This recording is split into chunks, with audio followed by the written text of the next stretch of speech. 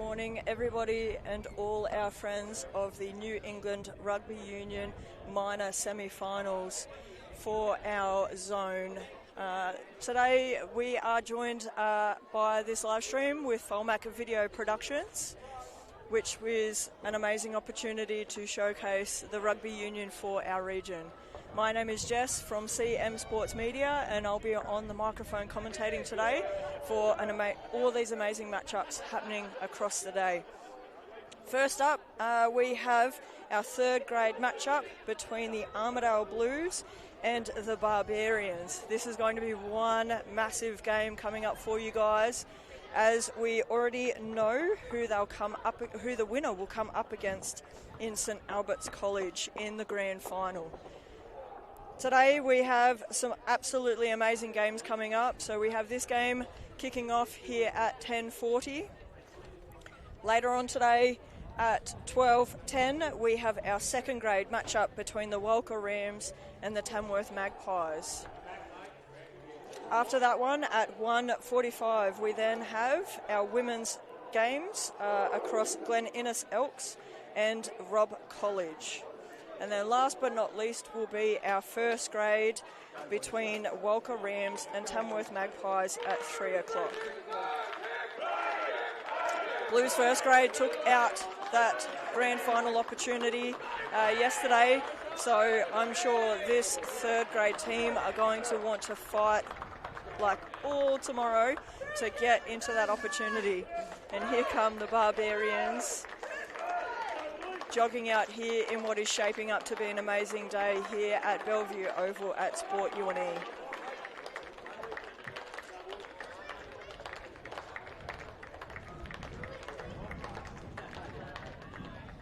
If you're not in the region, please tune in to all the live streams across the day and over next week and the grand final. If you give Folmac Video Productions a follow, if you give the New England Rugby Union Facebook page a follow to keep up to date with all the finals information, including all the games, all the teams, and everything you need to know about Bellevue Oval and coming down here to join us for these games.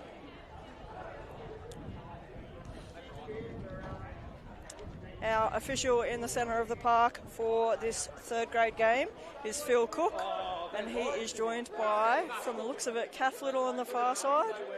And bear with me, I'm not sure who's sitting here in front of me, but amazing officials that have been across the games yesterday and now today in what's going to be a jam-packed, action-filled game here for this third grade. The winner of this fights it out next week for that last opportunity to make their way into the grand final. And unfortunately, the loser will remain in fourth place and their season will come to an end. Officials checking the clock here to get this one underway. And we're off here for this first game of the day.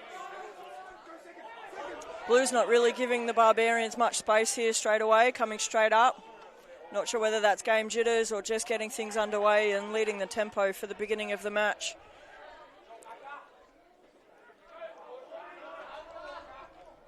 A few pick and drives here from the Barbarians.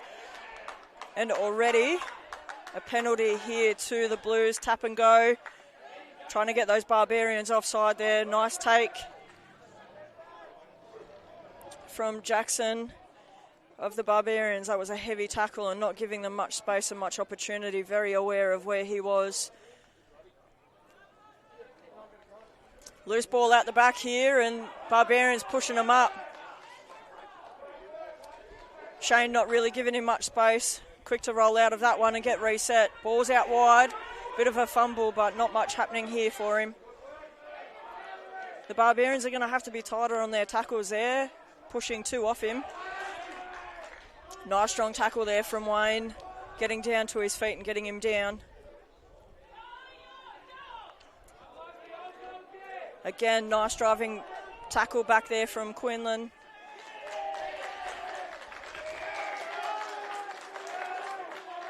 Not releasing the ball there from the looks of it at the moment and turning that ball over to the Barbarians. Captain Quinn just calming his boys down there as he puts that one on the boot. And not quite reaching the sideline, and well taken. Heavy tackle but knocked back. The kick on here for number 16, Alex Brown, as he brings that one back to the middle of the park where his support is and where he's got numbers. Nice little offload there. Hop, skip, jump out to the winger. He's got support, but unfortunately put out over the sidelines there on the far side of Bellevue Oval here. I'm not sure how much the picture really reflects it, but this field is absolutely pristine here. The grounds, men and women for Sport UNE, have made sure that this is an absolutely amazing venue for our final series coming up, and a massive shout out to Sport UNE and the University of New England as sponsors here. UNE Life.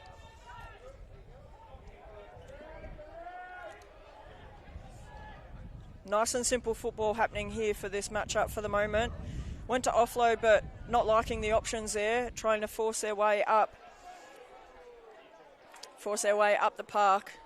It's a lot more structured football than what we've seen yesterday for the moment, but I won't hold my breath. We're very early into the game here for the day. Advantage being played here at the moment. Referees really making sure everyone's staying onside there. All their officials have a communication system with each other. Not liking what was going on there for the Blues and bringing the ball back on that halfway, or just under halfway there, for a tap and go. Nice strong tackle there from number 2, Hunter Webster from the Barbarians. Blues looking short side, but not a lot happening there on the park. Not a lot happening there in the ruck, trying to get that ball out there for the Blues. Bit of a clash there. And we're just going to check on everybody.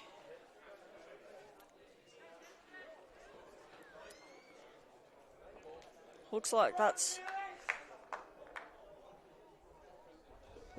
might be Wayne here on the ground here for the Barbarians. We're just going to get him checked medically as the referee's called time off here for the moment.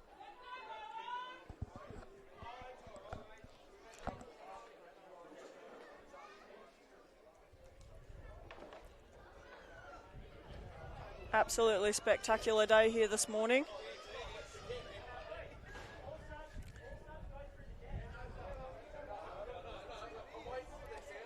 Number 5 here, Shane, just needing some medical attention here too from the Barbarians. Really fierce match up here and really strong football happening here for both teams. They really want to fight for that grand final opportunity and live to see another day next week. We will be live streaming again next week, so be sure to give CM Sports Media in our partnership with Folmac Video Productions a follow on Facebook and Instagram to keep up to date with all those live stream links, as well as the New England Rugby Union official Facebook page too. Game's back underway now here after everyone's been checked out. Blues just working through that pod work. Looking for a bit of a play out the back, but it looked like number 16, Daniel James there for the Blues, liking what he's seen and just popping through a pocket there. Blues have got the numbers, but one of offside call here.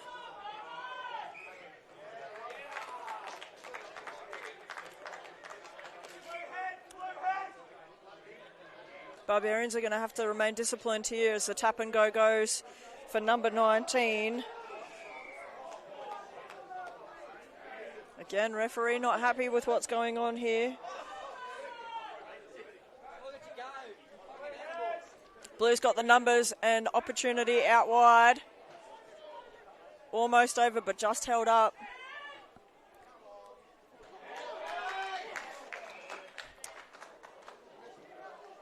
Still not over the back there Barbarians doing well to defend, but these mistakes are going to cost, as our official Phil Cook calls the captain Quinn out to have a team warning here between him and Wayne, number 1 in the front row.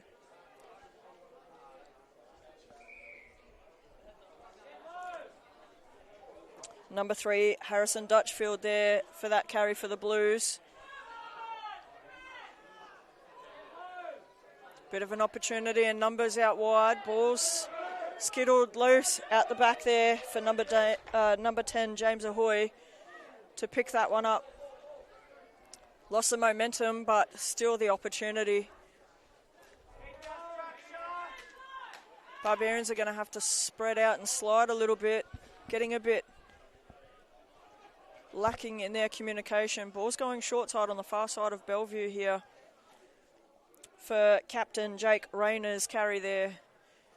Still looking short side, the kick's on and the chase is there, with Barbarians kicking that one dead over the back of the park there from number 16, Alex Brown.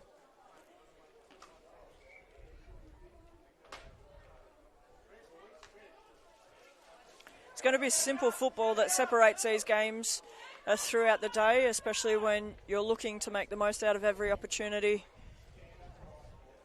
Discipline, opportunities is really what's going to set these teams apart.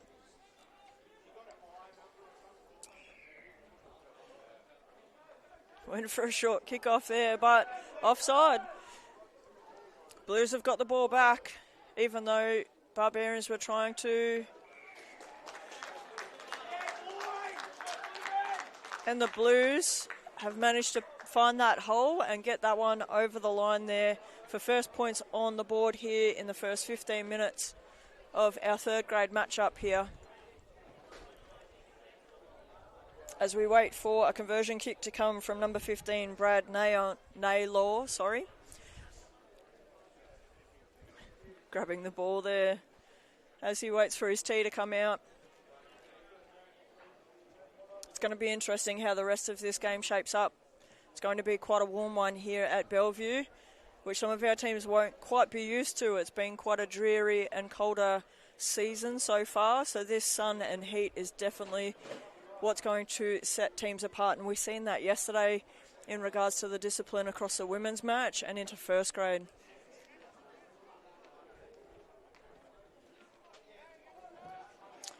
Barbarians chase that one out,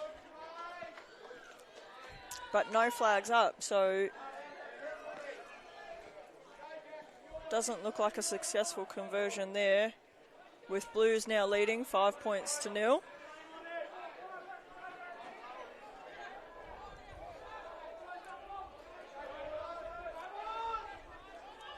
Barbar's getting set for this kick. Quinn putting that one into the middle of the park here with a bit of a fumble and a funky spin on the ball, with them returning the kick.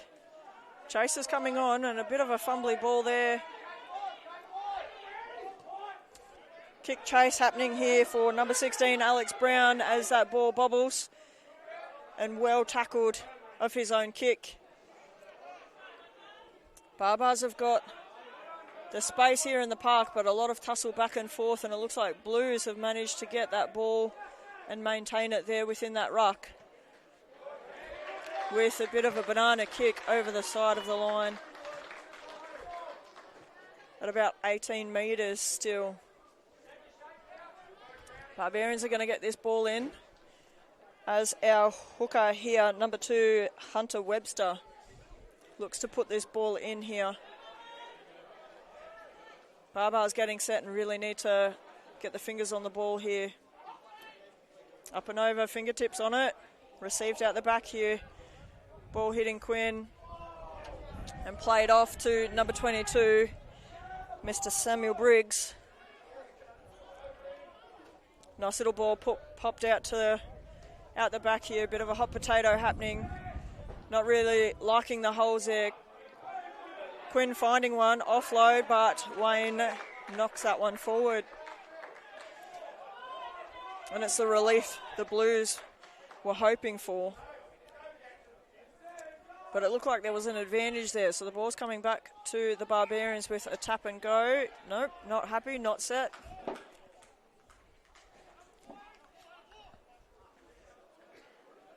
And we're having our first scrum of the day here in our third grade matchup. If anyone is down and around and on the grounds, come jump on the microphone with me. It's just me today.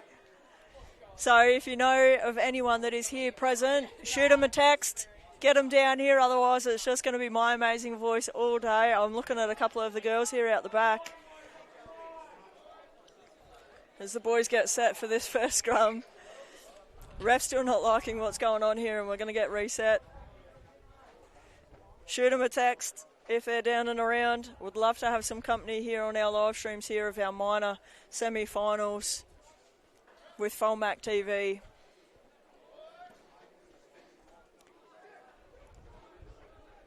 What is turning out to be a spectacular day here at Bellevue Oval. Lots of family and friends already here with some spectacular matchups from Tamworth coming up the hill.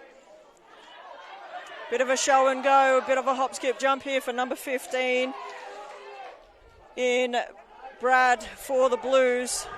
Much needed metres up the park here. Opportunities out wide and just an unfortunate kick off the boot from the number 1 forward, but well taken. And the Barbarians pick that one up with what looked to be not rolling out in that ruck structure there.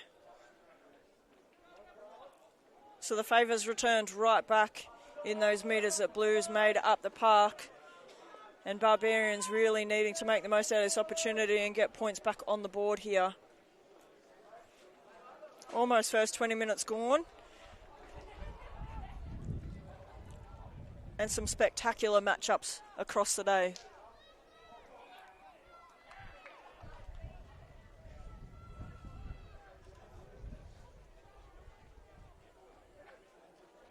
Lots of conversation, but it didn't look like that one was going straight and fair down that tunnel. We've got number 8, Ryan Miller, breaking a couple of tackles there and some much needed metres, almost 20 metres up the park there. Blues really strong in clearing out their rucks and getting that ball back out the backside. Ball kicked and charged down, but the advantage wasn't there. And the ref calling that ball back there for the Blues. Tap and go here, not wanting to put it out over the side. A nice carry there, number 1, Will Walcha for the Blues. Barbarians are really going to have to be careful in their tackle work here. Ref watching for an offside there and a nice carry from number 9, Ryan Miller in the blue headgear. Ball's out the back of the ruck here.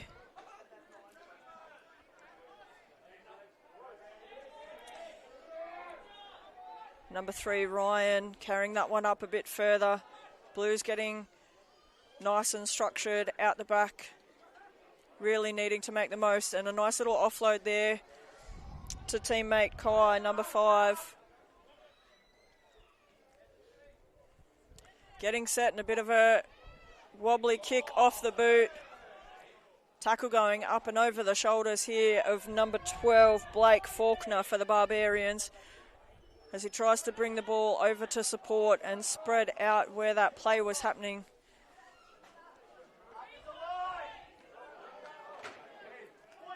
Barbarians aren't really looking too set within their scrum work here. And the pods, and we've got a bit of a breakaway here. He's got support. He's got support on the inside of Quinn. Nice little offload here to Quinn, captain of the Barbarians. He's being heavily chased. Nice little offload here to Heather Bird, number 13 for Barbarians, as they make a 80-metre breakaway up the park for Barbarians to return the favour and put points on the board. Amazing support there, just looking for that weakness across the Blues defence just pop, pop, pop and support each other over and over to make that one up the park. And what a cracking try there from Heza. Amazing to see so many of our family and friends coming down to support all their loved ones on the park today, and their club mates as well. As number 11, Jermaine Smith, gets set for a conversion attempt here for the Barbarians.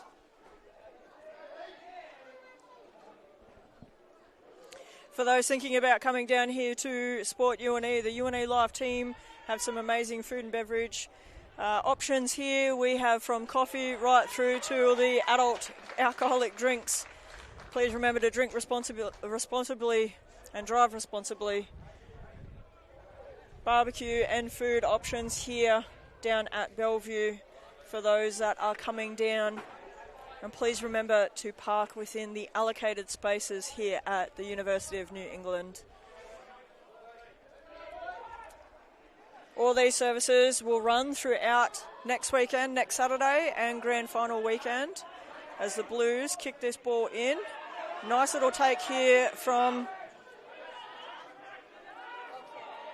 Marcus Crane. Sorry, we're concentrating real hard here, watching if the ball and feet were going out.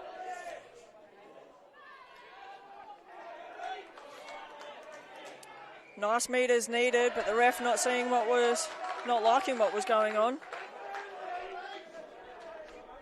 From the Blues there, looked like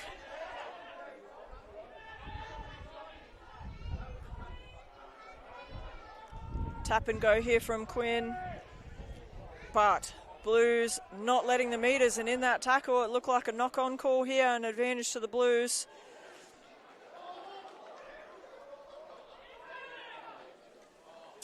Knocked on, back and forth, and the ball is coming back here to the Barbarians. That was one strong tackle there, and you can just see how much that impact really makes a difference in maintaining that ball control.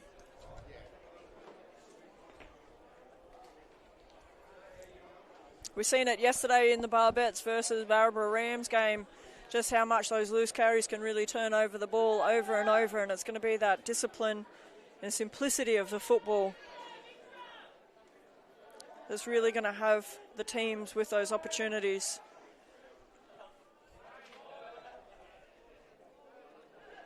You've got the Blues with the passion and pride of Armidale and leading opportunities like last year's finals, but Barbarians really wanting to fight for that spot and opportunity too.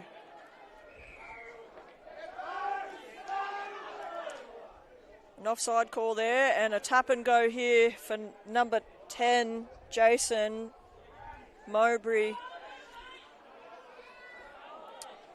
But the Blues already set and looking for those pockets and opportunity. Going short side here and a bit of fumbles off the ball, push back, but well picked up there from number 19, number 19, Avarossi. My page flipped over to second grade. As we have games all day here for us. Blues are just going to have to work and work and work to find this hole here in the Barbarians. You can see them slide back and forth, marking up those numbers. We've got play out the back here. Bit of communication and both Blues players going into that, but not the most safe lift. Barbarians checking on their Blues counterpart there. Our referee is going to the pocket here as he calls the captain, Quinn, from the Barbarians in to have a chat.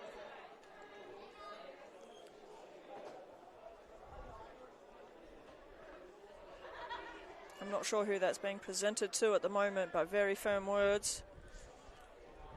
And we have the first yellow card of the day presented.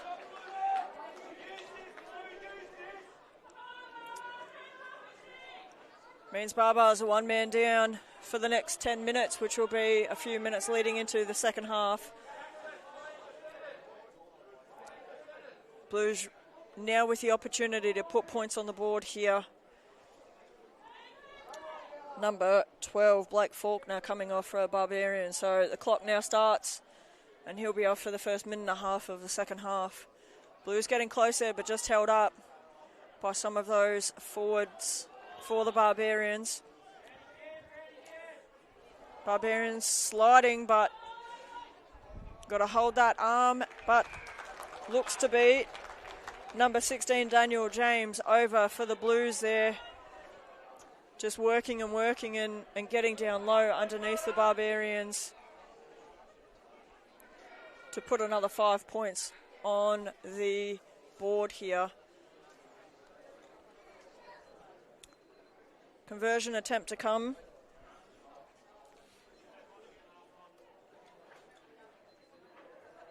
From number 15, Brad Naylor from the Blues.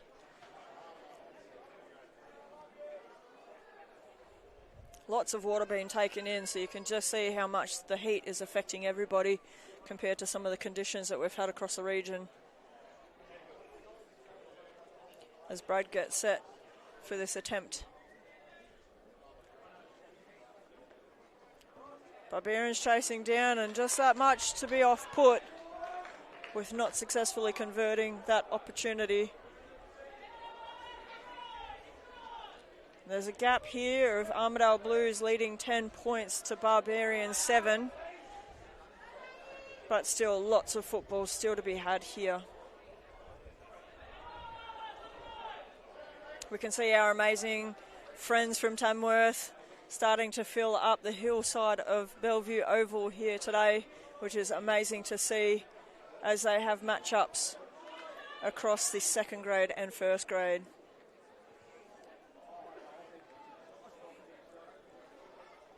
Nice deep kick there from Barbarians, but Blues returning it. Almost on the... no, at about 40. Wanting to use that one pretty fast, but ref calling it back.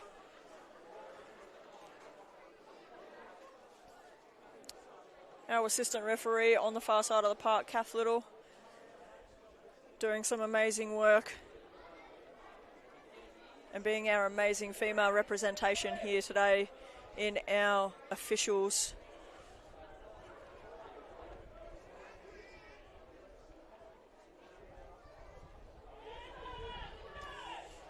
Nice little ball out the back here for the Barbarians, but they're going to have to run it back up the park. Looking for the opportunity, it has the support here.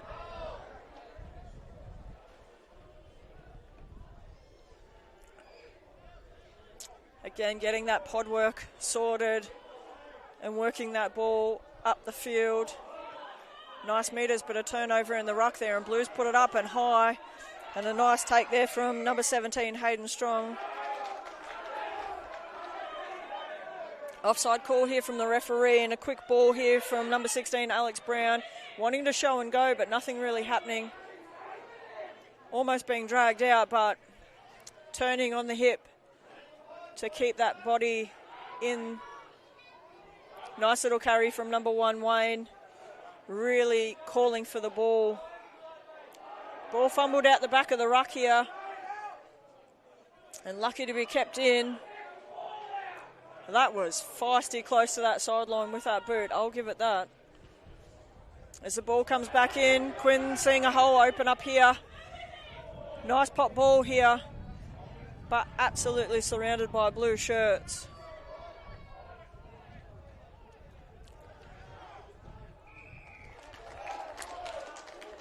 Blues were working it, and looking to have it at the feet, and have managed to turn over that ball, which I'm sure is much needed relief.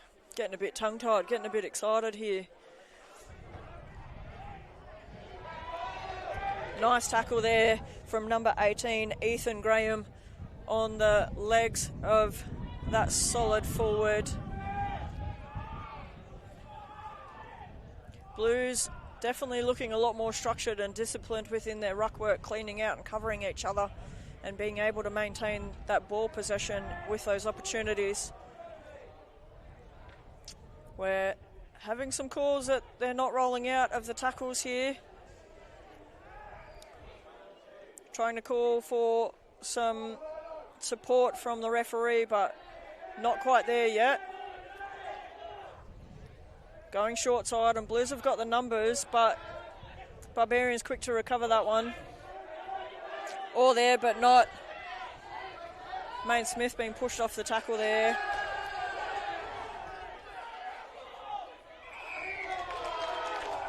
Hands on the ball here in the ruck and not on the feet. Quick tap and go here for the Blues as some of the Barbarians weren't in position. Nice little push off of Hunter Webster there in the white. Oh, sorry, Marcus Crane in the white headgear.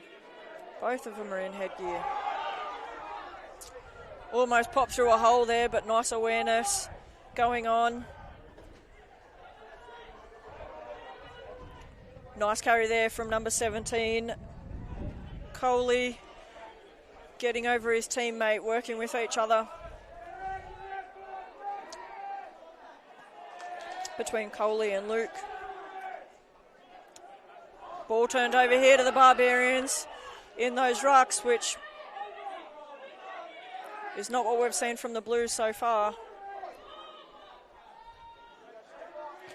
Barbarians putting the kick into the middle of the park here from number 16, Alex Brown. A bit of a wobbly ball out the back here. Went to go return the favour, but a bit of a shimmy and shake on the feet. Wayne got the ball on the fingers, but knocked back. As Hunter Webster goes for himself here out the back of the park. Some of the Barbarians struggling to get back.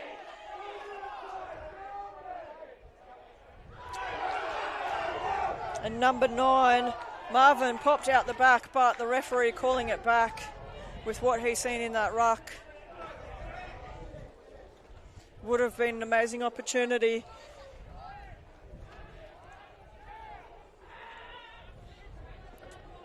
And words now being spoken here.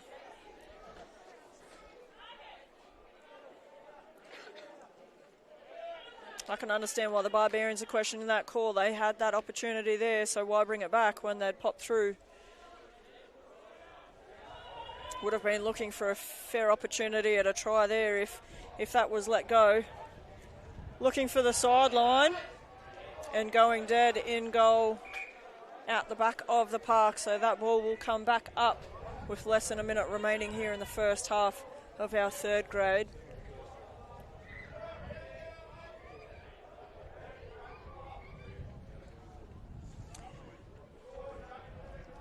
Couple of interchanges happening, but clock ticking down with almost 30 seconds left remaining here in the first half. You can hear the calls here, big scrum barbars from all the family and friends that are down here today. And thanks to everyone that is joining on our live stream of Folmac TV, bringing you the minor semi-finals to wherever you are watching from. Barbars looking nice and deep, but the scrum crumbles here as we get reset here for this Blues feed.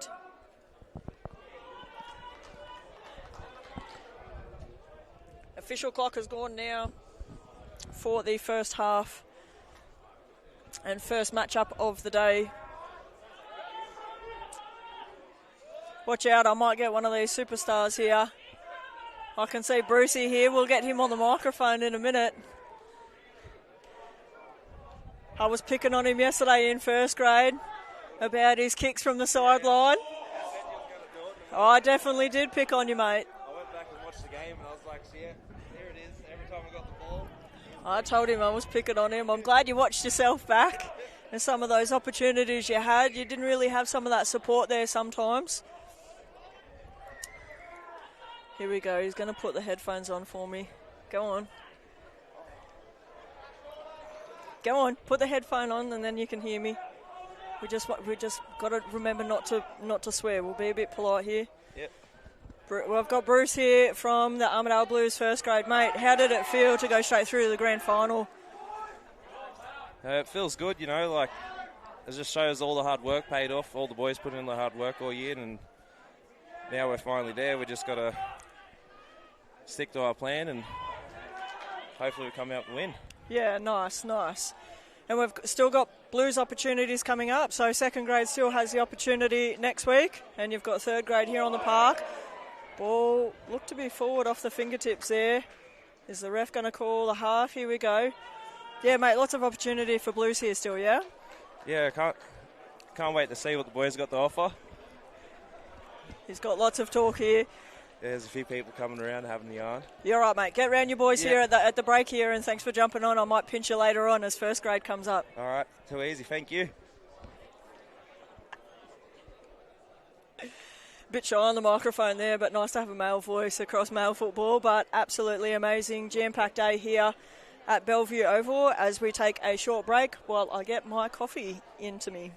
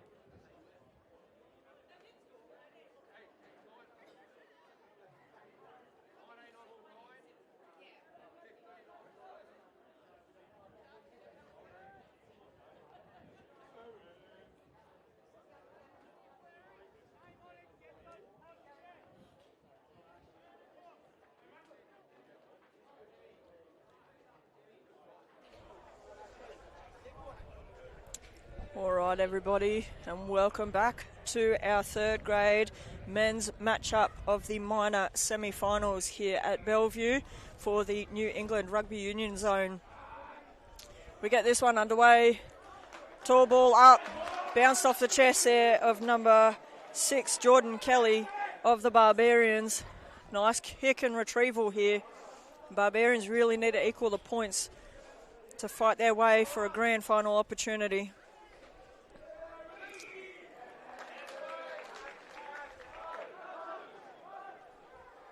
Jimmy looking to tap and go, but the ref saying to calm it down here for a second as we get this second half underway. Tap and go here.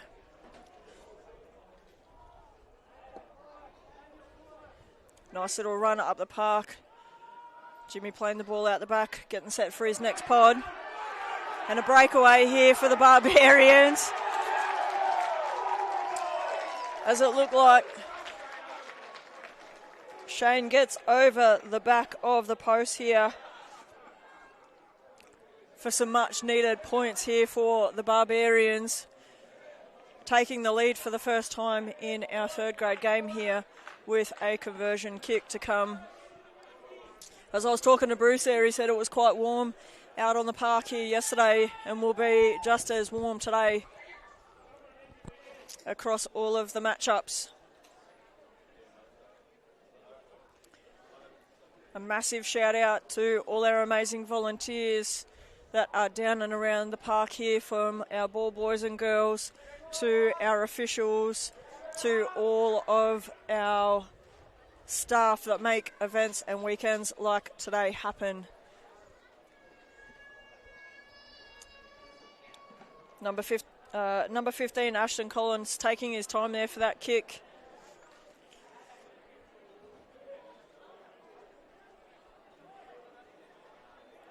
As the Blues jog it up the park to get restarted here in our second half. Some amazing matchups still to come throughout the day. We have our second grade kicking off at 12:10 between the Walcha Rams and the Tamworth Magpies. We then have our women's 10s matchup between Glen Elks and Robb College. And that's kicking off at 1:45. And then a first grade matchup between the Walcha Rams again and Tamworth Magpies.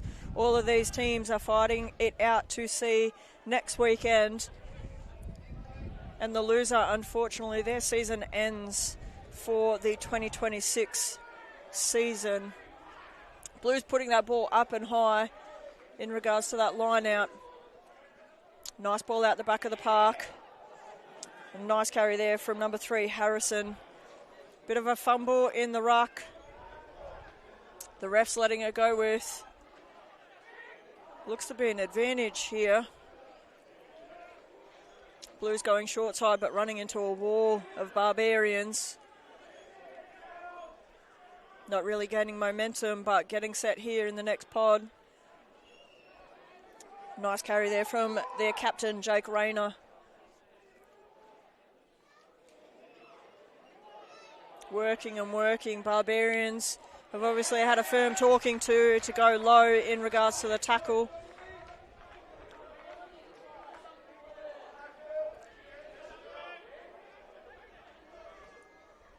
And a lot of hand signals there from our official of that decision. Looked like to be a bit of a knock on and not rolling out as the ball is coming back into the park for a scrum here.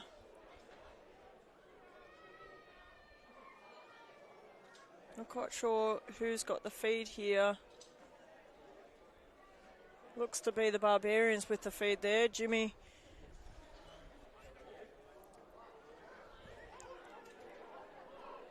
Well, I've got some of our Barbettes here. We might get them on the microphone in a little bit and can talk through their game yesterday. Barbarians here on the park now. James Marshall put the ball in from a nice strong scrum there as the Barbarians feed it out the back.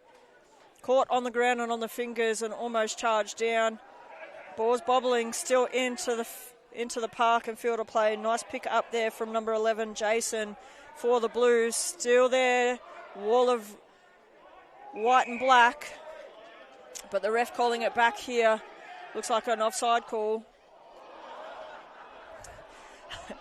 Wanting to show and go, but the ref putting his fingers on as it's not quite set there. And we get all lined up here.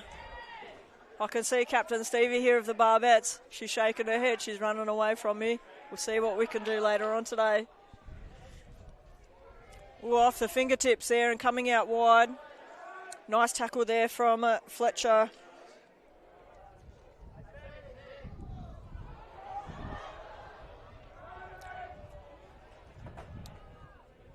Barbars having to get back to be onside here. Some of their forwards jogging back into position. Sorry, not Fletcher, it's Hayden Strong. Sorry, wrong brother. Fletcher, thinking of you if you're watching on the live stream, mate. Not seeing you on the park. Oh, nice little dummy here from number 5, Kai Sel Mitchell for the Armidale Blues to pop through that hole there in the Barbarians' defence work to get over that try line and equal those points up. It's going to go back and forth here in this second half as we have a conversion attempt coming from the Armidale Blues. We have number 16, Daniel James, for the Blues, taking our kick here today.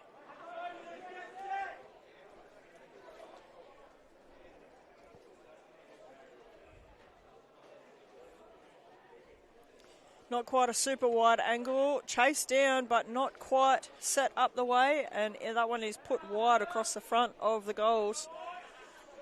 3 points in the game here between the Blues and the Barbarians.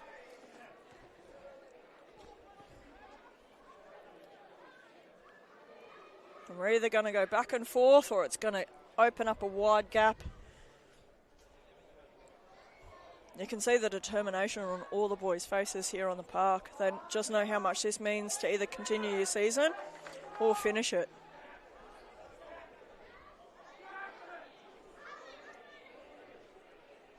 For all those that are coming down to Bellevue later on the day, just a reminder that it is restricted parking here at the University of New England. Please park in an appropriate parking space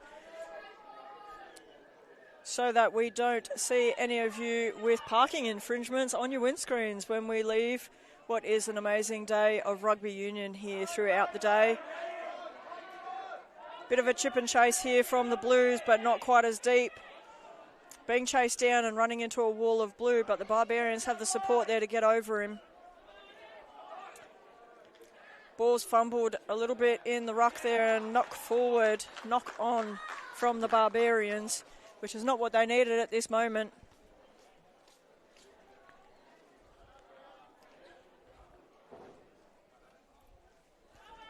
We're going to get set for a scrum here. These scrums are looking ridiculously strong against each other.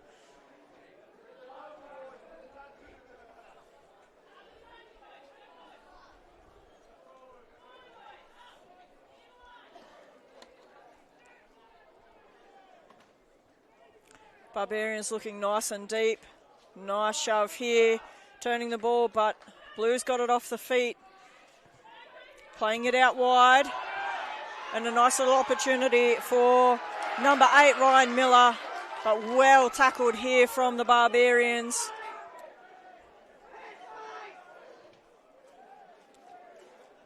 Nice chase down and tackle there by the Barbarians. Otherwise, he was gone down that sideline. Ball cleaned out over that ruck, and the Barbarians have the ball. Advantages being shown here.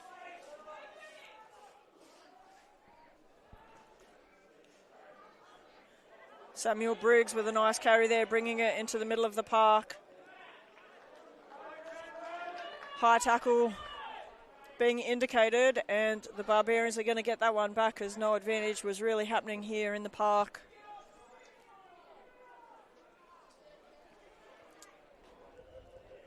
Whoever Jono is has been told to get off the wing and get back into position. Blues telling them where they need to be.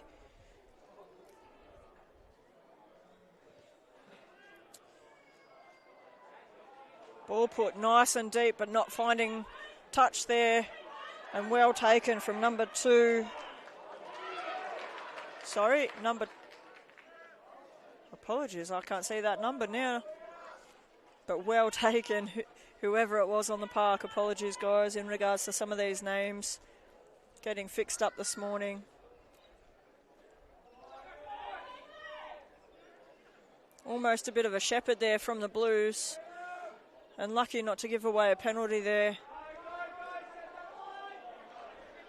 And the ball finding touch just deeper than the 22.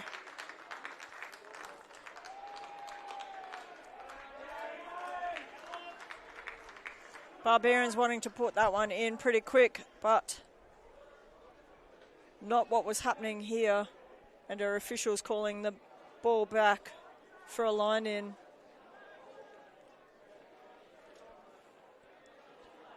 Blues getting set here for a line in. And the opportunity to spread the gap even further here off the fingertips.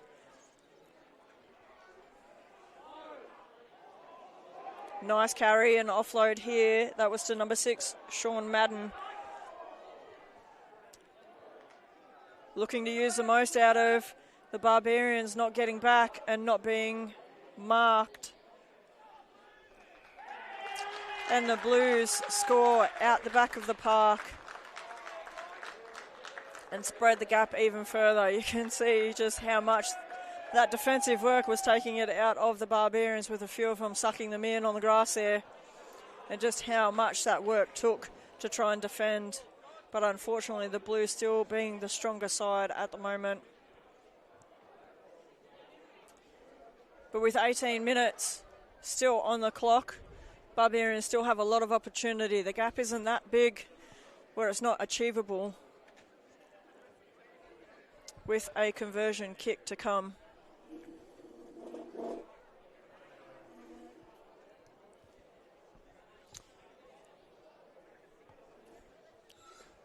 He's gone back a little bit further for this kick to really find that angle and positioning that he's liking.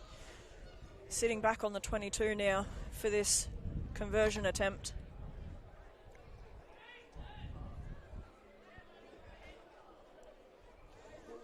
Cracking warm day here and a nice little chase down. And a successful conversion here for the Blues. Lots of calls for structure and communication here from our sidelines.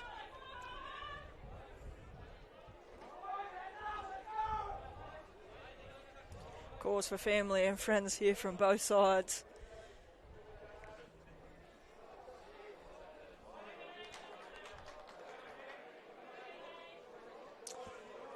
Barbarians kick in and ridiculously short, not going to go the 10. Bouncing, fumbling, and the Blues pick it up into a wall of Barbarians.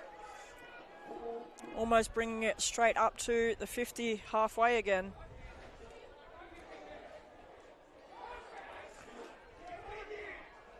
Nice effort there from the Blues. And what seemed to be an easy 10 metres up the park. Nice heavy tackle there from Sammy Briggs.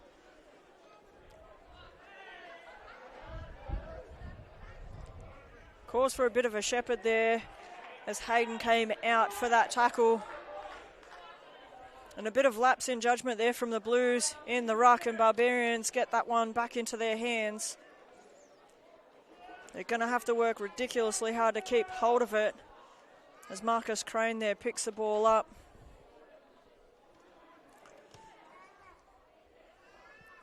Not quite the pod work that we were seeing earlier, but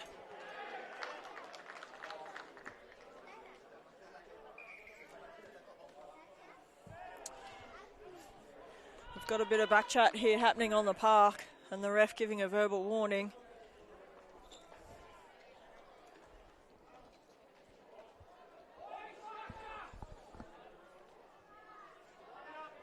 Ref looking to Captain Quinn just to calm his team down here for the Barbarians.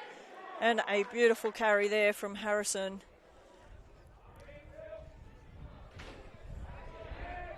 Nice strong tackle around the legs for Jimmy Marshall there from the Barbarians. Not a lot of ruck work. Hands off the back. The Blues have numbers and support. Bit of a fumble off the fingers and a knock on here for the Blues. Barbarians making a substitution here as the one and only PJ Ferris takes the park here.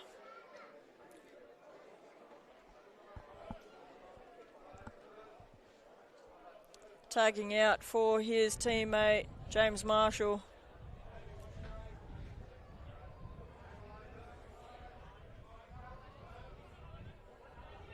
James holding his ribs or his shoulder here as he comes off, so seems to be a much needed substitution.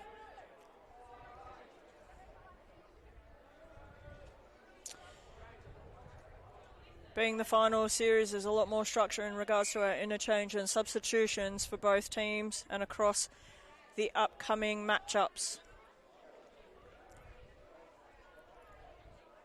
For all those wanting to tune in over next Saturday and grand final weekend, the weekend after, please make sure you subscribe and like Folmac TV here on YouTube, or follow the social media channels on Facebook and Instagram of New England Rugby Union and CM Sports Media to make sure you don't miss those links to be able to tune into all our live stream action if you're unfortunately unable to make it here live. Nice deep scrum here from the Blues, looking nice and low on the hips, giving it a nice push but twist. And the referee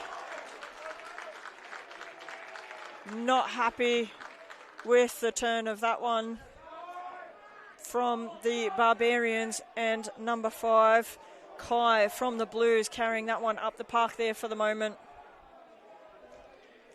This is an opportunity for the Blues to really slide these points out further. Quick hands and a nice hands from Hayden. He is on the trot, and just too quick here from the Barbarians. Nice chase down here from Toby Russell, but just not fast enough as Hayden puts the sprint on for almost a 70-metre breakaway here for the Barbarians, and much needed points. Unreal interception and awareness. He was onside, came out, everybody was covered, and just made the most out of that opportunity.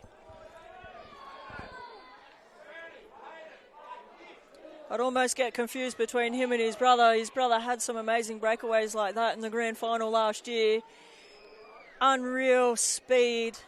And I don't know whether it's the work they do within the strong movement, coaching and training, or whether it's just in the genes of the family here, but we've seen it last year within that first grade grand final, and seeing it here within the third grade for the Barbarians. That gap closed now. 3 points in it. Try either side. Barbarians now sitting on 19 points and Armidale Blues on 22. 11 minutes remaining and 3 points.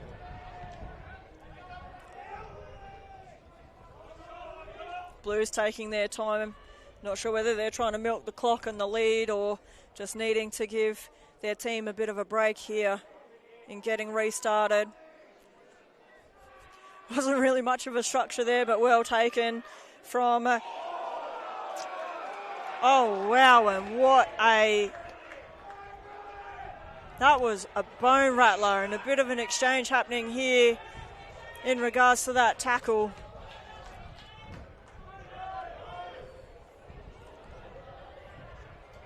Some of the leadership in the Barbarians pulling their players back. They've won that opportunity as our officials here, Phil Cook and Kath Little, have a chat in regards to what they were seeing in that exchange.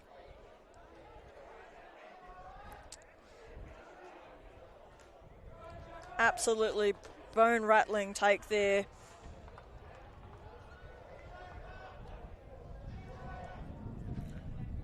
Jackson Masters really having it all given and shaken. We've got a red card shown here.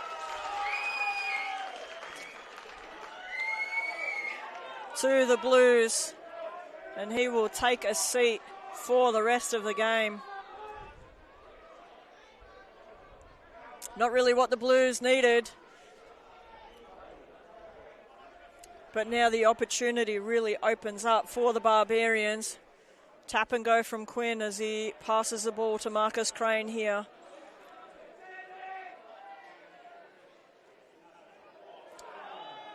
Lots of words exchanged, and it's getting a bit passionate and heated here. Quinn looking. Got the opportunity, got the support here. Getting closer to that sideline, coming up to the 50 now. Getting set. Quinn telling the boys to get in, get organised. Again, structure, discipline, simple football.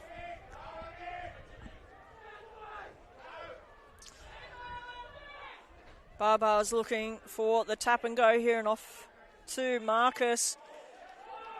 Making nice metres up the park there. Good 10 metres up the park. Ball played off to Sammy Briggs. Bit of a wrestle and tussle there. Ball back up to Captain Quinn. What looked to be a rattle and shake. Looking to offload, but Ashton was forward more than back and not wanting to lose the ball in that opportunity. Ball comes out to Jason Brown, number 4 there for the Barbarians. Lots of support there. The boys are going to have to work hard to get over each other. Advantage here to the Barbarians at the moment. Ref not liking what he's seen in the ruck. High tackles. Very firm instructions to get them down.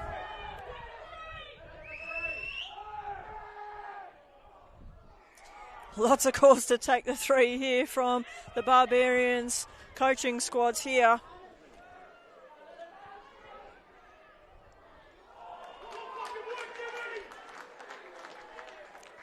And unfortunately a knock on here from the Barbarians. It's not what they needed at this point in the game.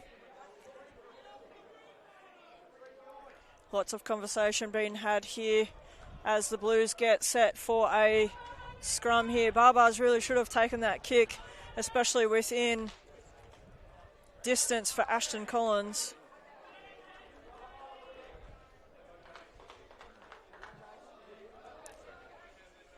Probably a missed opportunity here for the Barbars to really equal that scoreboard here.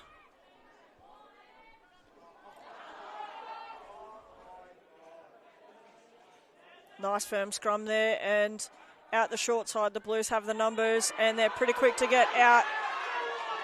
Well taken and tackled there, and the ball popped out and through and knocked on here by the Blues.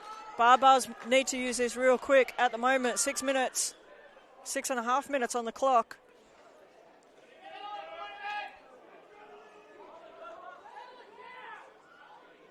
Lots of calls to settle it down, calm it down as we get set for a scrum. Opposite feed of the Barbarians here.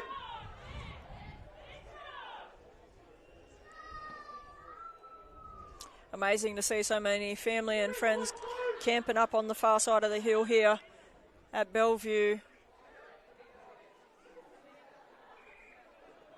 Ref not like what he's seeing at the moment and calling them to get reset, restructured.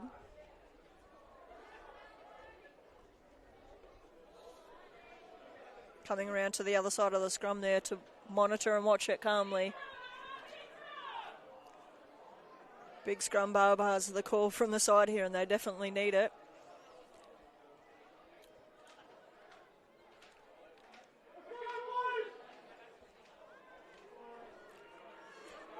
Firm push here from the Blues and turned it.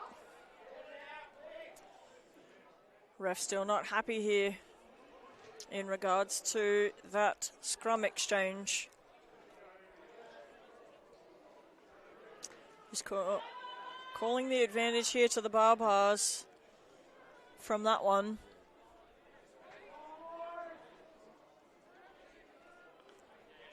As we get set here at about 58 metres up the park for the Barbars. The Blues aren't going to let them over the try line easy. And turned again. No advantage happening there.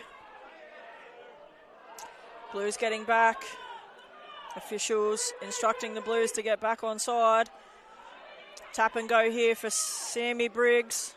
Nice run up the park, and the boys quick to get over him.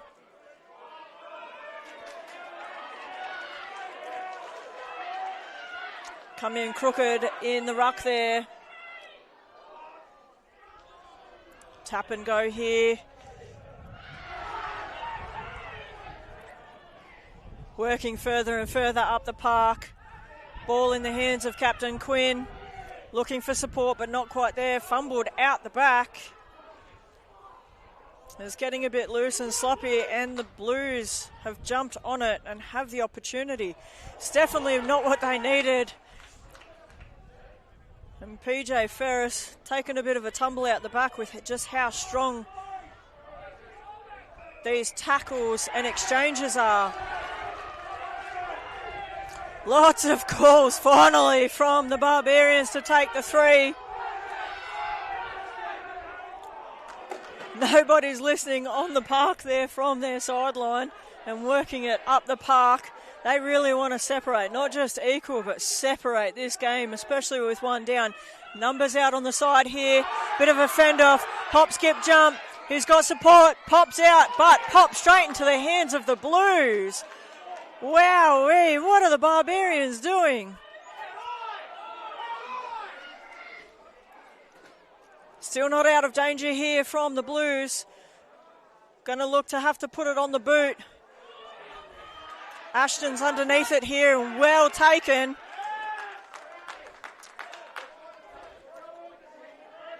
But the ball is going to come back within 5 metres of that goal line.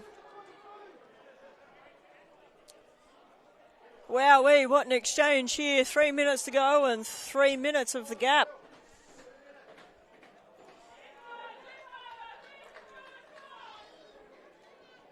Blues just taking their time.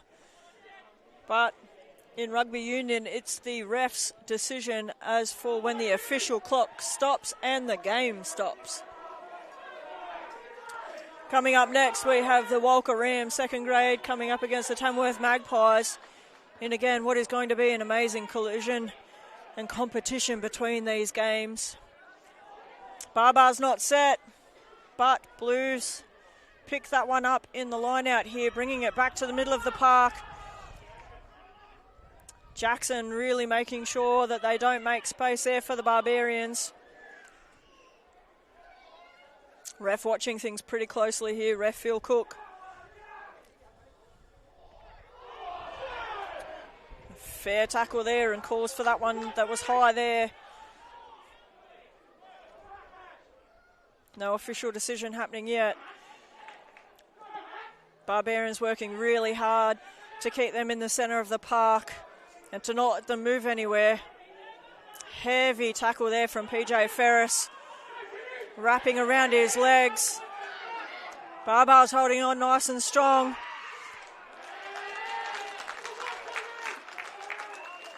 And hands in the ruck from the Barbarians with a penalty to the Blues.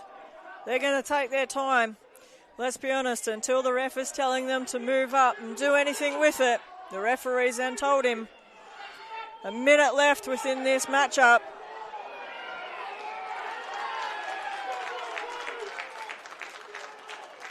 Hands in the ruck and not on his feet here. Ref telling him to hurry up and use it here with less than 30 seconds on the clock here for the Blues. Tap and go himself there for number 16, Daniel James from the Blues. The Armidale Blues just need to hold it, slow it down, not lose possession here. Doesn't need to be tricky. Number 3, Harrison Dutchfield with a nice little run still up the park, maintaining that possession. Blues with the numbers here on the outside. Going end to end of the park here. Ref's decision of when this matchup will come to a conclusion as the official clock has gone. A call of holding here on the far side.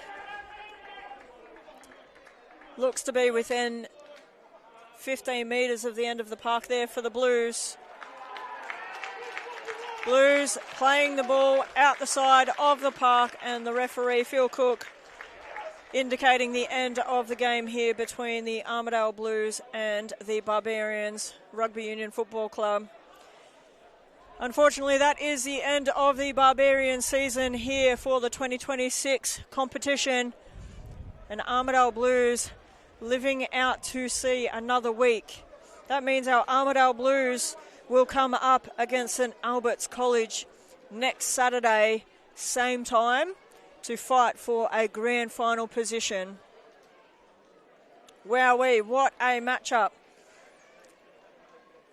Blues and Albies will go toe-to-toe next weekend to come up against the reigning champions of the Tenterfield Bumblebees.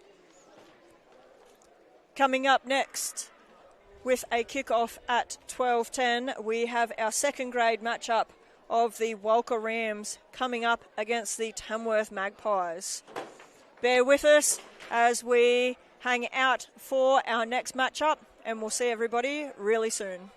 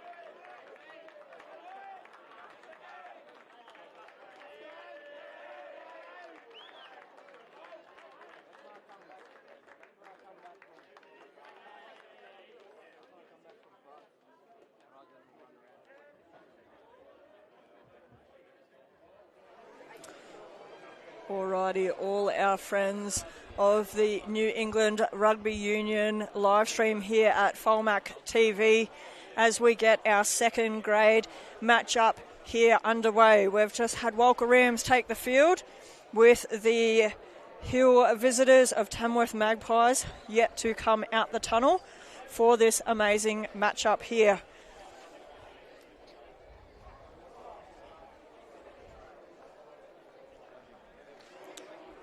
Yesterday we seen the Armidale Blues take their second grade team through to the finals. And we will see where this matchup ends us up today, with the loser concluding their 2026 season and the winner having to fight it out next weekend, same time on the Saturday, to fight for a grand final position. And here come our Tamworth Magpies. Our centre referee is going to be, from the looks of it, Trevor. I think we may have had a bit of a switch here, with three amazing officials across the park.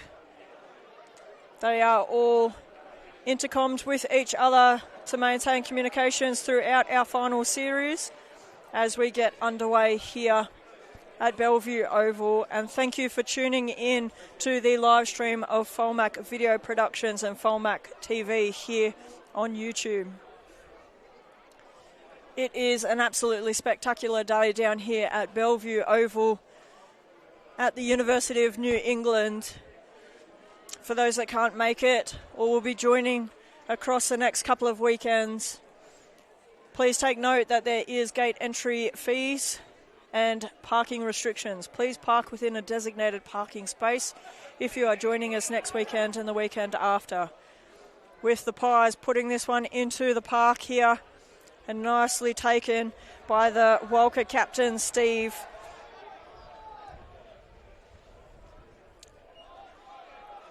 It has been some incredible football so far, and still lots more to come.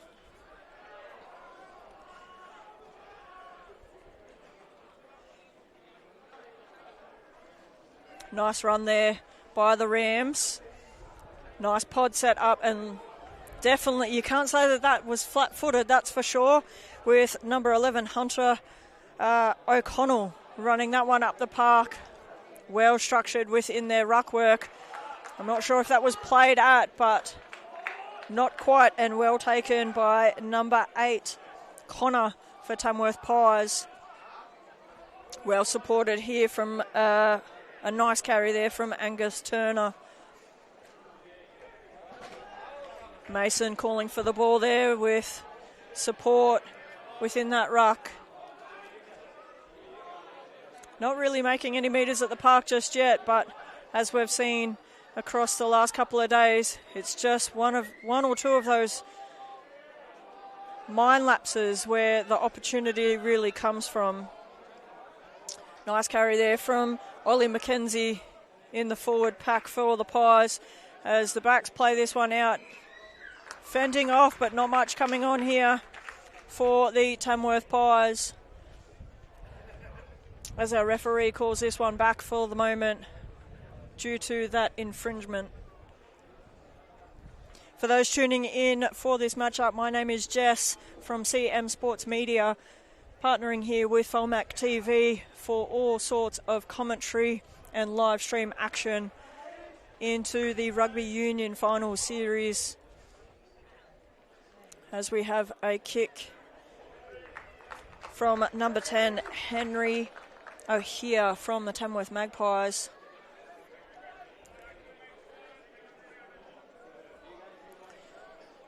Going to have a line out here, up and fingertips off, forward and off. Walcha from that line in from Reese Callahan. And turned over to the Rams. Ross Monty putting the ball in there, and well taken from the Rams. Nice little fender off. but not a lot of support as much he was looking for it. Looking for that hole, and a fumble out the back from Henry Partridge and knocked forward. Double knock on is the signal here, and we're going to come together for a scrum. First scrum for the matchup here within our second grade. And what's shaping up to be what's seeming to be a very quick and fast-paced game. When I was talking to Bruce earlier, he said how hot it was across the park yesterday and how much sometimes the heat takes it out of you. These players are going to have to make sure that they don't lose their momentum and leave gas in the tank for that second half. Nice scrum, strong here. Ball still there, and Rams recovering it and bringing it up into the centre of the park.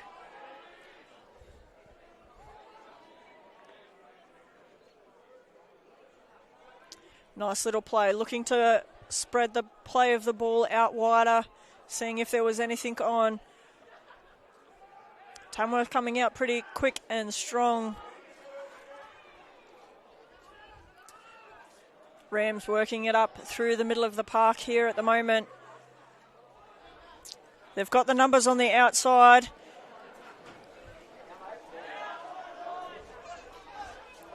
Ball out the back, still numbers for the Rams on the short side.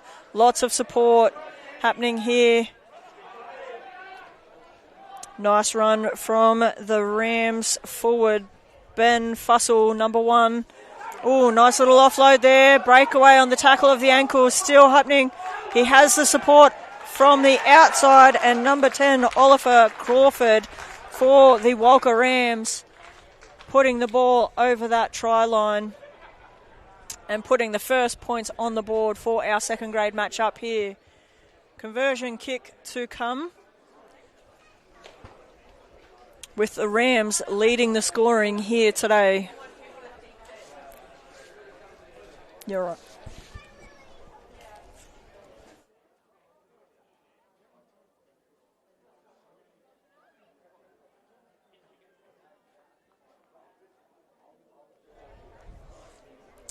Conversion kick here to come. Not quite in front of the post, a little bit to the left-hand side.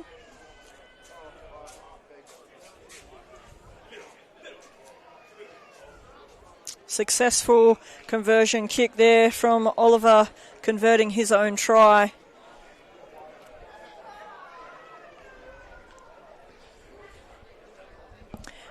Tamworth regathering themselves and having a bit of a conversation out the back of the play there while they were waiting for that kick.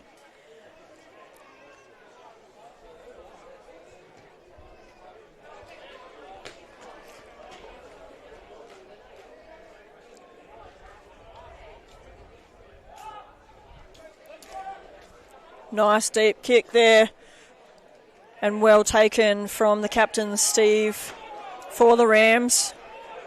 Nice little offload.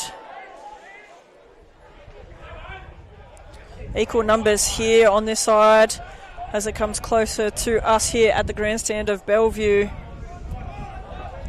High tackle and advantage.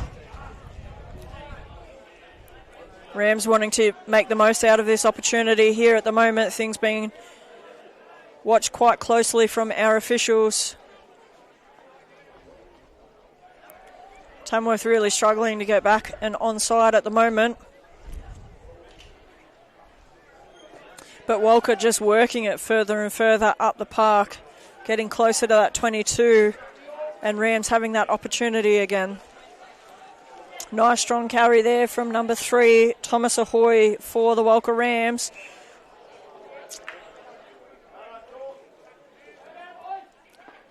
And coming back into the middle of the park here for a high tackle.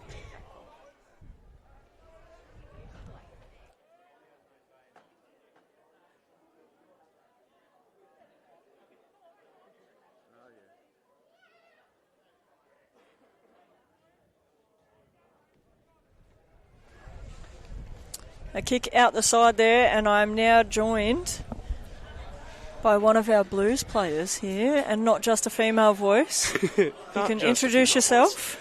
This is Collie Daines, prop for the Blues. coming in after a third-grade win. Hard-fought game. And Rams working that one over for a try there. As we introduce a colleague here on the microphone, Rams really spreading the gap here with a conversion kick to come. So tell me, how was that one on the park? Hot, warm? A bit warm out there, chilly to start, but hard fought by the Babas. Definitely what a finals match should be. Oh, I don't know how it felt on the ground when everyone was calling for 3 to equal those points. Were you glad? I was very glad for it to get done with, but definitely all credit to both sides. And now you guys fight it out next week. We live to fight another day. It's going up against Albies in thirds and seconds, if I remember correctly. Correct. So that'll be a big day of footy. Yeah, definitely. Definitely entertaining. Unsuccessful conversion there. Lots more angle. Lot more football still to be had next weekend. Lot more footy to be had. Over 2 weeks, definitely. Tell me, what does it mean for the Blues? The Blues held it together last year with the final series. Held it mostly together, yes. Thirds did go out in the prelim against Tamworth. Always a strong side with Tamworth. But getting all 3 grades into the grand final will be amazing, but we do have to fight one more week.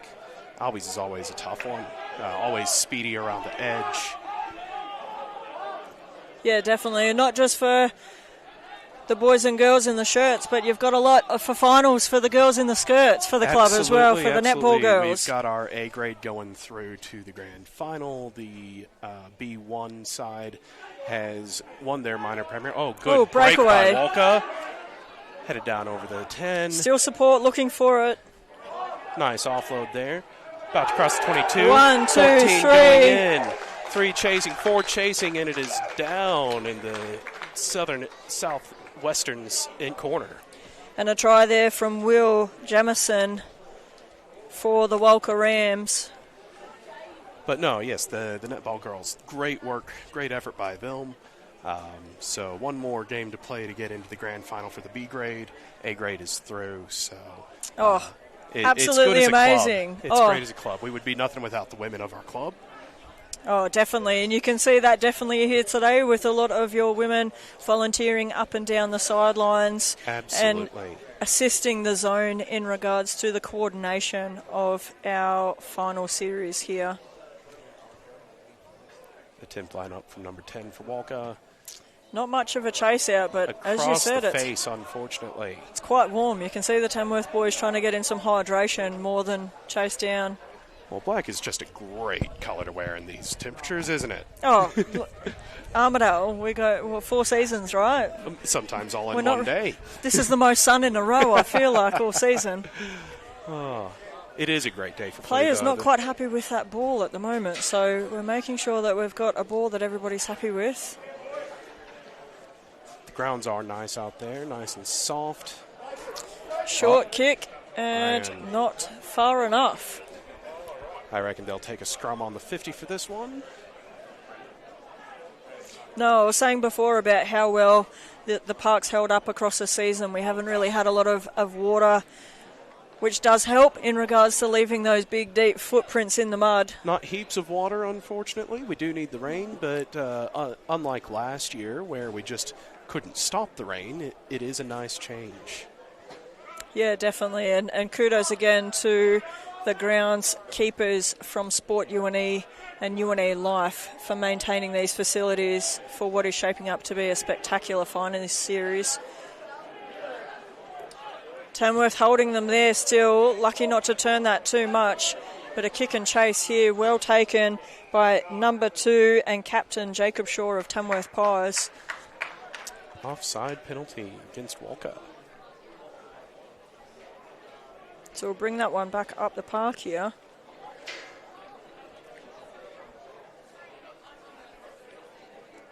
So what does next week look like for the club and for the teams outside of the women? So training, practice, put in the effort. Lots of practice, definitely got to put in the effort. We all know that Albies is always very speedy and youthful. But, luckily the first get a bye. But with the culture we've got, everybody will be around training, hopefully. Yeah, beautiful. So seconds, thirds do have their work cut out for them to get through to the big dance. Yeah, beautiful. And I know that the club's doing a lot of work in regards to local facilities over at Moore and Oval there and looking to apply for some grants. There are some things in the works. We're waiting to hear back for a couple of things. Definitely making it a more inclusive atmosphere, focusing on a bit more of the family and women's aspect of the game. But we are still waiting to hear back on a couple of things. Yeah, beautiful. Which would be wonderful if that goes through. Yeah, awesome. So shout out to Brendan Moylan, our local Member of Parliament, if you're joining on the live stream here. You know, as I was saying yesterday, without sponsorship, without support, our clubs and community sport in regions like the New England here just really don't exist to the capacities that they could. Well, and that really is the whole goal of the game, the whole point of the game in these communities is building community. Having someone other than your immediate family to lean on. You know, it takes a village for all of us. Oh, definitely, especially when you've got families of that tag team rotation, taking care of the families and the kids up and down the sidelines while mum or dad are on the park playing such an incredible game of rugby union here. Getting set for a scrum on the 22 on the far side of Bellevue. Tamworth with the feed here. Tamworth really need to make the most out of it to put some points on the board here in this first half. And they have the field positioning at the moment. But Walcha aren't letting them up easy within that scrum. Ball out the back. Both hookers. Hands on. Penalty for the Rams.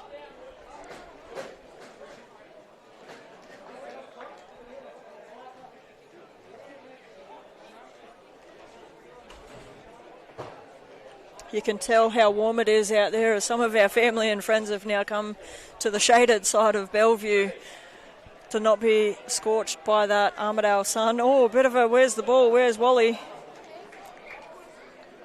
Knocked on by Walcha at right around the 50-meter line. And we're having some substitutions happen here for our Tamworth Pies.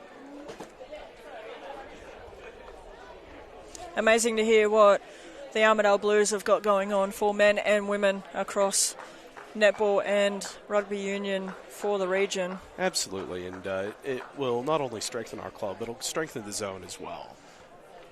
Yeah, definitely. And bringing up some of the amazing juniors that we have in the New England Rugby Union Juniors Association as well. I know that being down there photographing over the last couple of weeks, there are some amazing 15, 16, 17-year-olds that are coming up through the ranks for our region. Well, and as we all know, grassroots is the future of the game. You can't just focus everything at the top, you know, whether that be the top grades in a local club or anything like that. You've got to focus it on the base of the pyramid. And you can see them coming through with so many of our players being nominated for country championships and some of those representative opportunities. I know we had it a lot across the men's and women's, but it's so great to see so many of our juniors named as well. All lost Walcha out the back. I know that there were some of the Blues women's named in some of the championships. Yes, absolutely. And you know, the women's game keeps growing by leaps and bounds every year. I think my first year in town actually was the first year for women's sevens. Walcha bringing it close over to the touchline. That was close to the sideline.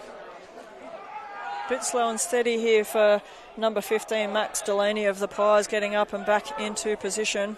Bit of a fumble, back and forth. And Tamworth now with the ball.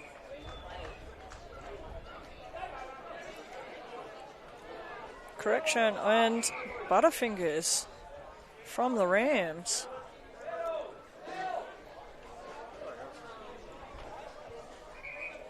But no, watching the women's game expand over the past, how long has it been now? 9 years from the sevens to the tens competition, and seeing that keep on strengthening every year is fantastic to see. Yeah, definitely, and especially with Barbara coming into the competition for the women's group too. Oh, what a strong side that was yesterday. Wowee. Definitely didn't make it easy on the Barbettes. No, unfortunately. But I reckon they also had in the back of their mind they didn't want to make the drive next week. Probably not, but again, the competitions are going strength to strength. And now even with further talks with coming up to whether that be 12s or even up to a full-size capacity. I know Barbettes, we're picking a squad of 10 coming on and 15 altogether out of 20 of us, not including myself. I was broken before I started.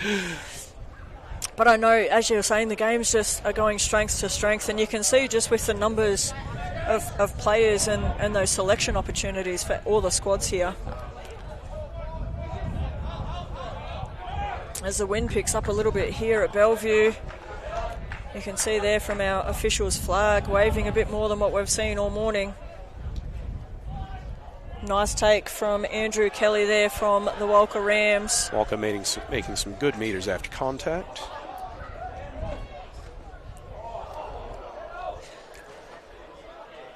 A few fumbles happening today here. Tamworth have just got to stay disciplined, shuffle and slide here, keep defending.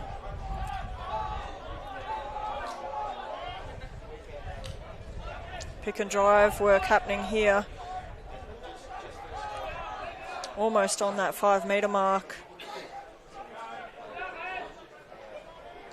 Walcha have brought it back within the 15, headed back towards the posts. Call was for a play out the back, but not quite what was communicated. And is this Walcha over the line for a try? Oliver Crawford over that. He opened up the scoring just before and extending that lead even further for the team. Conversion kick to come from the far side of the park. Looking to attempt to convert his own try here as Walcha take a substantial lead of so far 22 over the Pies 0 in the first half here. What goes through your mind when you can see the Tamworth crew? There's firm conversation happening out the back here. Kind of what goes through the process as a squad? How do you come back from such an extensive lead? Well, when you do get it into this part of the season, it is finals time, and anything can happen. Anything can and will happen, as we saw in that third grade match. All it takes is one or two plays to really turn the tide. And he hits the post with that attempt, but not bouncing or ricocheting back in. But, it really comes down to what you've built over the course of the season with your heart and your mind, getting some of that mental toughness as you roll into this point of the finals. Still time on the clock here in this first half. 14 minutes remain on the clock and a deeper kick. Touched by Walcha and out. So this will be a Tamworth line out. What an opportunity here for them. Tamworth line out on about the 15, 12, somewhere in there. Thereabouts. I would love to see them all, but we don't see many of those these days. A bit of a trickery and up and over, successfully taken here. And nicely set from Mason Harrison there with the pod out the back of that lineup. Knock on going to Tamworth. Or was it a knock on or offside? Head high. Lots of signals we learn to interpret here in the commentary. Not quite the numbers there, but definitely support and momentum up the park. A big, nice forward pod there. Trying to go in the corner. Trying to work nice and low, too, to get underneath them. Walcha not sitting flat on their feet and coming right out off the line and meeting them out in the middle. I'm not going to go through all the designations of what that was, but definitely Tamworth's way. They've got the numbers and playing out wide on the far side of the park. Very big tackle there from Walcha. At least in today's matchup, for the moment, you can't get them confused. Black and red and white are two very different colours. Absolutely. We aren't looking at a Walcha and Albies or Tennerfield and Blues. Yeah, yeah. Tamworth continues to spread it out wide to the near side at Bellevue. Oh, and loses the ball forward.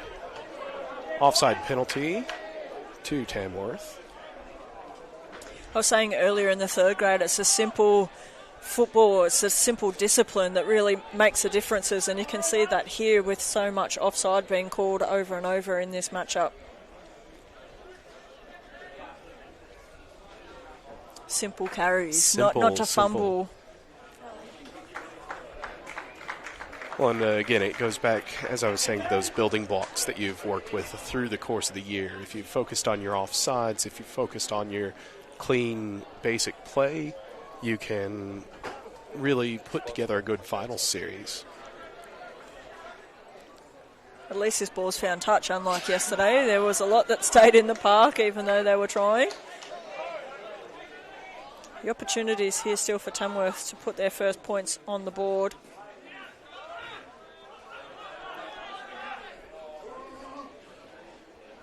Nice long ball. But not sure whether that helped or hindered them with that delay waiting for the ball. Played at and recovered. Nice carry here for big carry. Ollie McKenzie. Turn, flip, hop. And coming back to the middle of the park.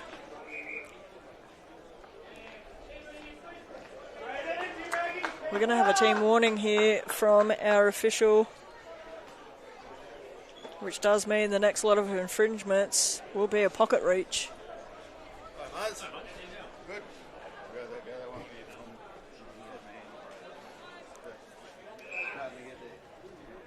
Tamworth with the tap and go. Taking it inside the 5. Hitting it out left. Walcha with some really strong tackles here, not really giving them much ground. Nice. Definitely drive holding back. that defensive line.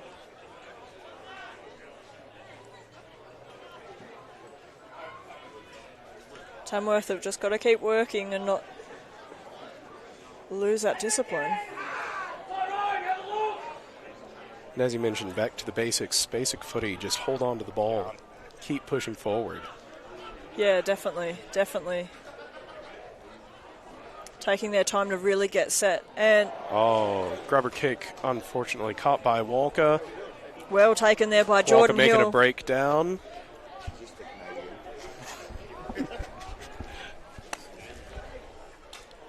Bit of banter here from the Barbarians as their season concludes and are heading into the amazing facilities here of UNE Life and their food and beverage options here today.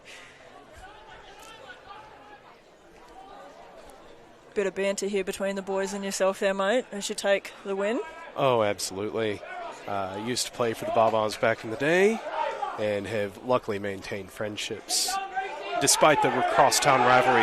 Walcha making a big break down the near side. Nice leg wrap up and pop up out the side here. Got to watch the feet to keep it in.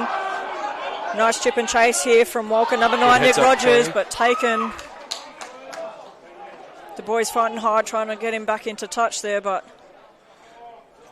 support there from his Tamworth teammates.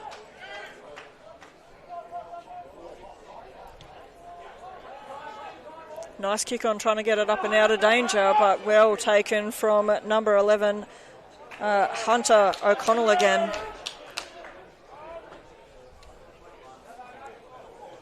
They've got the numbers out wide. Looking for that opportunity. Fends off one, fends off another.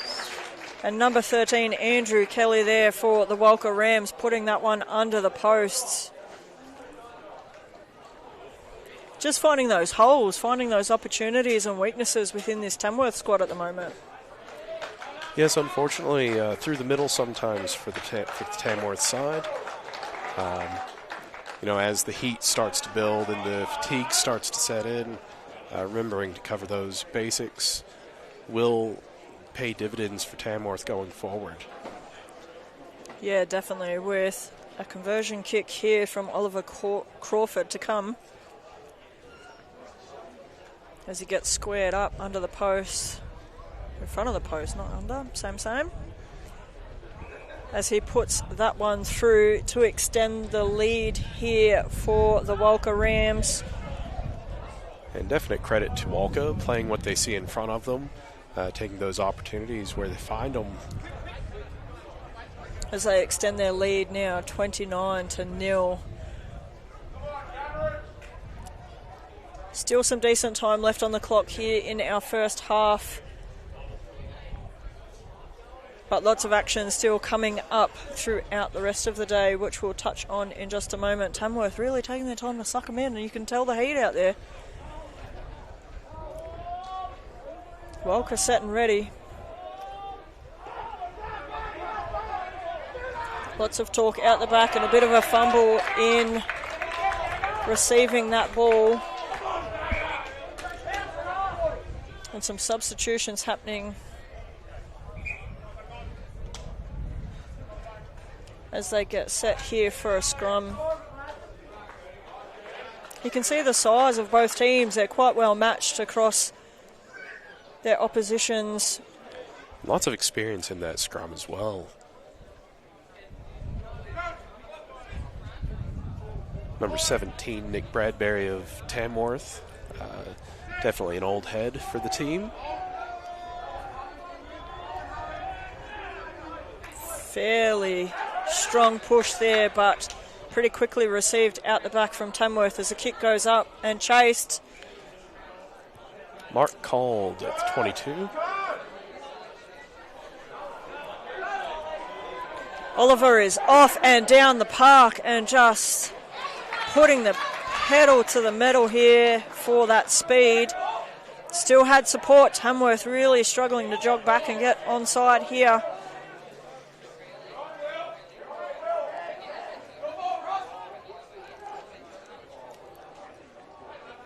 You can see Walcha setting up their shape, getting their pods ready to roll. Play out the back here. Had it on the outside with a nice little offload to their forward, Ben Fussell. Oh, we love a prop try, don't we? Oh, we know how much those prop tries take to keep up with speed like that. And it's good to see a prop get their flowers, putting in the hard yards that often go unremarked upon. It's not always on for those forwards. No. I know clubs have their different traditions in regards to making sure everybody gets a try across the season, but we won't mention them out loud.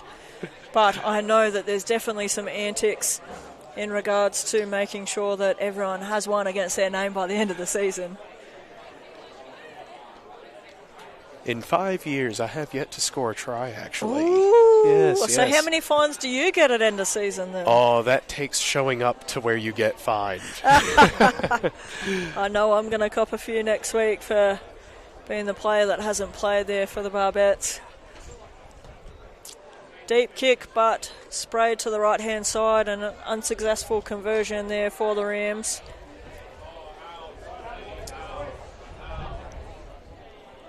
We know as much as we work hard on the pitch, we definitely have some fun off the pitch as well. Well, that's what it's all for, isn't it? Oh, especially definitely. when you get into the third and sometimes your second grades. Oh, it's that, as you're saying, it's that club connectiveness, not just within your playing squad, but it's across the whole club mentality. Looks like we do have a good weekend of footy coming up after this one as well. Oh, definitely. You're going to have a really strong matchup of Albies really trying to fight for their positions. I was saying yesterday, the men's, and I mean St Albert's College altogether, they collectively took out all 4 grades a couple of years ago. So I know if Albies have the opportunity to fight for a grand final position, they're well and truly going to. Well, and St Albert's had a very dominant near decade, if I remember correctly. And that was led by Lockie and Huey within the Albies Club executive. Shout out to you boys. in all the things that you guys established and set up for the Albies Rugby Club and the women's auxiliary that go alongside that. As much as we have the men's side, we always have the women's contributions, as you were saying before. Walcha putting that up and over, and not quite on the roof, but not taken by our crowd. I was calling out 20 points to Gryffindor yesterday anytime there was a crowd catch. Oh, dear. Oh, nice and long, but still well taken. Nice run, nice little offloads.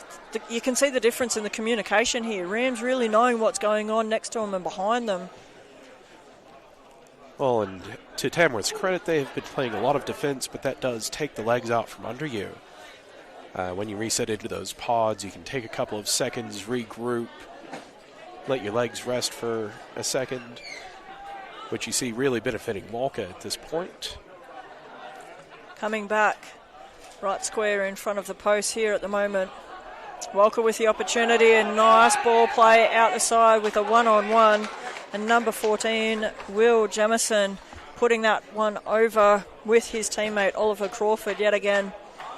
Oliver's just everywhere at the moment behind everybody, isn't he? Oh, absolutely. He is having a blinder of a game today.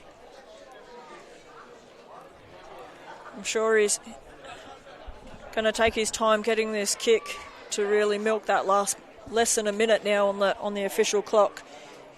Replay coming in here, and you can just see that the play off the hands here. 1, 2, 3, one-on-one, and just too much opportunity, too much space there.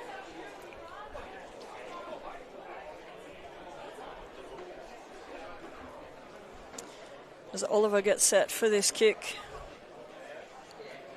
Quite wide. And to the right. Far to the right. But they still have the points advantage on the board here. So as much as he's disappointed in the way that one shaped up, still leading that opportunity. He's putting in the work.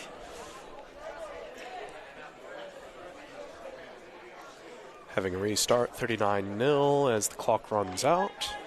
Looking to our last set of phases before the half. It'd be nice to see Tamworth put some points on the board here leading into it. Will it make 10? Not quite.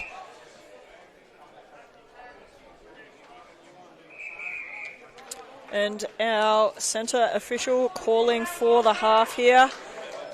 Thank you so much for joining me on the microphone. We appreciate it. We're going to take a short break here, and we'll be back shortly in the last of this second grade matchup here at Bellevue Oval. Please stay tuned.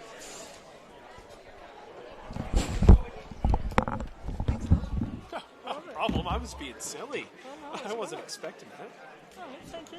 It breaks it up. Yeah, it probably makes it a bit easier. And just not me talking to myself. I have friends that are good at streaming video games, but like sometimes if they only have 10 people in the chat, it's tough. I'm me talking to myself. Yeah. No, thank you. Enjoy. Grab a drink. Yeah. Enjoy it. I'll keep that for the second half. We'll let him celebrate. We'll let him enjoy it with his squad. I'm trying to see if my dog shells will come. I just went in the menu and pushed it to 90. It was up 50%.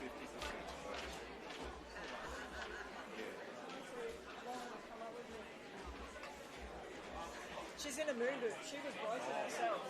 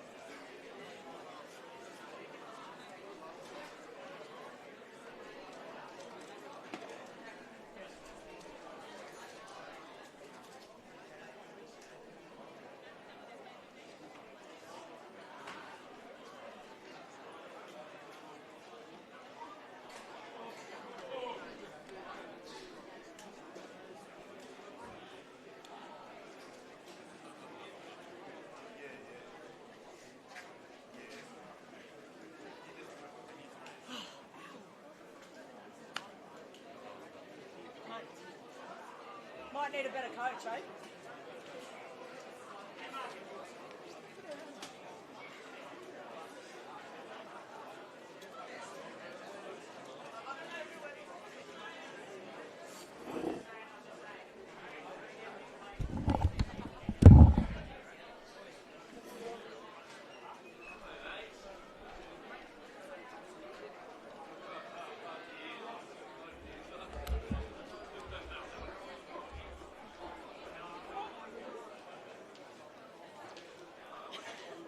All of yous have got moon boots on. Watch out.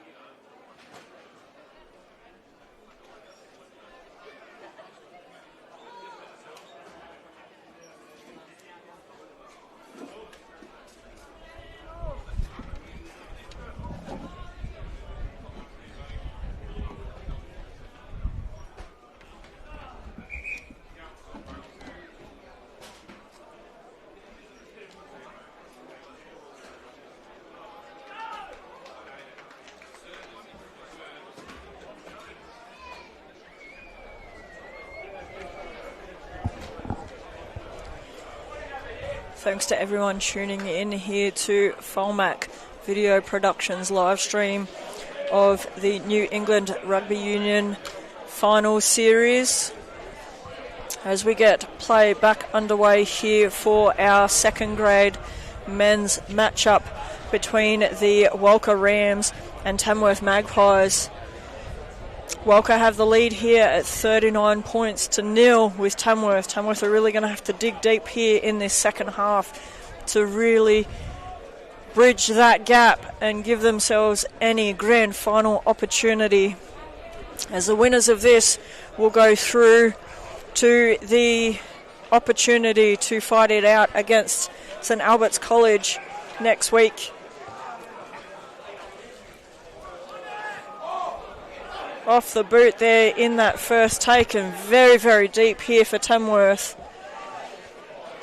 Fighting really hard to get it out of touch here. And kicked out the back. But our official not liking what he's seen and pulling it back into the field of play. We have one of our Tamworth crew down out the back here, so we'll have a stoppage pretty early in this second set. While some medical treatment is administered out the back of play here.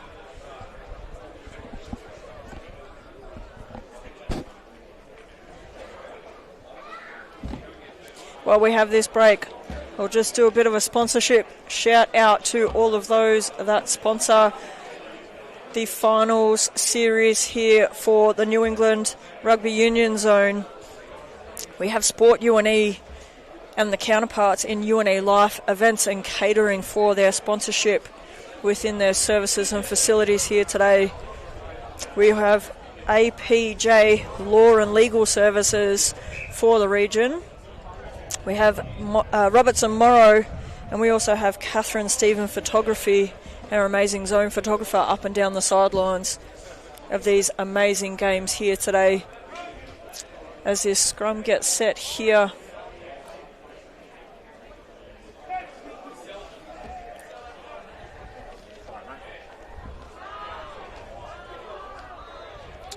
Nice and strong here, and Rams getting the ball out the back. Picked and drived out the back of that scrum. First points on the board already for the Walcha Rams. Pretty quick to put points on the board here. You can see the regrouping of Tamworth.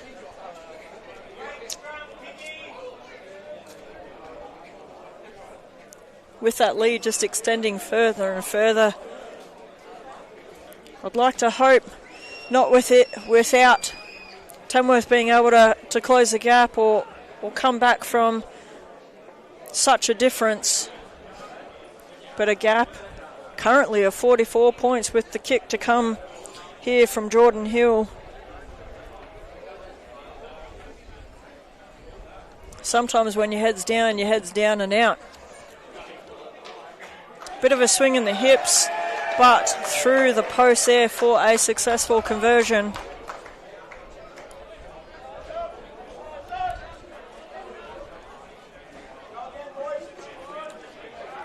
Tamworth going to have to work really hard here. I can see Metho here from Robb College coming and helping, getting the girls get set for the upcoming Robb College matchup. I know he's been around Robb College for quite some time, and it's nice to see him here. Hopefully getting his girls all set, coming up against Glen Innes Elks. Last time it was 17 draw 17 each way. How the girls prepared? Looking good? Of course. Okay, that's what we like to hear. Of course. We've had a lot of college pride here with St Albert's in the men, so it'll be nice to see Robb. As I always say, it's easy to play and referee from the sideline. Oh, and I'm on the commentary, so I can definitely match that one.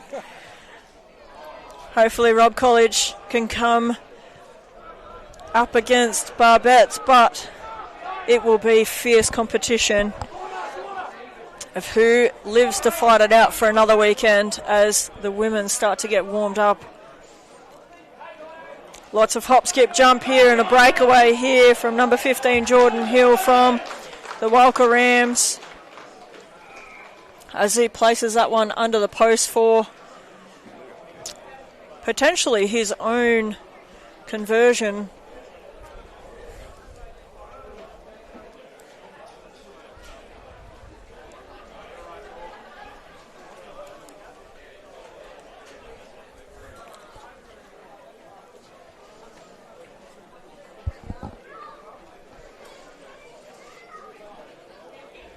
Wowee, what a turn of events here in today's matchup. I honestly thought that this game was going to be a lot closer than the situation that we have on the scoreboard here today. But I know it's definitely been quite a matchup down at Tamworth and down at the Nest down there at their park, at their home fields. A successful conversion there.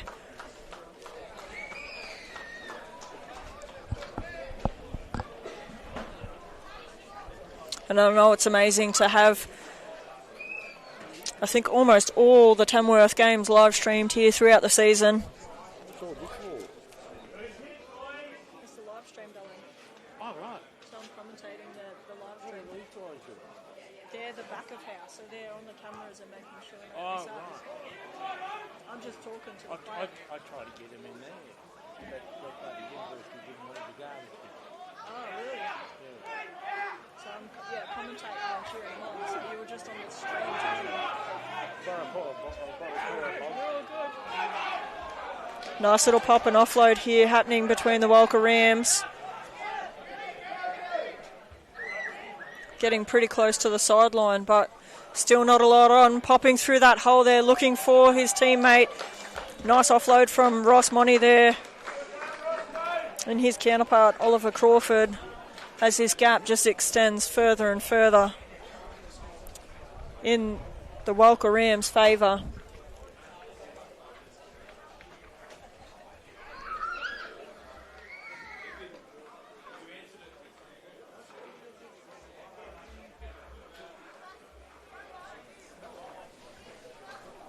Taking their time to get set and not a lot of urgency on the Ram side of things.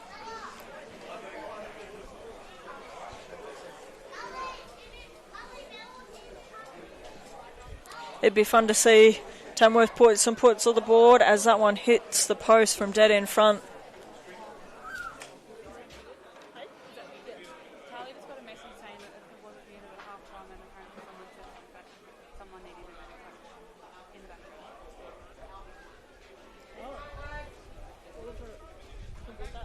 That stays on for Jim. I don't know, she's got a message from the phone. Oh, well, that was me. I was joking around. Hey? I was joking around. What did you say? I was joking around with that. Because I was like, ooh, sponsorship. No, and then I was joking around. But anyone and everyone, all of them swear. And I'm like, who was on the message? I don't know, it's like a family chat. I was like, Oh, I was just joking around about the boys. Because of like the whole conversation, I said you guys were calling out take the three, and they weren't listening to their coach and from the squad. I said maybe if they aren't going to listen, they need a better coach. That was the whole conversation. No, I don't care. I'm just letting you know. All right. Yeah, because that microphone stays on. Yeah. Because it gets the ambient, whereas mine's the vocal. Yeah. No, you're right. You're doing good. Oh, I'm trying to. Nobody else is it? Tell her to come up and I'll tell her.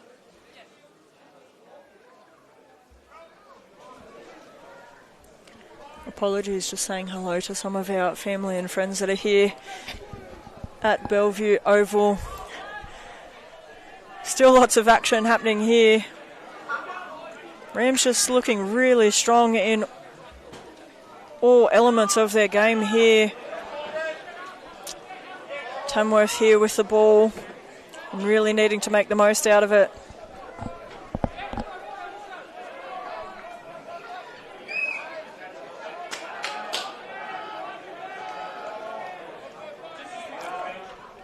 And a turnover here in the ruck in the centre of the park.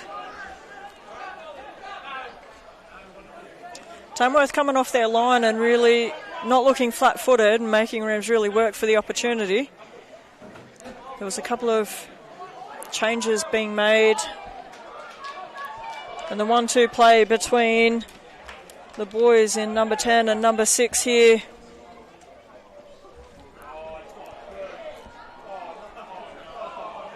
One, two, three in all the hands. And it looks like Will Archdale, playing in number 21, puts that one over the back of the line.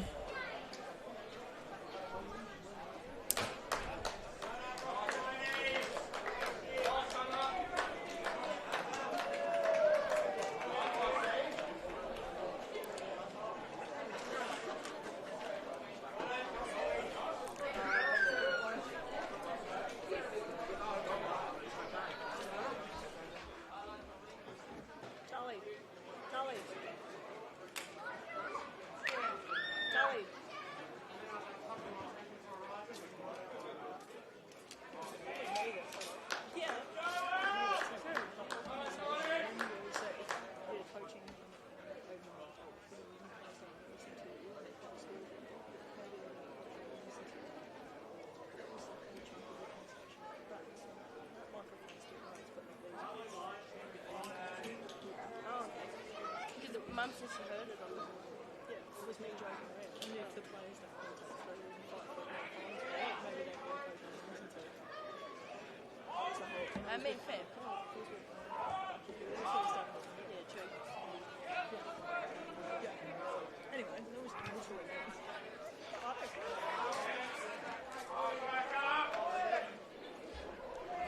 Ball put out the side here as play resumes, with Walcha Rams just stacking the scoreboard here and really making Tamworth fight for every opportunity they have at the moment.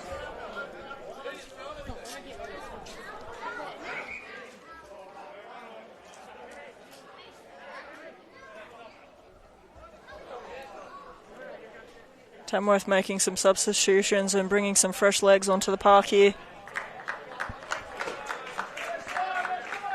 Well, no, they definitely haven't left it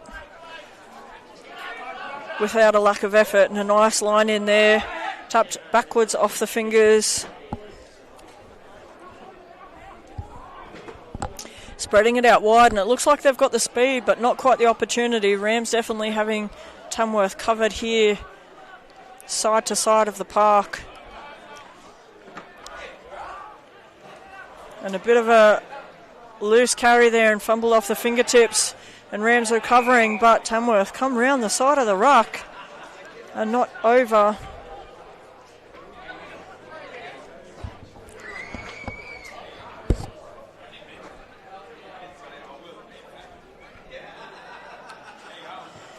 Bit of an unfortunate situation there, and things that I was talking to Collie about before is just that discipline within the football.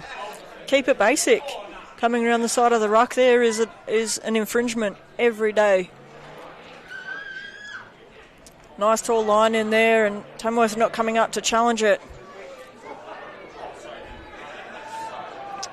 With number 21 for Tamworth, Rick trying to keep them at bay there.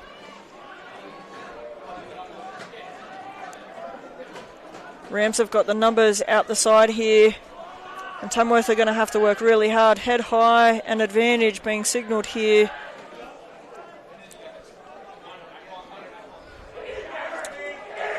Quick opportunity on the sideline and being well held up.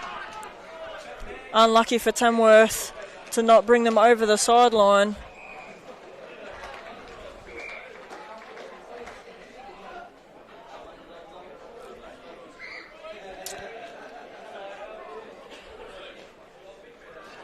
And more points stacked on the board here for Walcha Rams.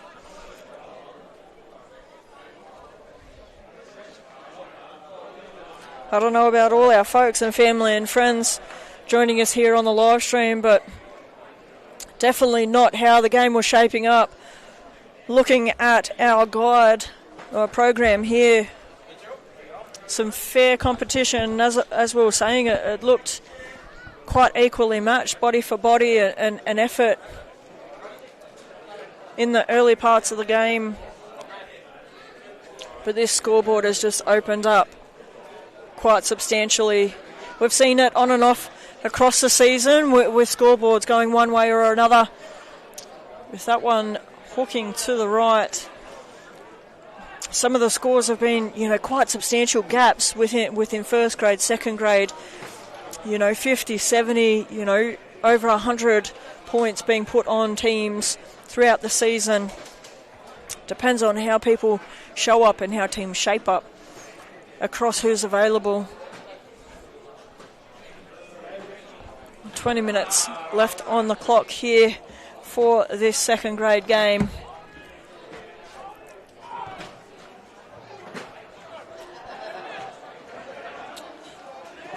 A bit of a fumble and a bouncy ball coming out the side here. Looked a bit rough in the ruck there, as the Rams are a little bit slow. Pop through the gap. Palmed off. He's got support here, but he's now going alone. He's going to have to work really hard, and he's just palmed and bounced them off. Not quite under the post where he was heading for, but a nice run there from Ross Money of the Walcha Rams there. Wowee, the strength that he had to just push him off the chest and off the shoulders. How many there? 1, 2. I think there was a third one there initially coming through that play. But the determination, he was getting across that line, no matter what part of that line, whether that was under the post or across further.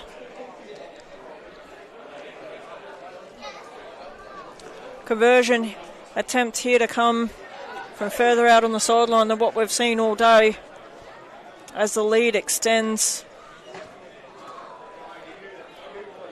And the flags are up, and the lead is now extended well and truly in the favour of Walcha Rams.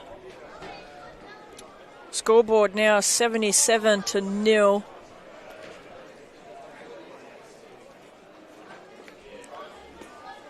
And as much as these boys are fighting all they can, Tamworth Magpies still have another squad, and Walcha Rams both coming up against each other in the first grade matchup, kicking off at 3 o'clock. Bit of a miscommunication happening there, and a fumble out the back of the play.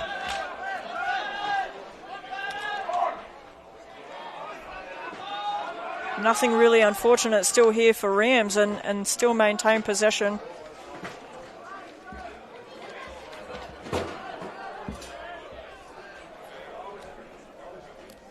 We'll see if this first grade matchup later on today has a different result on the scoreboard, as the crowd fills up with the red and white of Walcha Rams and black for the Tamworth Magpies. Nice little play an opportunity. Quick little hands supporting each other between number 5, Troy Tape, and number 6, Ross Money yet again.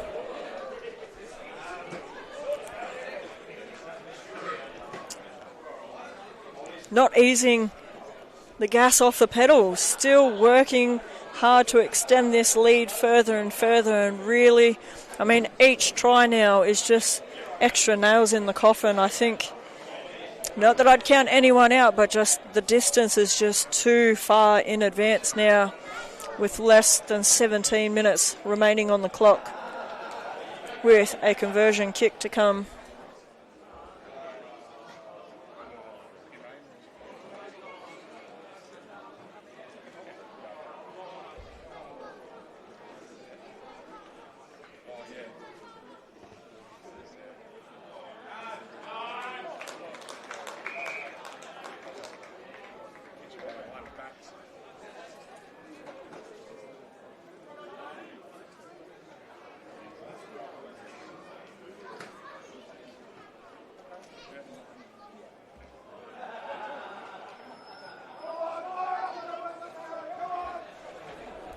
Tamworth crowd still trying to edge on their team here, with lots of passionate cries to their pies.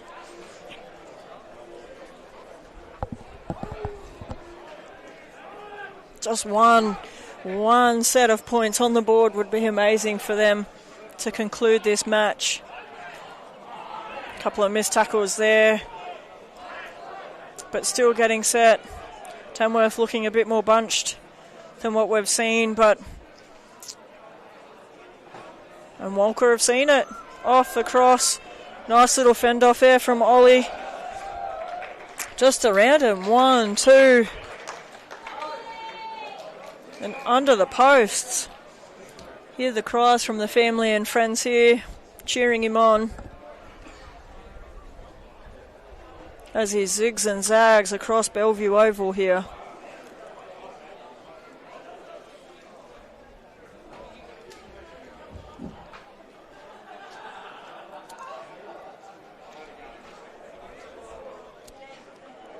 Kick to come from in front of the posts, as it's turning out to be a spectacular, I'd almost say spring, but we're not quite spring yet, kind of day here with our heat,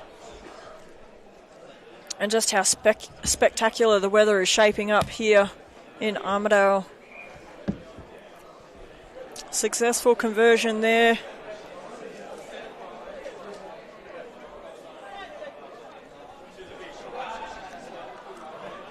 With quite an extension of a gap on the scoreboard, 91-0.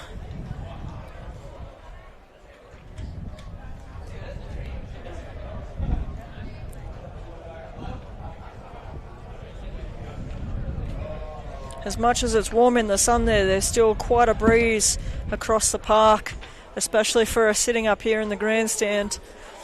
One extreme to the other, and a bit of a chill in the sun. Tamworth going short. Knocked on there. Tamworth have managed to pick it back up. A nice run there from Angus Turner from the Pies in that never say die mentality. Head high tackle here on Ollie McKenzie from the Tamworth Pies.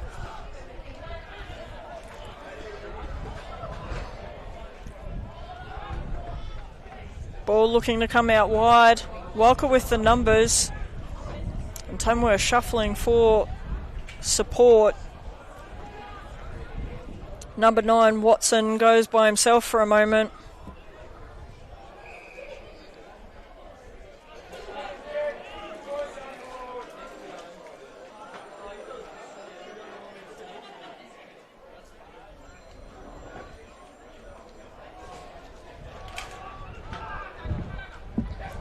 Shout out to my family who understand our shared duties within CM Sports Media as my daughter takes the field for her soccer game here in Armidale, across town down at Harris Park. Jam-packed weekend across the region as other sports such as soccer, league, netball are all wrapping up their own regular seasons as Union gets underway for their final series, with most others kicking off next week.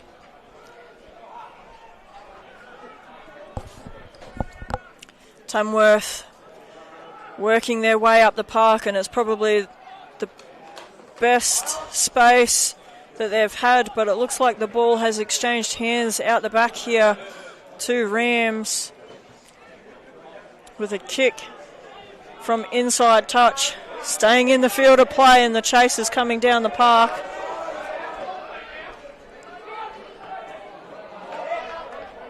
Nice little offload off the ground here, but Rams quick to their feet, and Tamworth needing to play that one out the side of the park.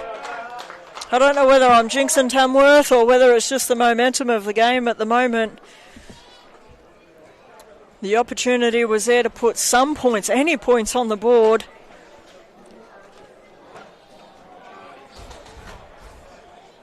But again, sometimes the scoreboard really doesn't translate the effort that happens. Substitution being made here as Oliver Crawford comes off the field in what has been a spectacular run of scoring and conversions.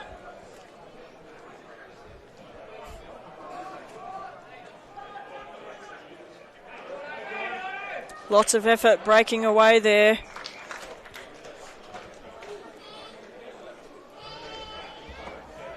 As Jordan Hill, number 15, just extends his lead further and further for the Rams. Well, I'll give him next week if you want to do a game or two.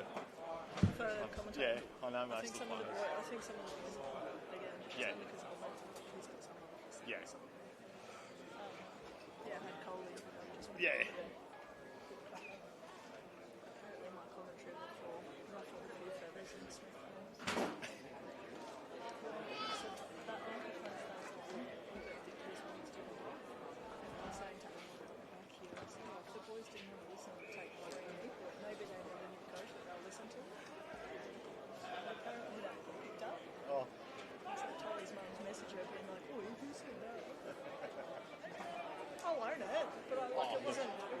In bad faith. That was probably more so the boys got right into it then, and it was more just a case of like and we thought there was 6 minutes. Like that's what we said. We turned around and we're like, what happened? We're like, it's last one. Yeah. Anyway. Just rushing. No, that's still a good, great result for us. Well, that's what I was saying. This is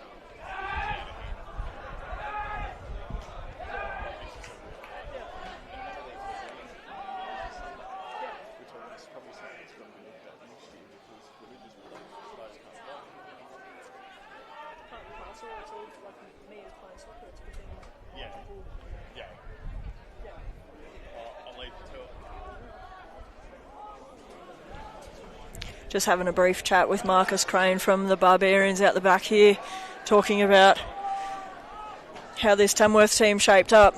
He said it looks like there's a couple of key critical players that are missing across this lineup here today. Typically there's been a couple of other familiar faces that would normally line up here with this second grade squad. So it'll be interesting to see how their season shapes up next year, and also see how the Walcha Rams can hold momentum coming into next week's matchup against Albies.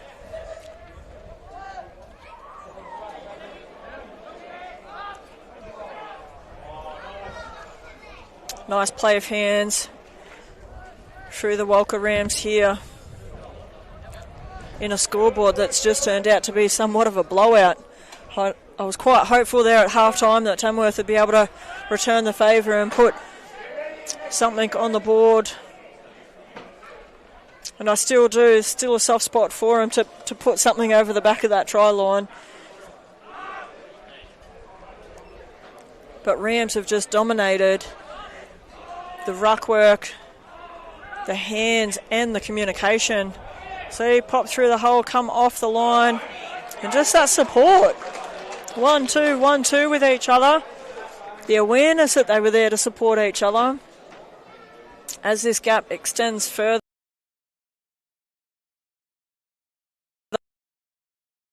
Our scoreboard now extending. It's here now at 103-0.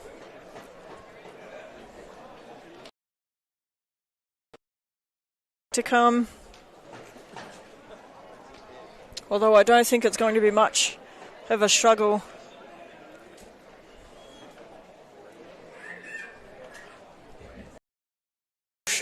From our official with a successful conversion.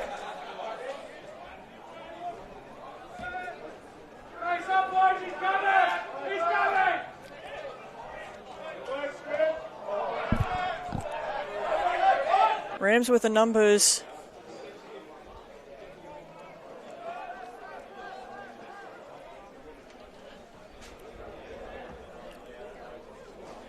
Tamworth have managed to get Rams over the sideline as that play got closer and closer.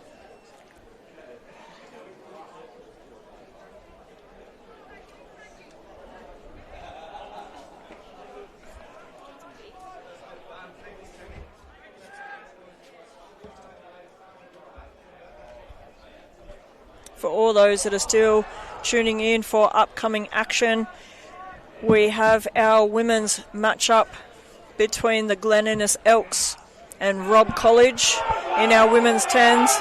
Nice little run from a prop there. Our women's matchup is going to be kicking off at 1:45 for the afternoon. And we have a first grade matchup of Tamworth Pies and Walcha Rams commencing at 3 p.m. Still lots more action to come here at Bellevue and on Felmac TV, with a high tackle indicated here.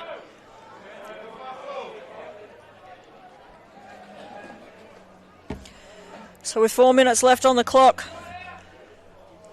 the season of the Tamworth Pies second grade will look to come to a conclusion, and a fumble by the Rams right on the line out the back here.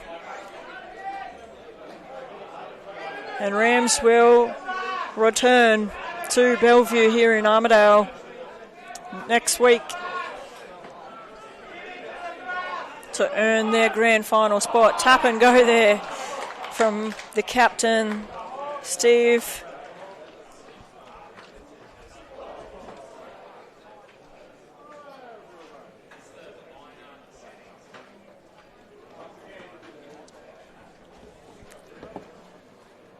So some incredible fast-paced women's action coming up, with our women's game being structured in 4 10-minute quarters.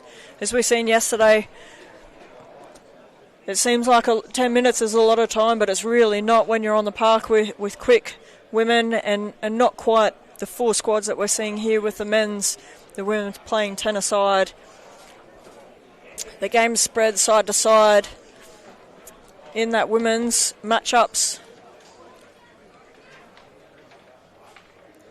And we know that both of Robb College and the Glen Elks are going to want to fight as strong as possible to come up against the Barbets next weekend.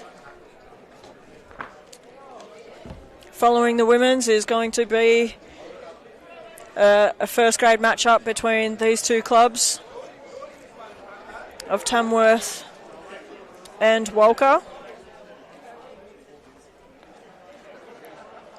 with what is shaping up to be quite a warm afternoon here. I'm not sure you guys can see on the camera, but our support filling up their drink bottles over and over with just how warm it is in that Armidale sun. Well taken here and a nice carry.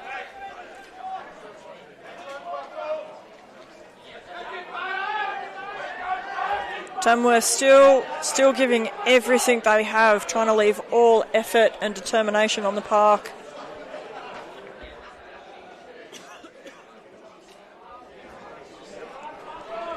as the Rams still work it, and the ball's popped out, but coming back for an infringement.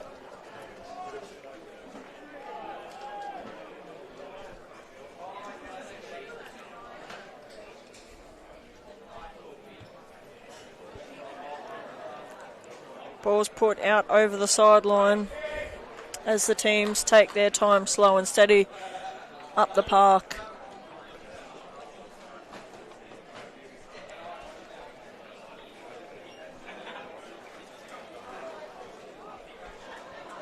It's amazing to see so many family and friends still making the distance from our region of Walcha and Tamworth, with the crowd filling up here to cheer on the remaining matches, and Glen as well for the Glen Elks. Forward pass being indicated, so we're getting a little bit different from what we've seen, but not a lot of loss here.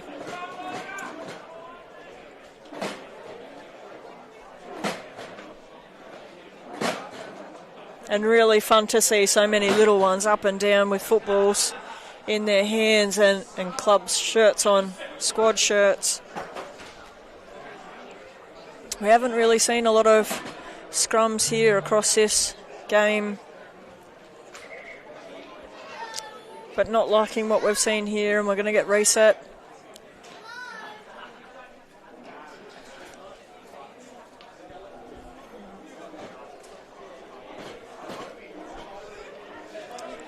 If there's anyone around, I'm going to see if I can get one of these Robb College boys on the microphone with me to commentate and cheer on the girls. We'll see who I can see here from our University of New England students and see who's going to jump on the mic for me. Let me see who I can pick. But it's going to be an amazing matchup coming up with the official clock here in second grade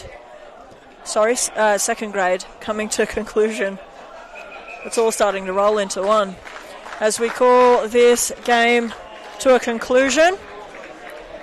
We're going to take a short break here at Folmac Video and CM Sports Media, and we will be back shortly for our women's matchup, kicking off at 1:45. See you all soon.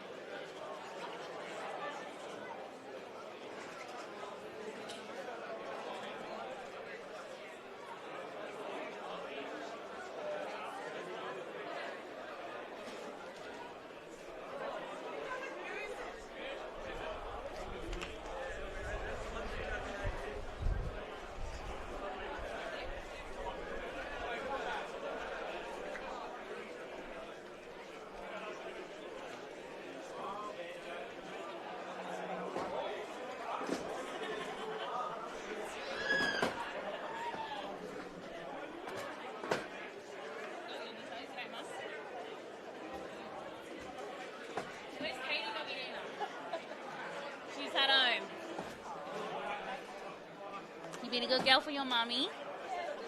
Oh yeah, aren't they just?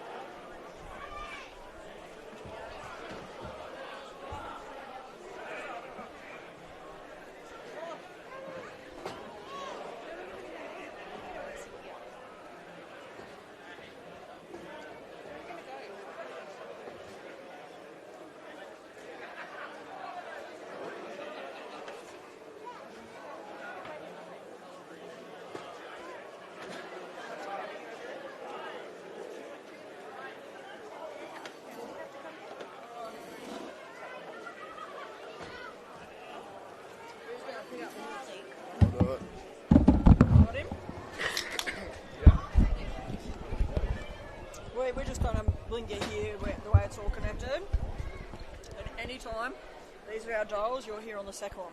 Any time, just drop yourself. Yeah. Okay, so because so if this I go amplifies. skips, just drop it. Yeah. Too easy. Okay. Yeah. All well and good. Do it. Fine. Yeah. What's your name, sorry? Reuben. Reuben.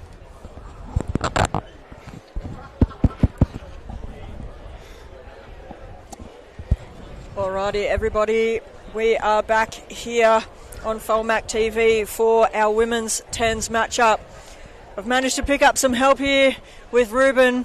Reuben's going to join me here on the microphone, and he is a passionate Robb College man, so amazing that he's joining me here on the microphone to cheer on his girls. Reuben, welcome. Yeah, very passionate about the Robb Rugby. Ready to see the girls hook in today and just get a good win, I reckon. They've been playing well all year and they're ready to go. Yeah, awesome. And you can see all your college mates here out in the middle and getting ready for an amazing matchup. No, that tunnel is looking outstanding today. Ready to go. Everyone's raring for a good game of footy. Good, close game of footy. And the winner of this one goes to live another weekend, fight it out next week, and unfortunately the loser will have to see their season come to a conclusion. Yes, unfortunately that is the case.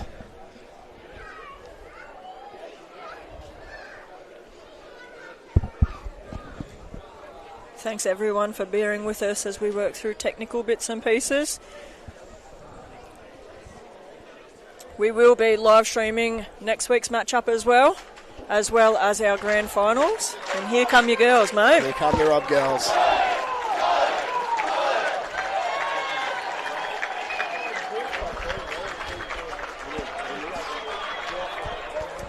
Being led out of the tunnel there from the Robb captain, Erin Chandler, in number 6, as we wait for the Glen Innes Elks out of the tunnel.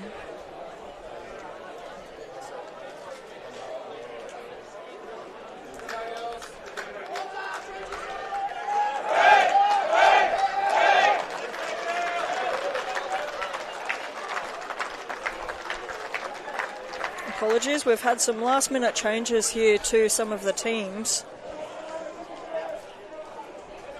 We'll work on getting that one all fixed up here.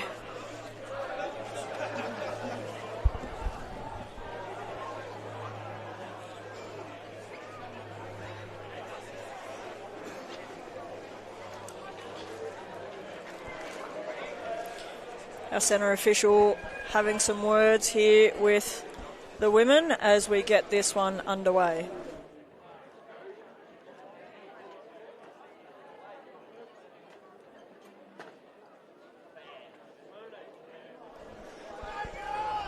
Robb College with the kick-off here. Maggie Barrett stepping up to the line. She's been kicking well all year. We're just waiting for all the family and friends to leave the grounds for a safe footy environment. Ruben, you're getting a bit of banter here on the sideline, mate. Yeah, everyone has predicted that I would be a pretty good commentator. I do have a good mouth on me and I'm smart. I don't know how to take that one, but we'll leave that as it is as these girls kick off underway. There's the whistle. Maggie Barrett puts it up. It's gone short. On the bounce for Glen Innes. Kick return pretty quick here from Glen Innes, and the chase is on. Glen Innes have got some speed here. This isn't looking good. Knocked back is the call from our official.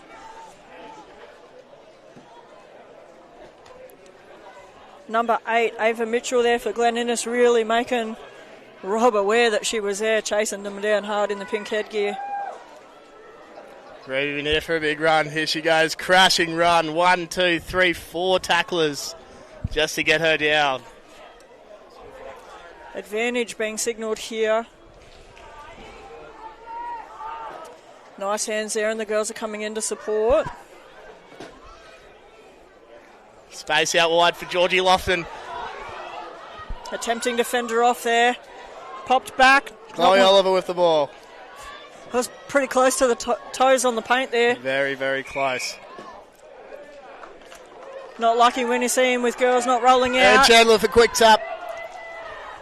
Taken down very well by Glen Innes.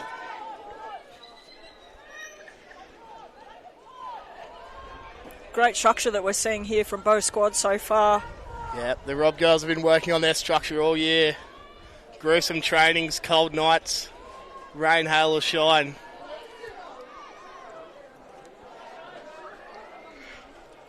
And as I was saying before we got into the beginning of this game, it's quick. Here goes Maggie Barrett. Maggie Barrett. Oh, pass to no one out there on the left side. Great break from Maggie Barrett. Looks like a knock-on signal happening here from our officials as well. You're pacing a bit much there, Ruben. Oh, it's a hard game to watch. I just don't want to see the girls go down today. The girls are getting set here for this scrum with a Glen Innes feed.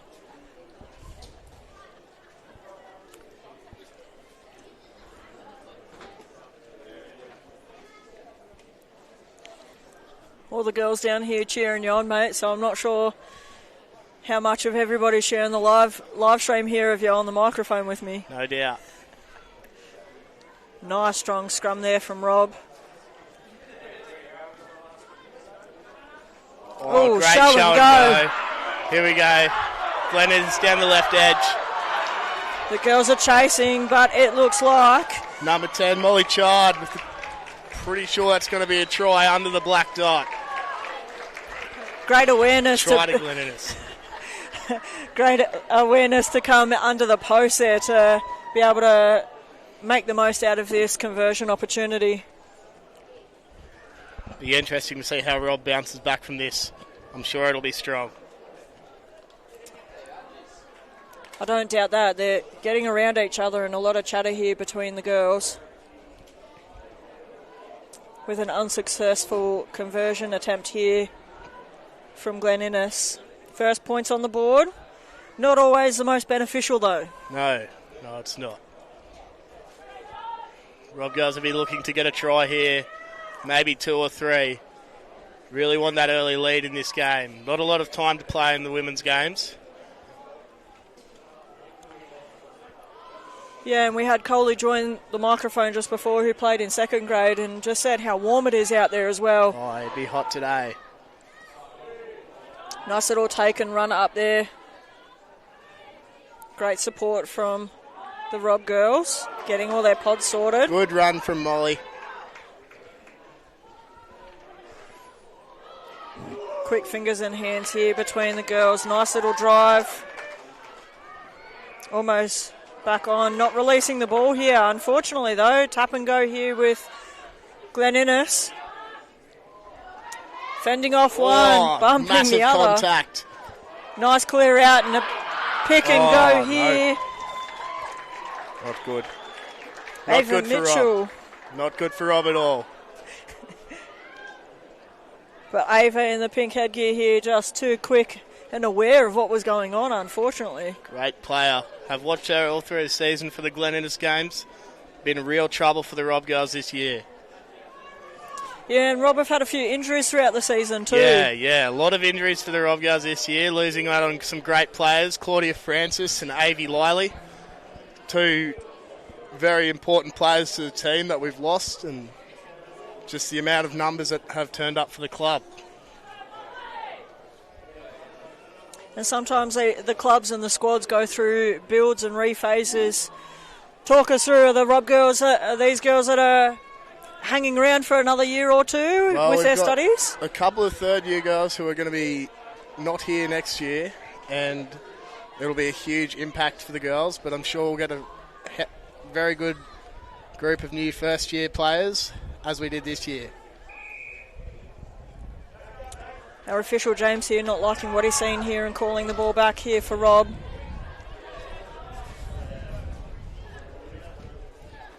Yeah, and that's some of the cycle that some of these college clubs go through with the turnover when you guys are graduating here at the University of New England. Yeah, well, especially like in our boys this year, the men's teams both performed pretty poorly after losing a lot of handy players last year. Oh! Here goes Maggie Barrett again. Here goes Maggie Barrett. Spin and a push. Taken down with a great tackle. Off her own feet. Out wide. Hail Mary pass out to Chloe Jones. Looking for the support, but not quite there. Looks like she stayed in here.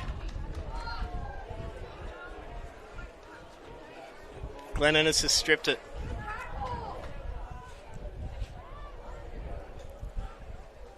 Wowzers. Oh, massive hit from Erin.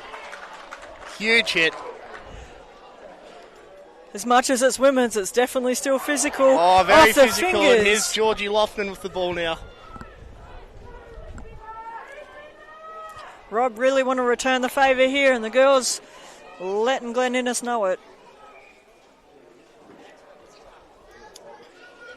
Not on our feet and off the ground here. Tap and Erin go. with a quick tap. Heidi Walters on the outside. Looking like it's going to be held up. Yes. Very, very unfortunate. Opportunity still here, though.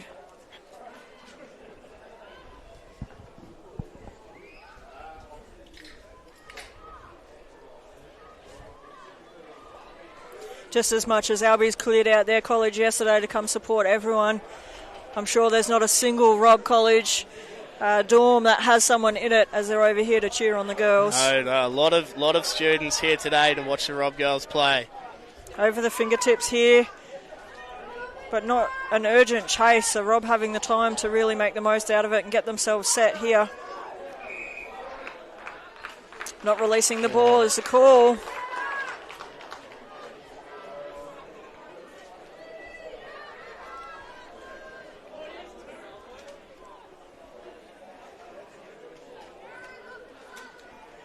Looking to take the kick over and Great out. kick out. Valuable metres for Glen Innes.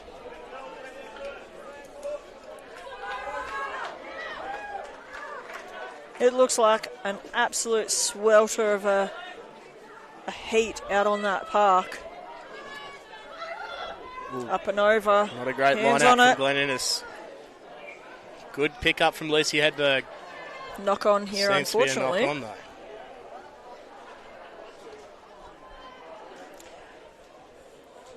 First scrum here. Oh no, sorry, second. But first closest to us. As the girls get packed here. Quite an equal size here within the forward packs. Very equal. Should be a good day for scrums. Glen Innes nice and low.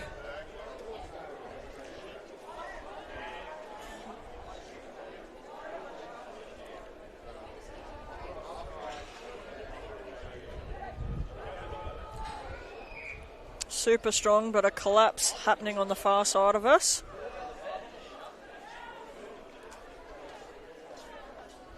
Got to be careful not to have repetitive infringements. We've seen across yesterday and today the referees are quite happy to reach for that pocket. Not wrong. Oh, great scrum. Good push from Robb. Huge pressure on the Glen Innes halfback there. Nice offload. The kick and the chase is on. Ava Mitchell is just so quick through this Robb pack. Hannah Stanmore matches her though. Quick little scoot and boot. You'd almost call it soccer there for a second. But we're going to call that the quarter here. We have 4 10-minute quarters with 3 still to come. Bear with us.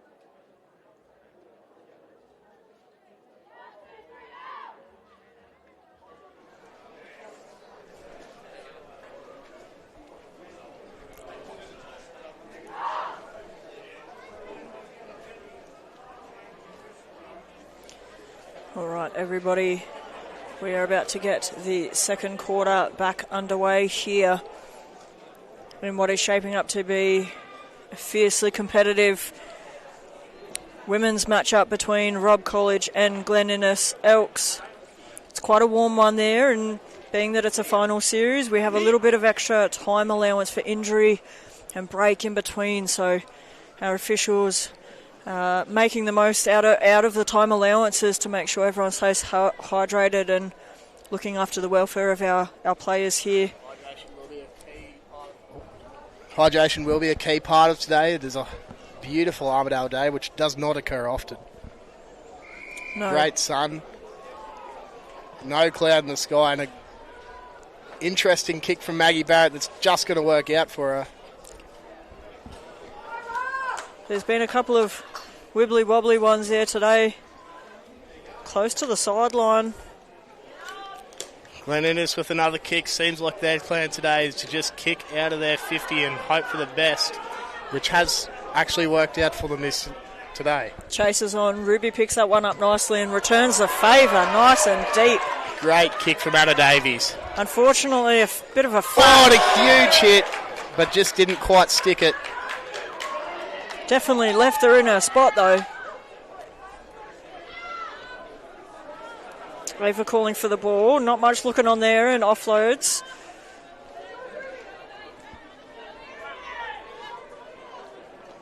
Great line speed from Heidi Walters, something that the girls have worked on all year.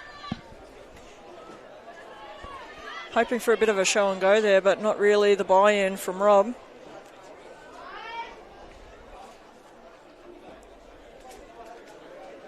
Again, I don't know how much it translates here on camera, but these hit-ups are bone rattlers. I was saying it in third grade. And some solid contact out here today at Bellevue.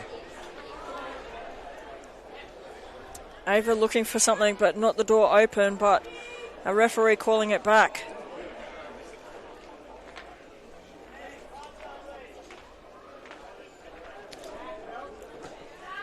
Team instruction happening here from our official James in the middle of the park here.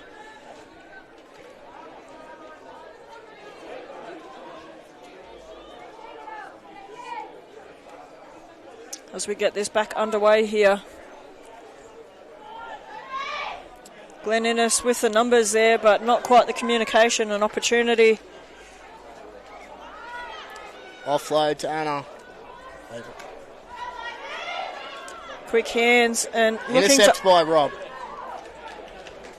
You almost think she was a teammate. Great positioning to be able to collect that one straight from the hands of Glen Innes. Chloe Jones with a good run, solid run. You can just see how much park there is to cover when you drop down from 15 of a men's squad down to the 10 of the women's. It's a different game completely. Ruby Munir, good run up. 1, 2. Still driving. Oh, great ruck work by Molly there. Unfortunately, we'll go to Glen Innes. Tap and go, and they're already on the move. Great offload, Glen Innes. Forward pass, though. The breather Robb needed there, mate. You can see how warm it is. The girls trying to get the oxygen into the lungs there.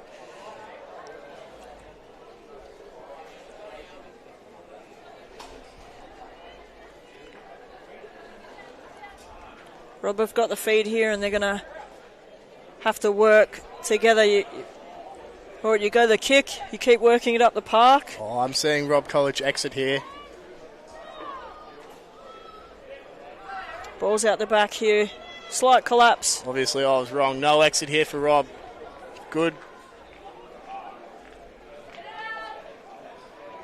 Glen Innes. Oh, huge push from Glen Innes to get it back into the try line.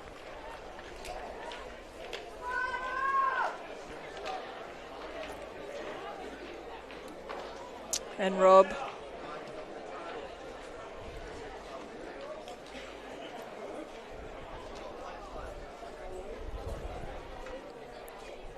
Lots happening here within this women's group. You can see Glen Innes getting set pretty quick, not wanting to waste any time on this clock.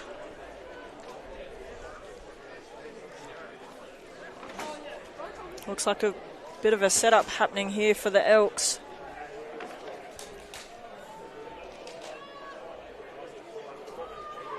Great hustle from Erin Chandler there to stop that pass from the 9. We're very lucky not to with the penalty or...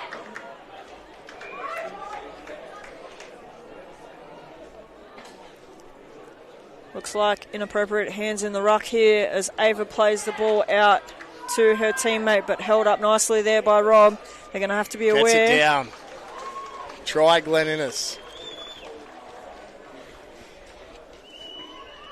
You can see the difference in the structure when you go from 15 down to 10.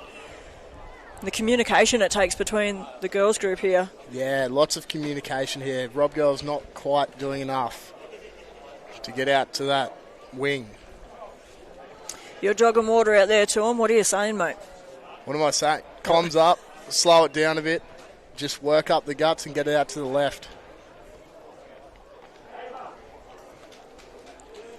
Unsuccessful conversion there for Glen Innes, but not without reach. Robb still have quite a lot of opportunity. A lot of game to be played. Only in the first half now. 4 minutes left in the second quarter. Glen Innes making some substitutions here.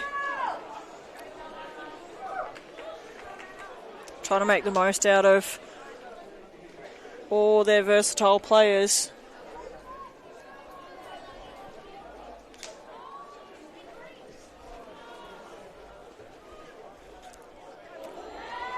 Knocked back is the call here in the restart.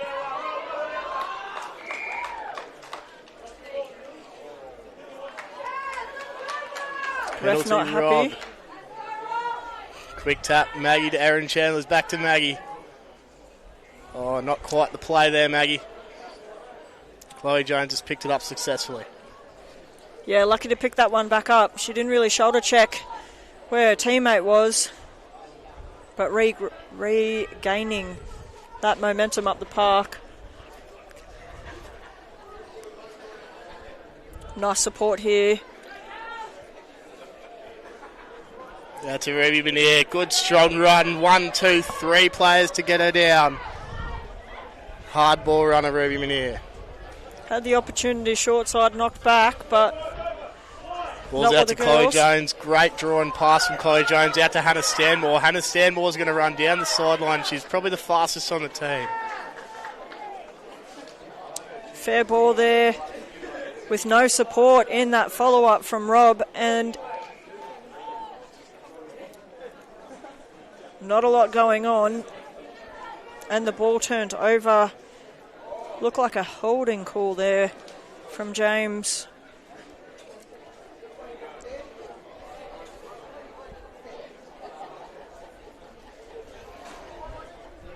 As Glen Innes puts it out, and we'll have a line in.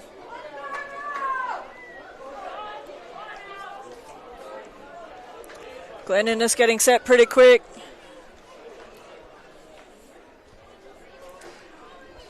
Keeping it simple with a set of, is it 3 or 4 in there? 4.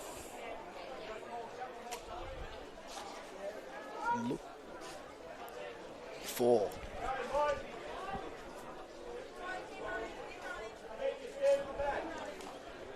Shuffle, change, substitutions.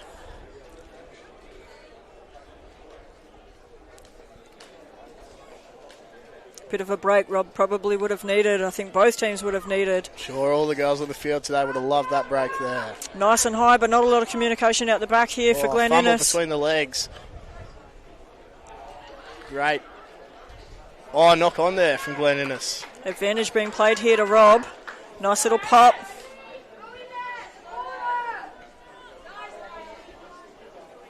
Here goes Ruby Meniere. Beautiful Another drive. Great run from Ruby Meniere. Just that leg drive keeps it going. Here goes Molly. Oh, huge attempt of a hit there by Glen Innes, but not quite sticking it. The rucks are definitely looking wider here in the women's.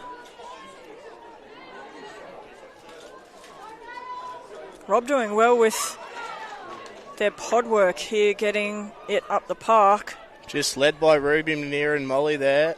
Just up the guts, just hard runs. Then they would get it out to the win. Georgia Wibley with the ball. Still opportunity there, Glen less than a minute. Steal. Oh, here we go. And she's on. Look for the dummy. Not a lot of support. Great Oh, offload. my Here goodness. goes Georgia Wibley. What a hawk down from Georgia. Broke She through hasn't stopped two.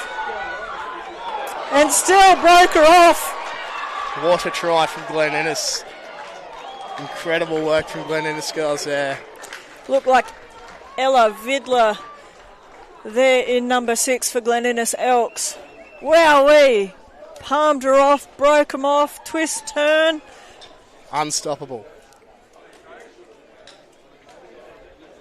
As this lead extends currently to 22 points to 0 with a conversion to come. Robb supporters chirping up now, ready, trying to get behind the girls here. Official clock has now ticked over, leading into a halftime break period with an unsuccessful kick here and halftime called. Twice, 3 times. Robert getting down to that left corner, as you said, drive it left, and they just don't have the support there. Nah. Need someone following up when Hannah Stanmore gets the ball and burns that sideline. There needs to be someone inside her to get that ball and score that try. I mean, you told them the direction, you told them what to do. It's just that execution. I'm sure Coach Chloe Klinger is telling them exactly what they need to be doing right now. Well, they're pretty tight in that huddle, and it's going to be firm. Shout out to John Meredith for running out the waters and meds all years for the girls and the boys. Keystone for the club.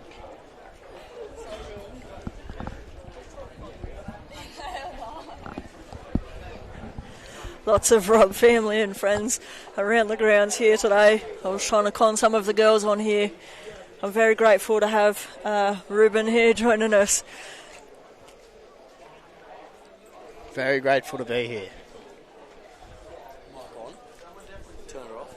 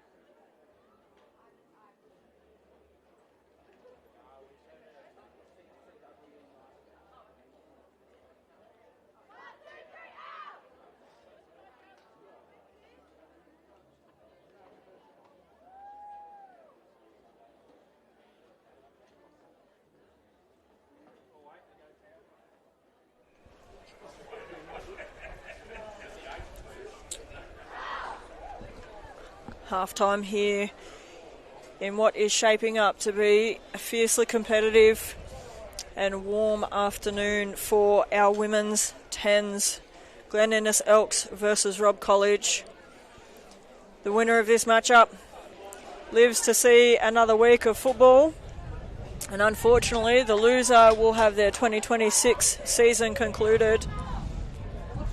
You can see the instruction here with Rob. Talk, talk, talk. Let's work this back ribbon. Yeah, a lot of comms needed here to win this back for the Robb girls here. Not looking good for them. 22-0 at half time. However, if you can put 22 on one half, you can put it in the second half as well and one more extra. Yeah, definitely a nice take there. Looking to come out wide to the Lofton support. with a great run.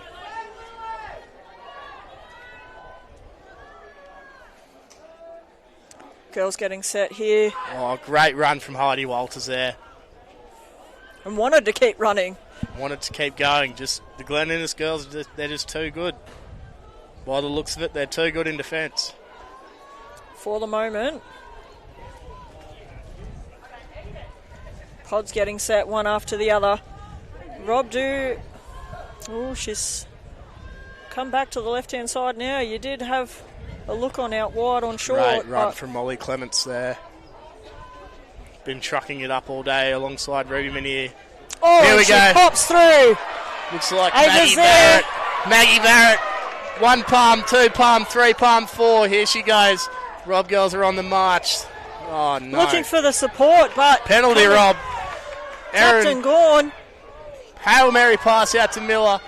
Out to Georgie Lofton. Oh, no. She's dropped it. Still Robb's ball.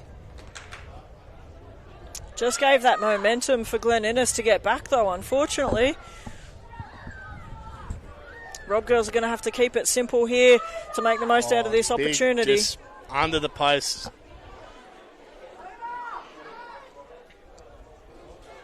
Taking their time here. Great trying pick to get and drive low from Georgie Lofton. Trying to go up and over, but still being held up there. And Good hard. up and over Good for hard Robb. 40. Erin Chandler with a try right under the black dot. It's going to be good conversion for Maggie. Hopefully. Well, they definitely need it, don't they? Very much indeed.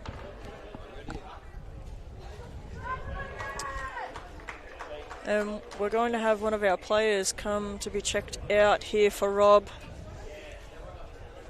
So I was saying earlier, we definitely have a high duty of care and well-being.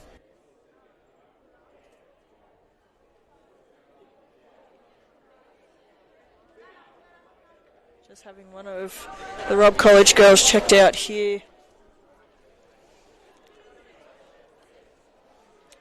As it looks to be our... Georgie Lofton seems to be on the ground there. Anna Davies is getting ready to replace her by the looks of it. She might just be winded. We're just getting some support here. We definitely want everyone to be taken care of and looked after.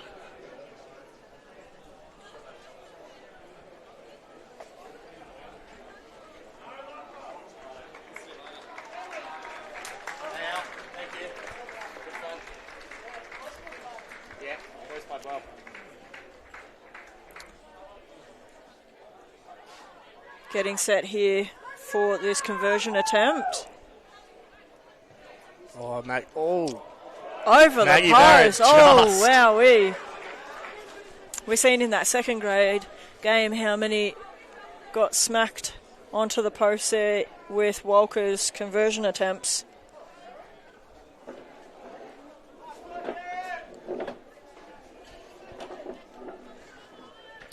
Robb are eager now. They've got that determination, the pep in the step. Yeah, the momentum might have just shifted to Robb College here. And we'll see how we go. Powerful kick from Maggie Barrett out by Glen Innes. Look towards the Robb College line out. Scott Radford, what do you think? Scott Radford's too scared to talk. I've got cords going everywhere, sorry. I've been hard pressed just to get someone else on the microphone, mate, so I'm grateful. Not a chance. Robb getting set here. Glen Erin Innes Chandler ready to with the go, throw. but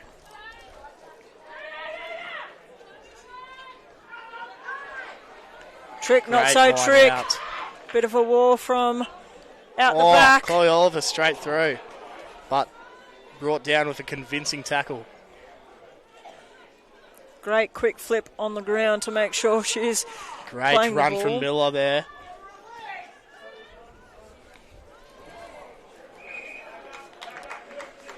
Not the advantage from the infringement here, and Robb having another opportunity. We're looking for the tap and go. You guys might have to Nice run. come up a bit here. Here goes Molly. Oh, great strong run from Molly Clements there.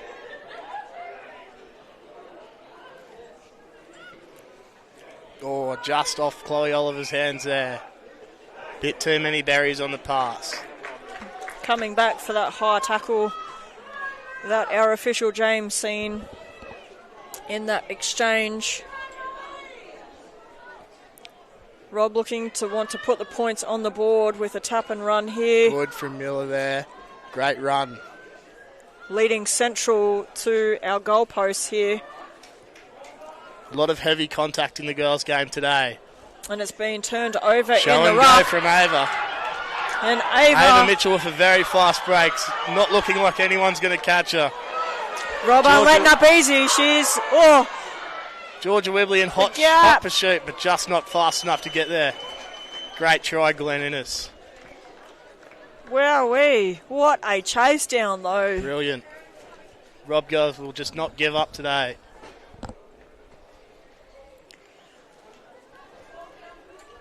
You know, an extra half step there in that lead or slowing there from Ava. Would have been close.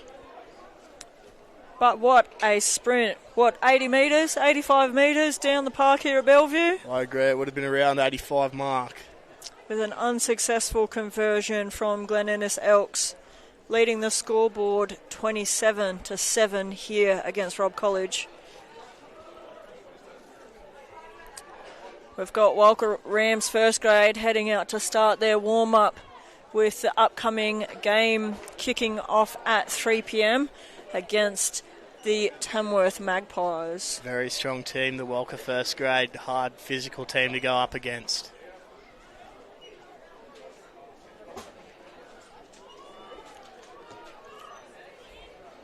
As we get this restarted. Maggie Barrett with great hands to pick that up. Great run too. Looks like a high tackle though. And advantage. Molly Clements with another strong run, being driven back by two Glen Innes players, however. Nice pick-up.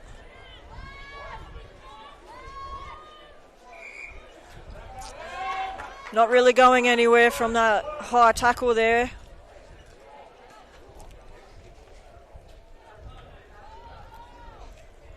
Glen Innes Elk still looking to be offside. You've got the officials calling them back. A bit of a shank from Maggie there. Very lucky to get out.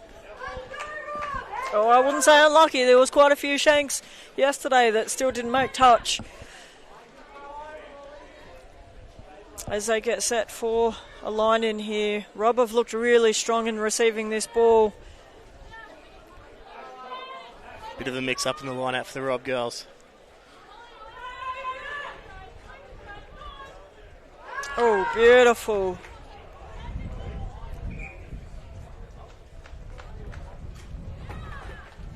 And unfortunately, not the direction and straight through the tunnel. Bit of reprieve there from Glen Innes, but not what Robb needed at this point of the game. Less than 2 minutes to go in the third quarter here. You're getting pretty antsy there, mate. Yeah, no, it's hard. Oh, no. Ava Mitchell with another great show and go. Well chased down. I think we might have an idea of who's getting 3 points for the Glen Innes girls today. Less than a minute here on the official clock. The replay just showing Ava popping through that hole that Robb presented her. Glen Innes have definitely made the most out of their opportunities, which is not always, and a successful conversion is not always how you want the end of your season to go, that's for sure. Not at all.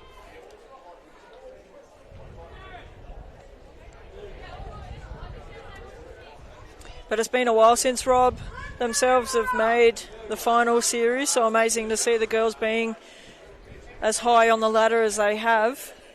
It has been good to watch the girls all through this year. Very strong team. Great girls. Well taken there. Great catch. Anna Davies with a strong run.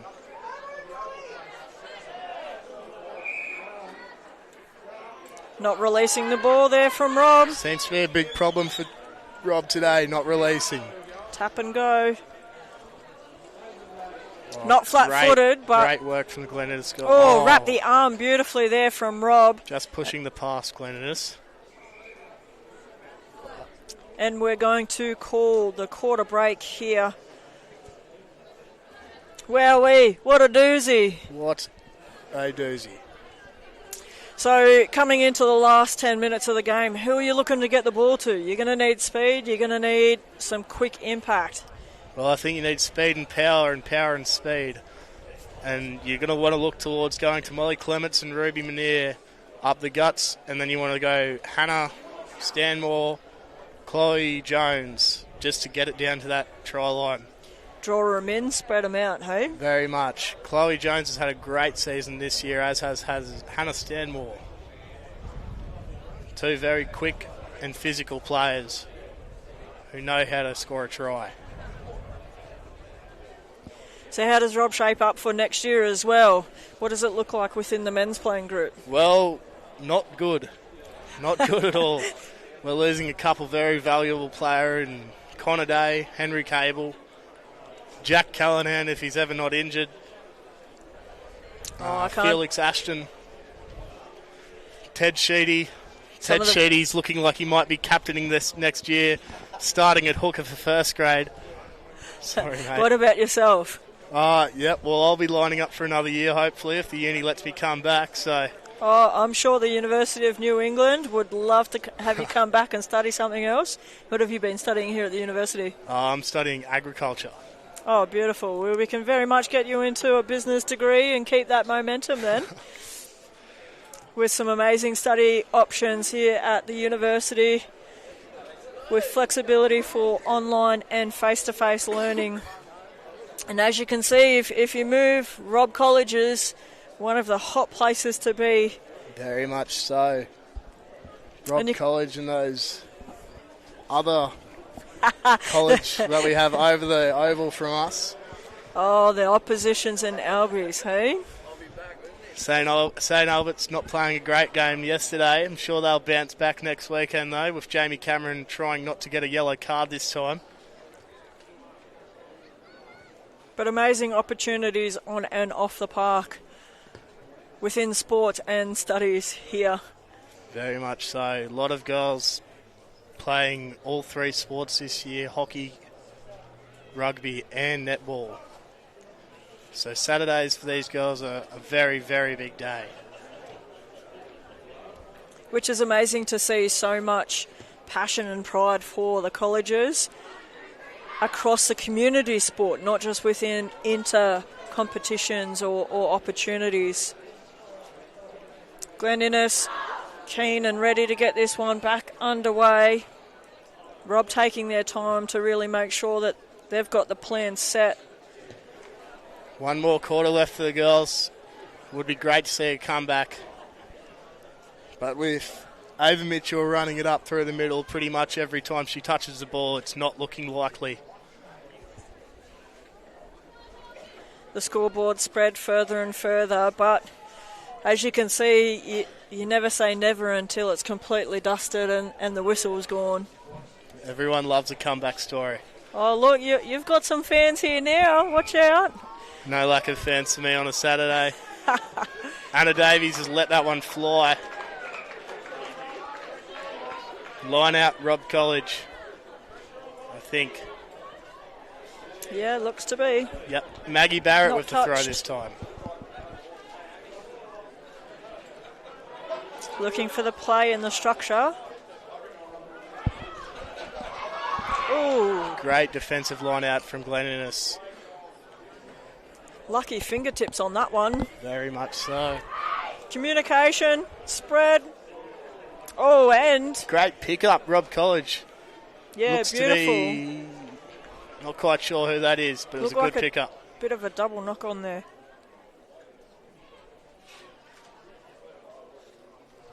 Glen Innes will have the scrum at the 22. See what they can do here. And a substitution happening here for Robb. Aaron Chandler going on.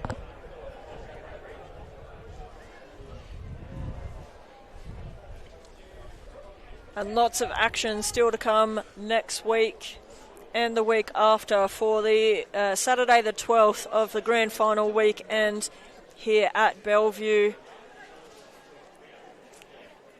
Lots more action of rugby union still to be had across the next fortnight here at Bellevue Oval, home of Sport UNE at the University of New England.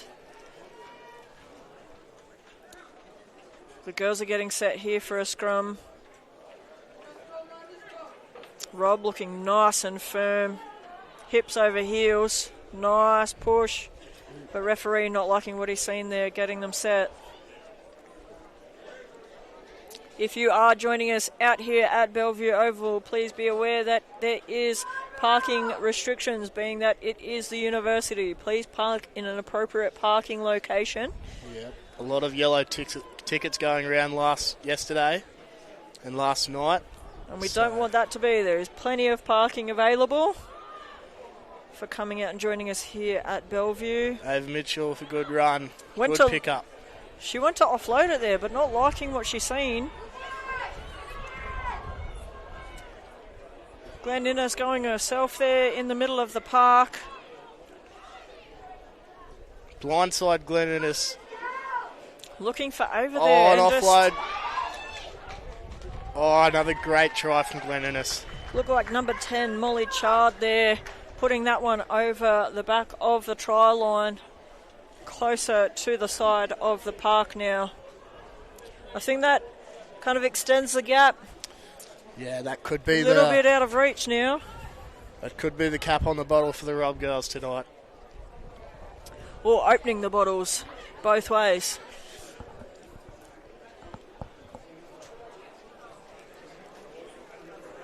And a massive shout out to all of those sponsors that get on board and support not only the men and males in our sport, but everyone that sponsors this amazing growth within our women's group. As we were talking to Coley before, we went from playing 7-a-side to now 10s, and looking for that extension opportunity with so many women putting their hand up for squads. Would Robb shape up to extend and have more players on the pitch? Yeah. Open it up, 12, 15 aside? Oh, it's definitely possible, seeing the size of the Robb bench today with a lot of injuries this year, and we've still got 3 or 4 people on the bench for a 10s game. Robb wanting to work this up the park here. Lots of opportunities still to be had. Ball out the back. Looking budged. Ruby there with a great read to go blind there. Glen Innes just showing that discipline in those tackles. Going low, going hard. Not rolling out of the tackle there.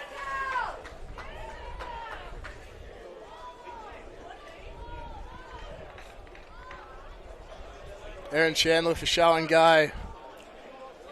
Got support there.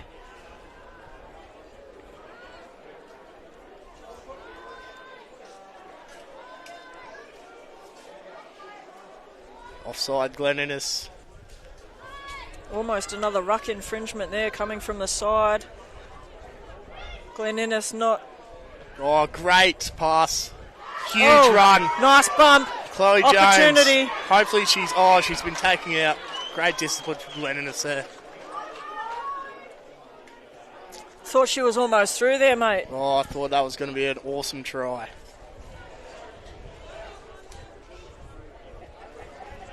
Lots more action. Glen Innes with a substitution here within their forward pack. And in the backs now.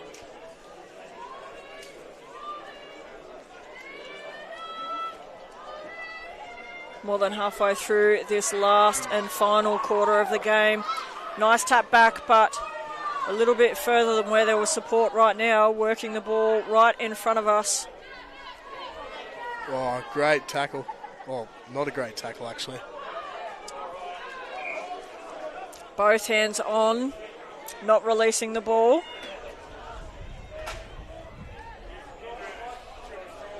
Looks like Robb just needs to get it out to the right side there. A lot of bunching happening from the Glen Innes girls. See if the Robb girls can see it happening. Off the fingertips, nice Maggie little Barrett's pick-up. got the ball. Great pick-up from Maggie. Safe hands, Maggie Barrett. Lots looking. Want to offload, but Great didn't want to offload. lose it. Still looking for support, but the arms wrapped up pretty tight. I'd say you need to kick and speed, but you're not quite with Ava great at the hands back. from Robb girls. Here goes Chloe Jones. Pushing him off, No looking support. for it. Look Oh, on. come off the fingers Maggie of Glen Barrett. Innes. Maggie Barrett's gone all the way. She'll put it down under the black dot. Wowee. Fingertips to fingertips and a nice little scoop there. Brilliant try from Robb College.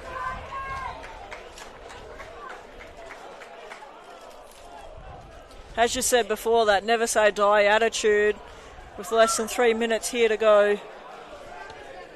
And all the points opportunities still. That gap closing just a little bit further.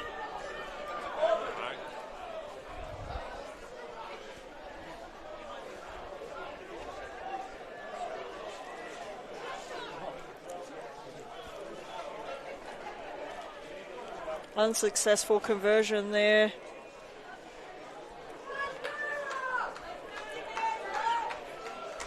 Lots of calls. Do it again. Do it again. And I reckon they can go again. They could definitely put another 1 or 2 tries on here in the 2 minutes they've got. Comeback's on, mate. Comeback's on. The word is that the comeback's on for Robb College. Gone short, but well taken here from Glen. Show and go. Looking for the offload, but the arms wrapped up pretty tightly there from Robb. Going short side, but the numbers are there and well Brilliant driven. tackling and line speed for Robb College girls there.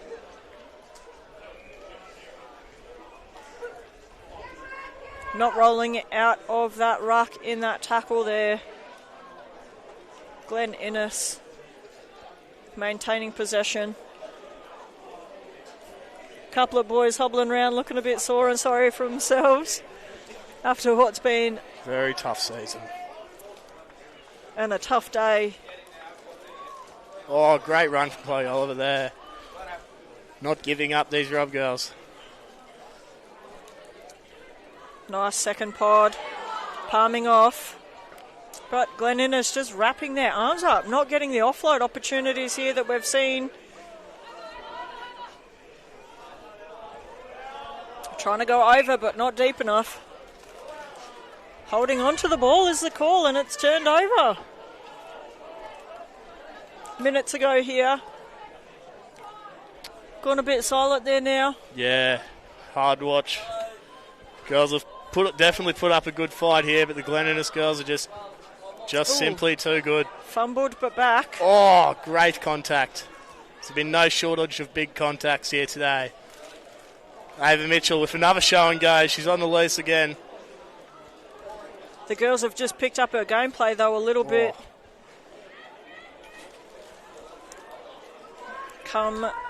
Good turnover there from Erin. It almost Molly looked. Clements, great run. Clock ticking again. Penalty Head Robb. high. Ruby Meniere's chasing him away. Methodical technique there from Glen Innes in their tackles. Great tackling from Glen Innes today, just always around the legs. Oh, Chloe Oliver's Driven just back. been crunched by a Glen Innes girl. Chloe Jones to Erin Shelder. Out to Georgia Wibley. Hot potato here through the Chloe minute. Jones. Official clock Very is good gone. looking go. Fended off. Very good try. Arm wrapped. Offloaded. Still there. Chloe Oliver. Out wide. Throw it One out more. wide, girls. One more. Oh, no, Anna Davies. Still back. Not quite the pass that Chloe Oliver would have wanted to throw there. Still there and over the side as we And that's conclude. game. That's the girls' season done. Unfortunately, Shout out goes to all the Robb girls for just training and training and training all year. and that's their 2026 season done. Completed. As Glen Innes now come up against the Barbettes next Saturday. That'll be an unreal game. Two very strong girls' sides coming up against each other. Yeah, definitely, and massive congratulations to Glen Innes Elks in being able to open up that game and really stamp their authority on what is shaping up to be a cracking end of season. Mate, thank you for jumping on the microphone with us. Thank you for having me. Of course. It's been a great fun. And coming up next at 3 p.m. is going to be our first grade game between the Walcha Rams and Tamworth Magpies. Go Walcha. We'll see you soon.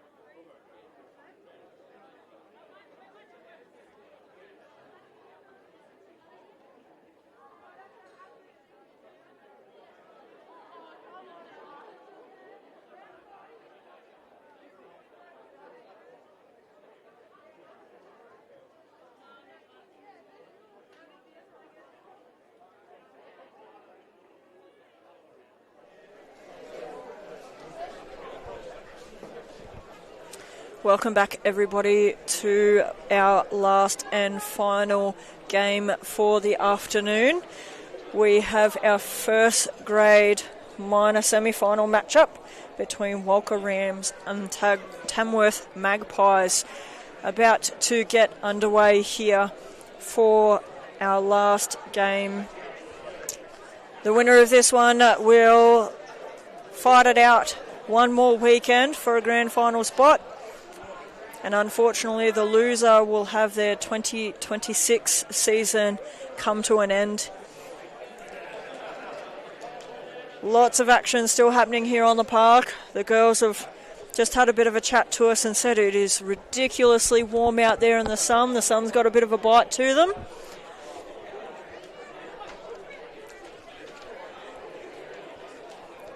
And it is going to be one spectacular afternoon here at Bellevue Oval.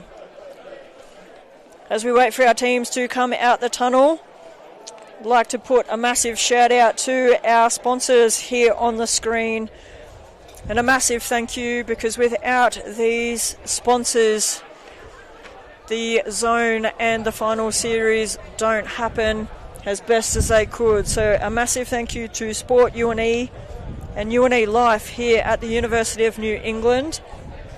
We also have APJ Law, we have Roberts and Morrow, we have McDonnell Rural Property, and we also have our amazing photographer, Catherine Stevens Photography, who has been up and down the sidelines today and yesterday with all the action shots of what has been a jam-packed weekend of rugby union here.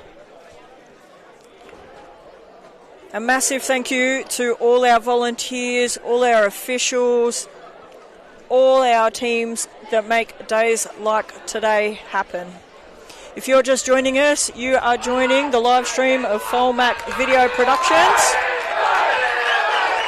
as we have Walcha Rams take the field. My name is Jess from CM Sports Media, and thank you so much for everyone tuning in to this live stream from wherever you are joining us from. We will be streaming next Saturday's finals as well as our grand final weekend on Saturday the 12th. Be sure to check out the New England Rugby Union socials, CM Sports Media socials, for all those live stream links as Tamworth take the field here.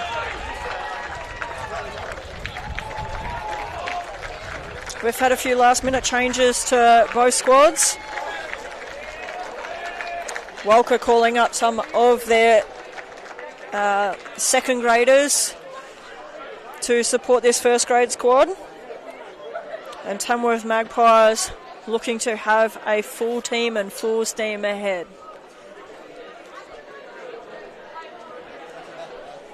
Something that we've seen across third grade, second grade, and definitely into the women's is just the heat that not all of us have been up against across the majority of this season. As we welcome all our family and friends off the pitch here to get this match underway. Thanks again to those that have jumped on and off the mic with me. We had Bruce joining me from Blues earlier to talk about their first grade win. Coley jumped in here for a bit, and Ruben now from Robb College. As Tamworth put that one in, a bit wobbly, but well taken here by Walcha, as we get this one well and truly underway. Tamworth taking their time to get set here within these first exchanges of the game. Pretty fairly matched on the game card here. And depends on how these first open exchanges go, whether it'll be a tight game or something that ends up blowing out. But I know Tamworth are going to want to really stamp a difference here within first grade.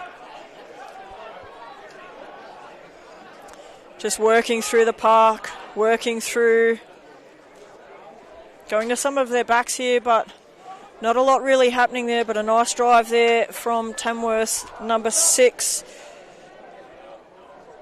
Just making sure I get my names correct before I call some out with some changes. Nice little show and go, but nicely driven back. Another pod set up there by number 3, Adam.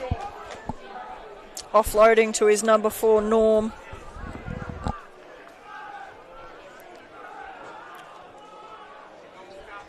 Ball coming to the right-hand side to number 8, and he has hit that one over the line. Number 8, Walker Harrison, the vice-captain of the Tamworth Pies. First points on the board and under the posts. You can just see that opportunity opening up, popping off and then dropping the body down and over the line there. Conversion attempt to come here from number 9, Doug Brissett, for his conversion attempt.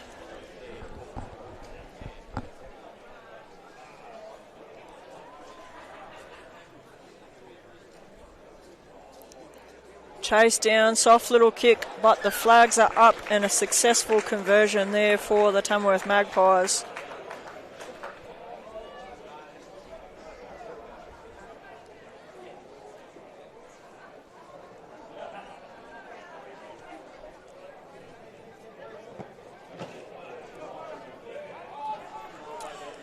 As we get the game restarted here. Nice and high. Not sure whether we're playing into the sun as an advantage. Tackle down to the ankles, but able to offload it. As Walker flipped and turned there within that exchange. Tamworth really working through their pods and working through their heavy forwards, gaining momentum.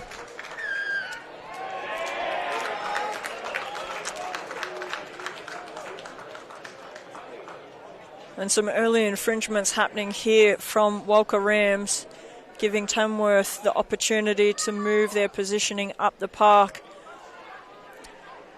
That ball not quite reaching touch just yet. And still in the field of play.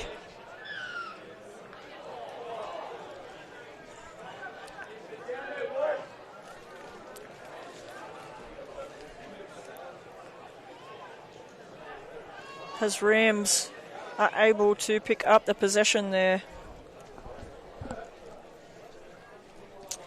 Number 15, Ed Pitt, to take the kick. And out and over. Almost on the 22 to return the favour of going end to end here at the park at the moment.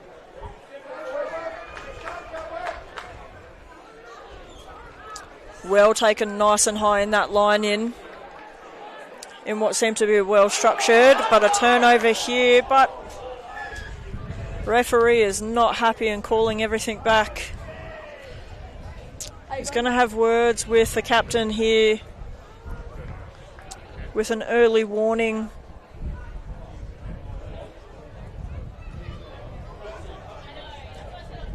This is number 13, Blake Clout, the captain there for Tamworth Pies.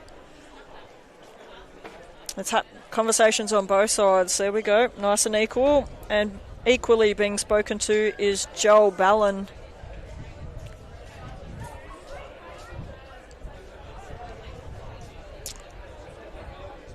Rams looking for the penalty kick option, but Pies still getting set up just in case here.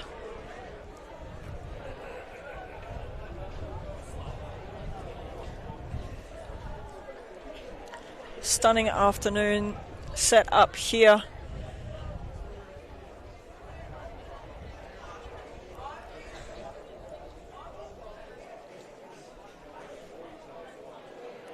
Ed Pitt taking his time here to make the most out of this opportunity.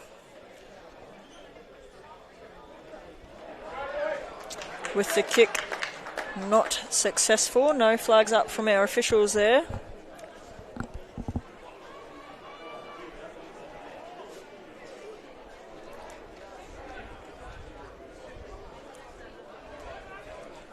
Tamworth wanting to use the ball fast, but a massive shout out to all our ball boys and girls who are volunteering up and down the sidelines.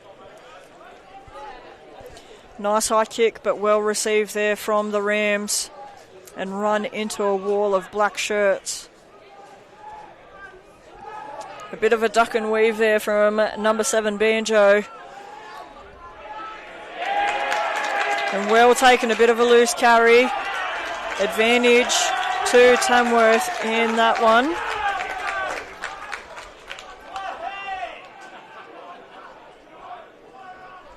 As we get set for the first scrum of our first grade game here.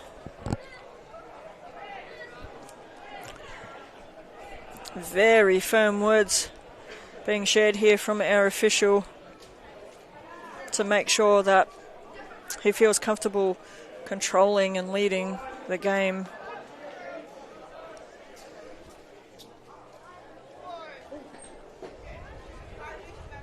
Walcha looking nice and low over their scrum. Not letting Tamworth go anywhere, but that went out the side there for our hooker for Tamworth Pies. Ball going short side and to the far side of Bellevue, and well driven back in that tackle. Rams not looking flat-footed. They've got the opportunity out wide here for Tamworth. Number 14, Mace, seems to be losing a boot out the back here, but some much needed metres and advantage. Eddie Pitt putting the kick up and high. Tamworth ready, a nice fingertip grab there from Bryson. Fair hit. And fair foul in that one.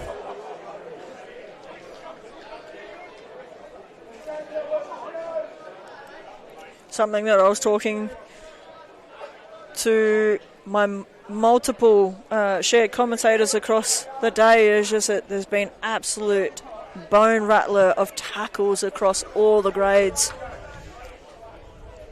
in the competition.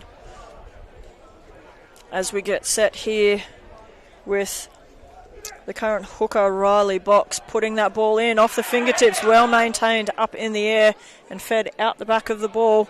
Lucky not to lose that one. Well structured here in regards to Tamworth set up and support of each other at the moment. Now into their 50. Tamworth need to get set here. A bit of a jumble out the back in regards to what's getting set. Call of the ball, little dummy from number 15, Bryson again, but a turnover in that ball exchange. Not quite what they needed. And a bit of a banana kick from the looks of it, and it's bouncing quite steadily, and a nice bright bounce there for Bryce to pick it up without too much hassle. Ball's played in pretty quick out the back for the Rams. Field positioning, fumble. Tackled without the ball, but quite an unlucky exchange there. If he had have had those sticky fingers that little bit more, it would have been a well-in tackle in that exchange. Unfortunately, that did mean that there was a knock on there, and Tamworth received the ball.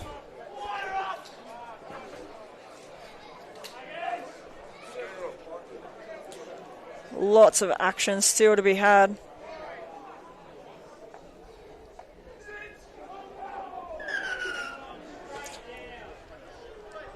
Scrum buckles there, and we're going to get reset. Lots of calls for calm it down, settle it down.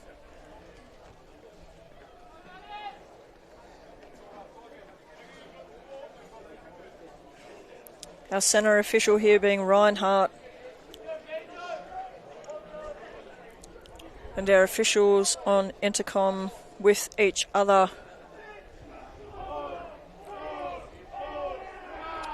Strong push there from Tamworth, coming out the back and straight into traffic of white and red shirts. Solid forward pack there, lining up with each other, being able to get over each other.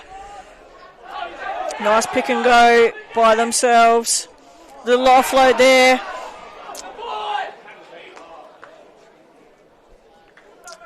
But Reinhardt calling it back and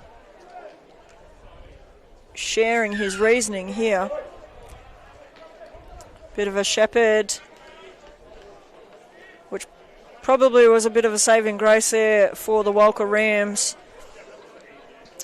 Eddie has words with his squad. Calm it down. Bit of a spin off the boot, not out the side, but Tamworth had pressed in. Bryce gets hands on it and flicks it back in for his number 14, Mace, who now offloads it and brings it back to the middle of the park where he's got support. You can hear from our crowd here, lots of calls for great defence and great movement here.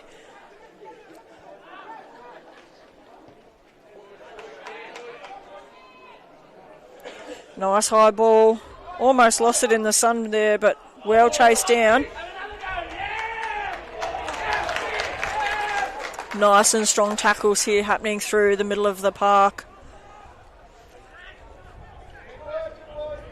Rams have just got to slow up that pace and work it up nice and slow. Have patience. That's what we've seen across all the grades today. Those with patience and discipline are the ones that make the most out of the opportunity and really put the points on the board. Nice little 1-2 pop out the back there for the Rams. Rams quick to scramble to get over that ruck to make sure the ball wasn't exchanged. Slowing that pace, nice and cool, but Tamworth aren't flat-footed. They're coming out, they're making them really work for it and be aware of what's happening around them.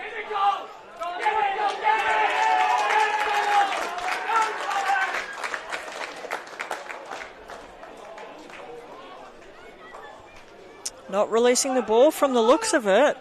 And Reinhardt is going to have words here.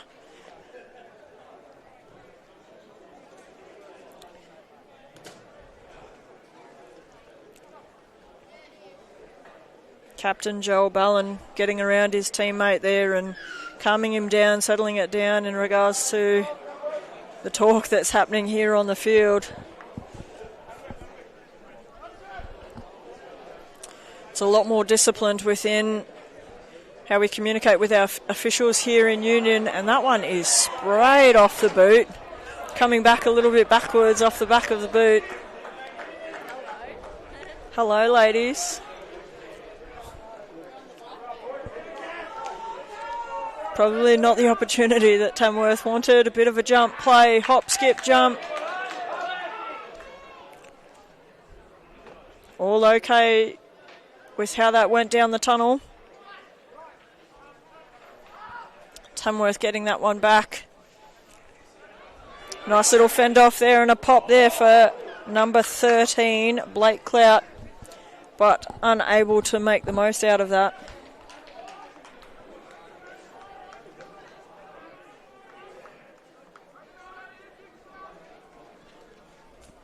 As we get set for a scrum here in the park. Hello, ladies. Tough fought game today. Tough fought game there for Robb College. Fun game. Fun game. Nice day. Wrap up the end of your season and enjoy. We'll see you back next year, eh? Nice and strong. Some of our Robb girls finishing up here around the grounds as we get this scrum set. Ball's in the back for Tamworth. Hooker's tapping at the back. Is it Hooker? Chip and chase is on. Well taken there by Eddie Pitt. Looking for support. Almost wanted to try and get on his feet and go himself, but wrapped up a little bit too tight on his back and unable to get up.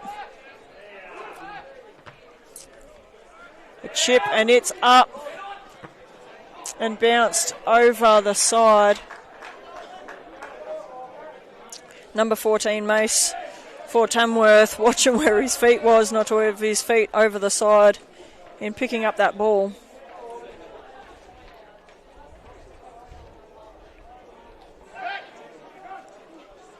Oh, well crooked. Come off the fingers, tap and go here, an opportunity for the Rams.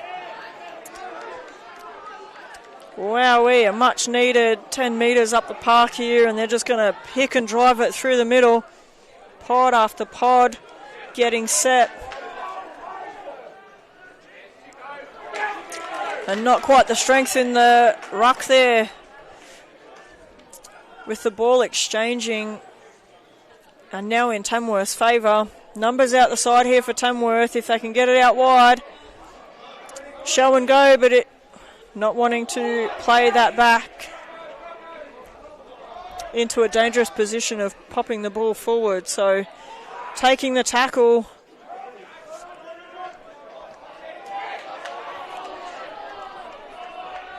The ball's well and truly there, but not being released.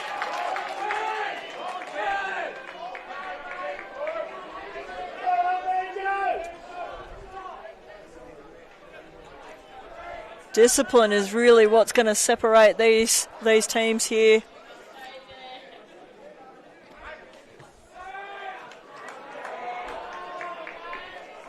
Eddie putting that one over the sidelines here for the Walcha Rams as they take their time to get set, get all aligned. Up and in, up and around, out the back of that lineup. Walcha have got numbers far side, but discipline as that one is turned over and is exchanged back into the hands of the Tamworth Magpies.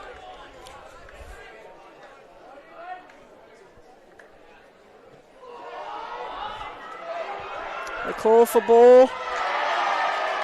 10 points to Gryffindor on the sideline here with a crowd take from that kick there.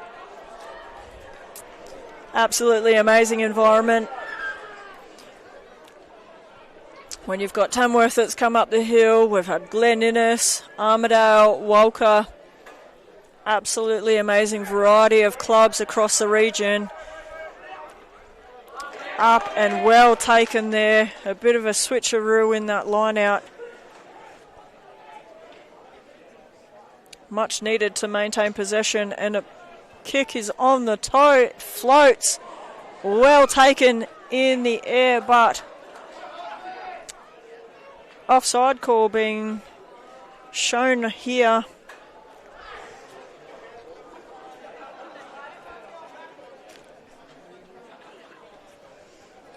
Looks like one of the last and final instructions being had here before Reinhardt will reach for the pocket.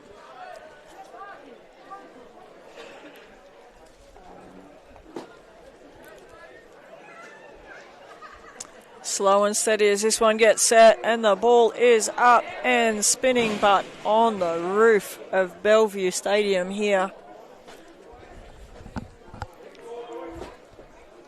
Again, a massive shout out to all our ball boys and girls volunteering.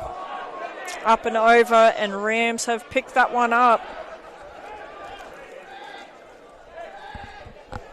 Nice strong run there from number 6 from Walcha Rams in Caden Hawkins.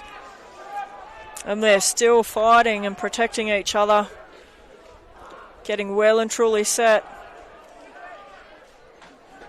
Still going out wide. Numbers and opportunity. We've got the nice run there Just stopped.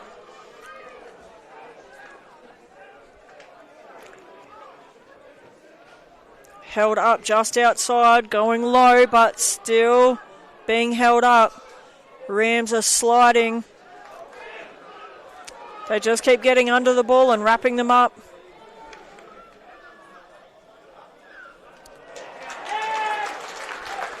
And it looks like we have the result there. Ooh, there's a bit of a call there happening from the communication system with our officials.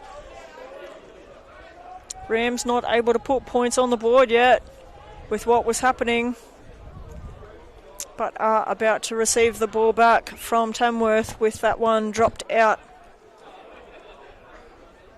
And nicely taken by number 10, Ed Churchill, for the Rams. Rams have just got to be patient here. Just keep working them and working them. They're going to find that pocket and that opportunity. Down and low. And Richie Hunt, number 8 for the Walcha Rams, getting that one over the try line and under the post there. Almost matching the points with a conversion kick here from Eddie right in front of the sticks. Pretty hard to miss this one, but you never know as this wind picks up across the pitch. You never say never here with what happens at Bellevue, especially with so much passion and pride here for the minor semi-finals. They definitely needed to keep that work, keep that determination, and you see it just found that hole, got down and low as Ed pips that one through the post and equals the score here between the Rams and the Pies.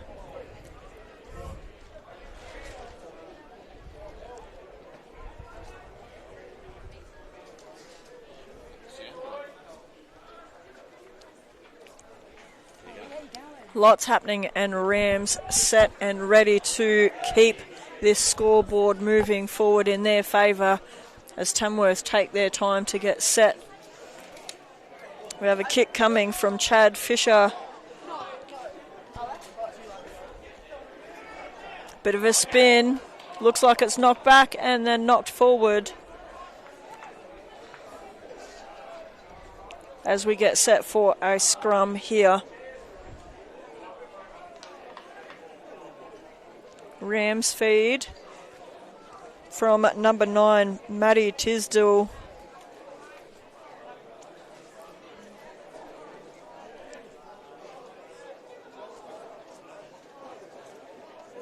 Boys getting nice and set there. You can just see the momentum there within that Rams scrum, holding that nice and firm. Ball coming out the back there and on the boot. Over the head of Mace for Tamworth. Unfortunate little bounce there and running into a wall of red and white shirts. Stripped in that exchange and tackled right before he could get it over the back of the line there.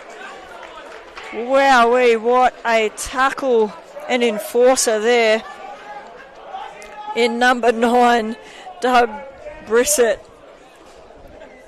for the Pies.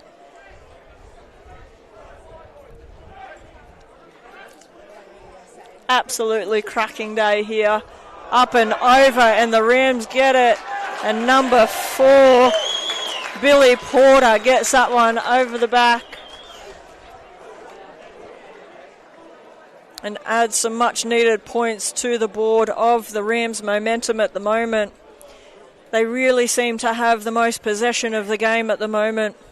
Community football, I don't quite have the trackers and the tracker technology as you would big league stuff, but it definitely looks to be in the favour of the Rams at the moment.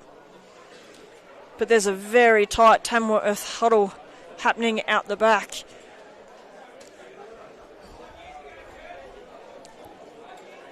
Their captain, Blake Clout, having firm words to the boys. Lots of nods of acknowledgement as he's talking to them. As we have a conversion attempt here for Eddie Pitt for the Walcha Rams to extend this lead out.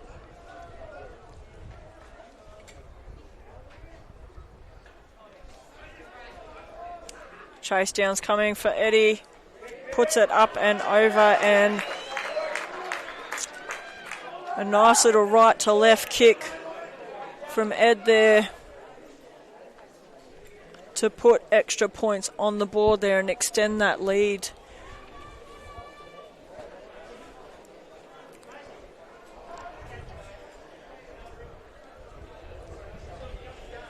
As much as that was extra points, doesn't necessarily mean the game is sealed, and we've definitely seen that across the season. Well taken up high by number 6, Chadden Hawkins there for the Rams. Kick off the boot, nice and flicked. Not taken as well as Tamworth would have hoped, as it fumbles out the back and looks to be recovered here by the Rams. Up and over. Rams need to get their communication back, as that is turned over to Tamworth. 1, 2, 3, Tamworth were ready. Pushing those tacklers off one by one. Regaining almost 20 metres up the park. Kick was on the boot and out on the full. We've called it back, out on the full as we come back.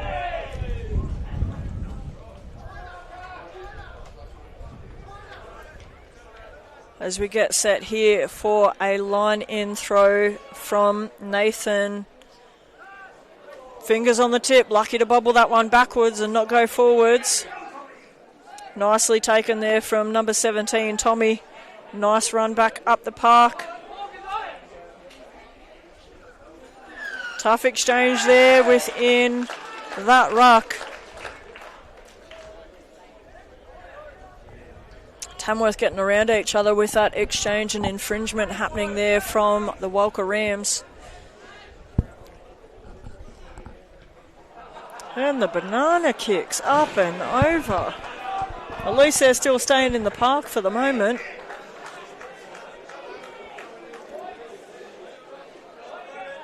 And now in return we have a line in from Riley Box, number 2 for Pies. Nice ball out the back there and well set and structured for how they wanted to use this ball. An opportunity at the moment. A bit of a pick and go with himself. Nice little offload. Support on the inside. He needs to put the pep in the step. Fending each other off. Skipping the tackle to the feet. And number 6, Amani, gets over the line under the post there for the Pies. Wowee. Push, shove. Hop, skip, jump. And returning the points to the board in return.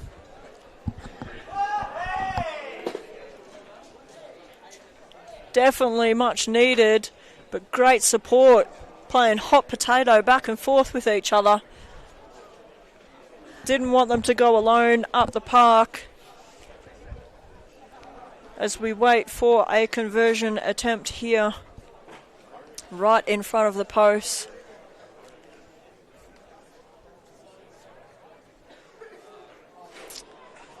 And the kick is over. Almost too soft there. Didn't look like it had much momentum, but skimming back and through. Flag's gone up. You can see they're definitely trying to get the water into everybody.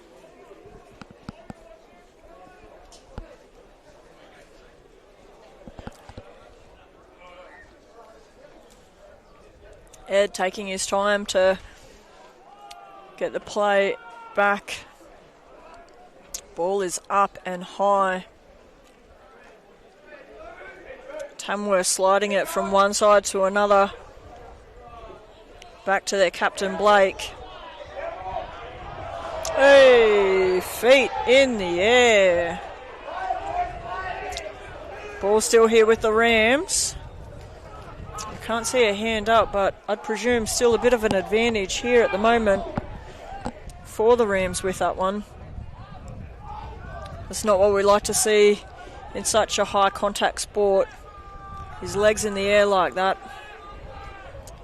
Rams still working and working and working. Such a solid forward pack here. Pods just getting set one after the other after the other. Numbers on that short side. Nice little ball to Eddie, but flipped out the back to nobody. Still there, no knock on as they drive forward now. Rams getting set now. Coming to their captain, Joel, number 5. The call for Pies to slide. 1-2 round the side, and a nice little fingers. And number 11, Jim Boyd, pretty quick to get down and low to get that one to the grass there for wanting to score for his team. The replay here. Fingers, awareness, drew in that defender and just left Jim with a lot more opportunity and space to be able to get that one down onto the grass.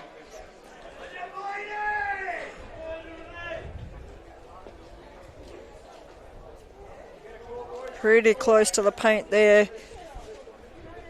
And a bit unfortunate. The call was to slide. Tamworth were waving out for it. Boys definitely knew which way it was going.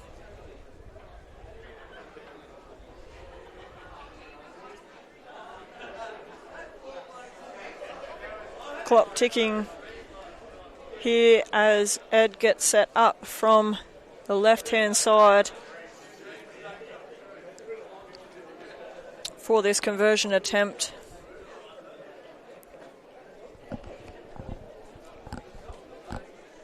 I haven't seen a lot of his kicking game throughout this season so far.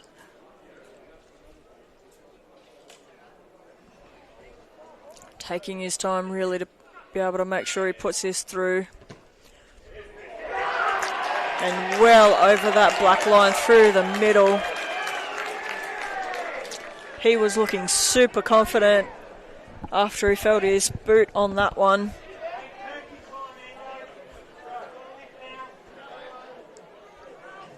Rams extending their lead 21-14 here with us just hitting 7 minutes on the clock.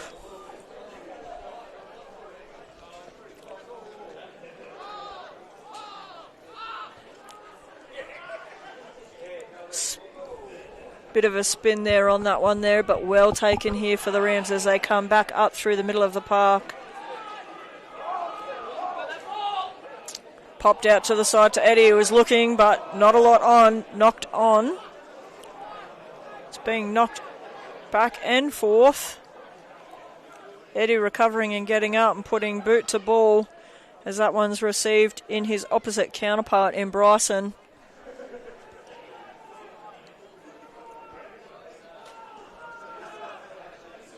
Went to put it back on the boot, but his teammates were retreating too much for what he liked. And now it's back on the boot, nice and high. Ed was ready for it, well taken. Bit of a missed tackle there from Tamworth, but well supported with each other. Ball comes out a bit unexpectedly there for Rams. Tamworth need to get a bit of awareness about them and start to slide up and through. And great ruck work there for Tamworth. An unlucky fumble there for Captain Blake, but the ball is still there and returned now to the Rams. As Ed puts an amazing chip in and being able to maintain possession for his club to make the most out of this opportunity.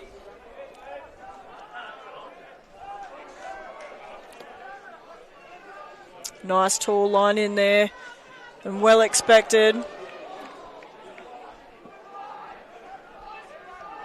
Lots of support here, and the Rams looking to get down and low.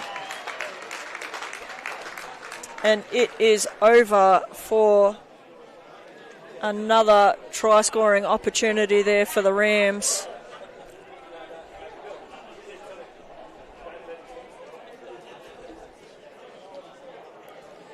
When you've got fumbles in the hands and a bit of miscommunication from the leadership group within the Tamworth group, you really see how those opportunities are really picked up from the Rams to make the most out of it.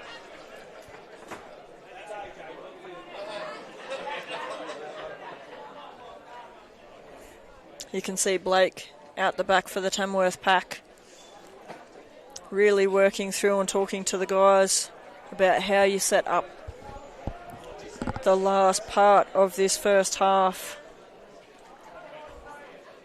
It's a very different game than what we see between the two clubs in seconds,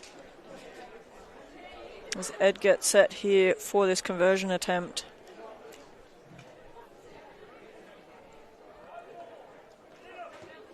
Chase down happens.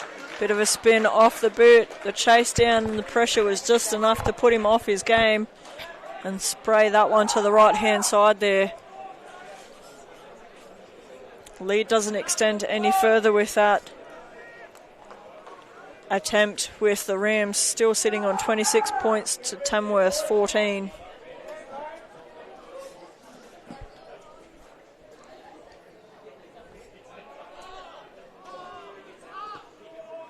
Nice high kick. Not sure if they're playing into that sun advantage, but still well taken there by Walcha's number 6, Chadden.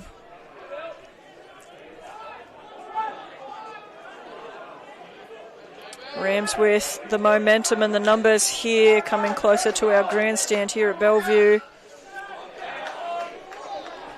But our ref not happy with what is happening here.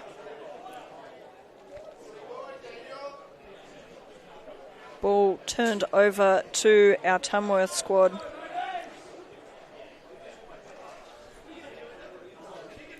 Not just within our live stream here today, but be sure to give the New England Rugby Union Facebook page a follow, as well as Catherine Stevens Photography, for all those game day action shots. They're not always that pretty, but they just show the emotion and passion. A bit of a fumble in that line out. Tamworth still being able to maintain it. Wanted to offload there, but couldn't get the arm free.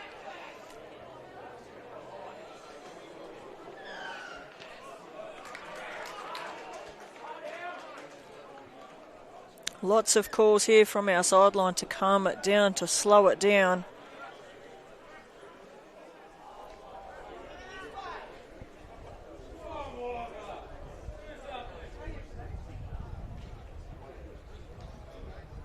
Nice and deep kick there from Ed Pitt.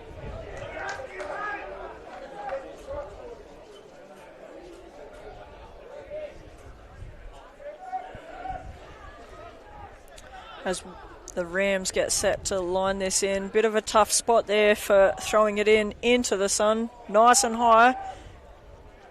The sticky fingers here. Almost popped through that pocket there was Chadden, but not quite. Tamworth doing really well to wrap their arms and wrap that opportunity. They've got the numbers. Nice quick pop.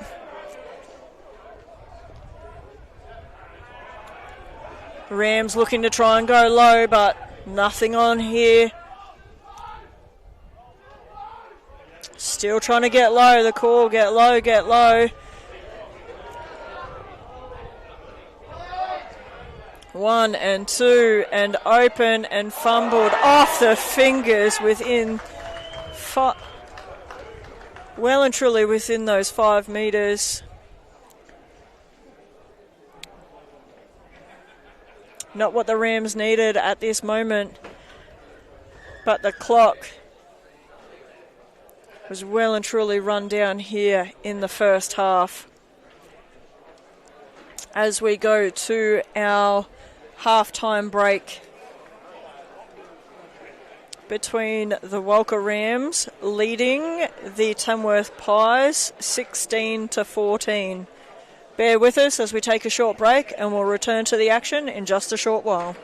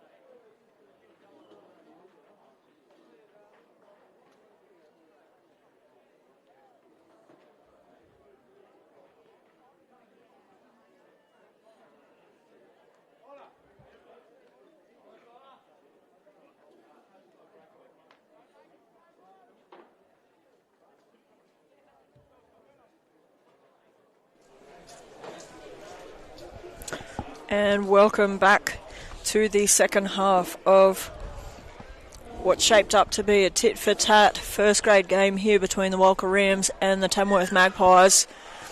As Eddie Pitts gets this one up high and not quite the distance here for the restart. We've seen Tamworth playing and kicking into that side of the park before, trying to play onto the opportunity of the sun in the eyes. As we come back to the middle of the park for a scrum here with the Pies to feed.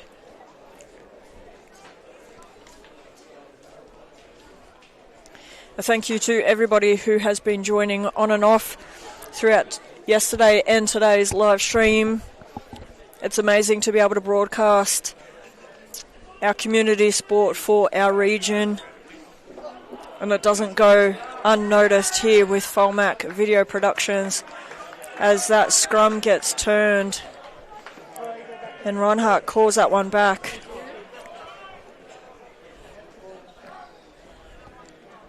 Instructions being had here, not in a malicious way, so we'll come back for a take two.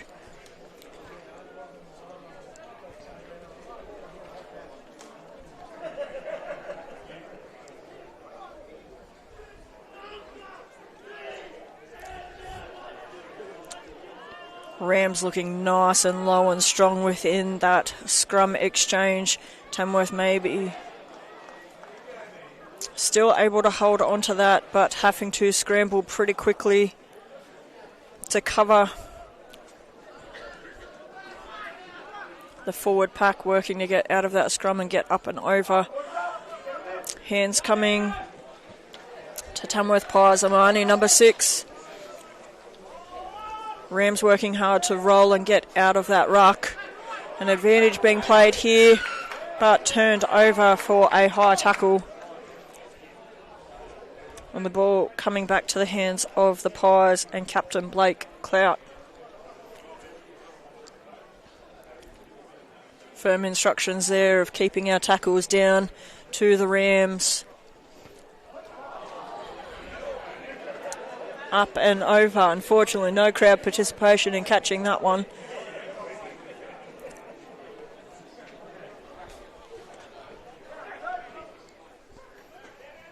Ooh, both hands on the ball, but just stronger grip for Tamworth, being able to maintain that possession. Blake wanting to look for that pop and go. We have a bit of a breakaway here from number 10, Chad Fisher, playing into the hands of his teammate Brandon, but not quite what they were hoping for. Kick coming from out the back and out over the side of the pitch here for what is going to be a Pies line in.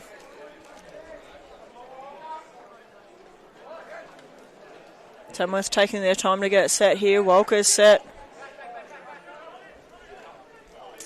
Playing to the depth and the height of what that line in was.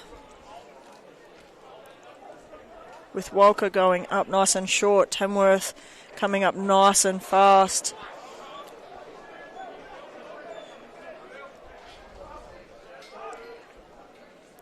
Nice little carry there for number 1, Cole. Oh, solid carry there by the forward, Adam Wallace.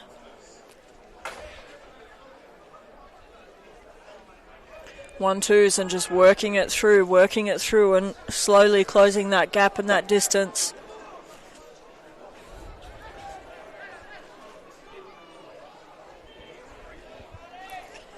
Not quite there, slowing it up, making sure that they get set and they're there to support each other.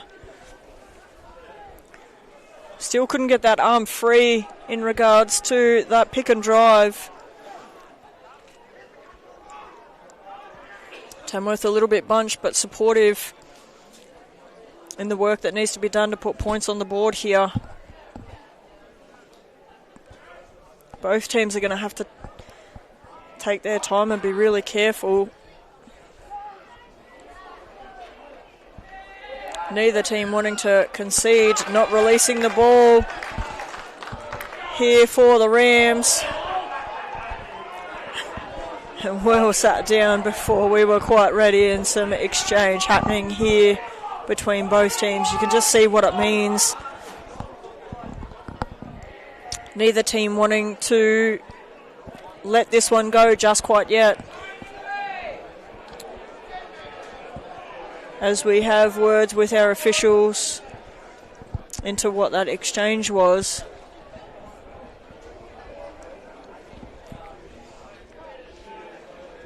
As right now, as this game concludes,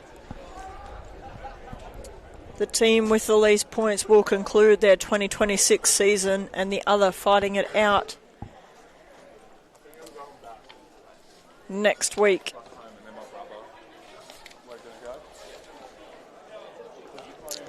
And it'll be a fair match-up next week, as they will come up against St Albert's College. Whatever that communication was between the two officials is that the Pies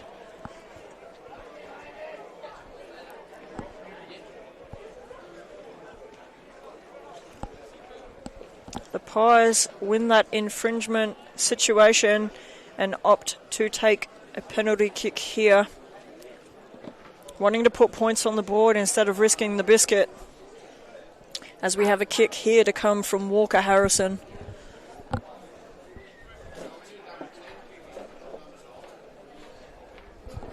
Walker taking his time. He knows how vital these points are, as he slips that one through for some much needed points for the Tamworth Magpies. Still plenty of time left on the clock and plenty of opportunity here at Bellevue.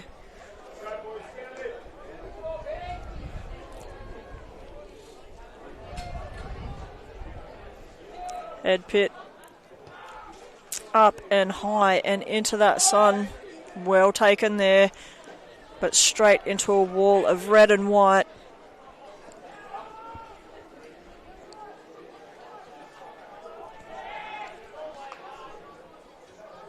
Our scoreboard now extending out to 26-17. And we have a yellow card presented here to the Barbara Rams. Number 12, Hamish Heaney here being presented this card. And words being exchanged to the captain, Joel.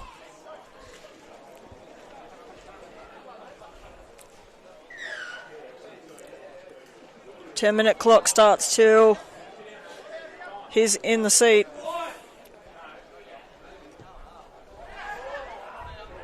And the ball up and over.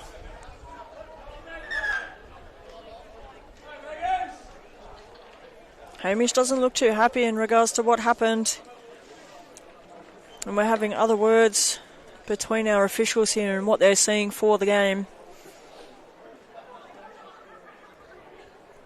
Walcha need to regroup here. We've seen across yesterday and today, it's some of those disciplines and some of that simple football that really sets these packs apart.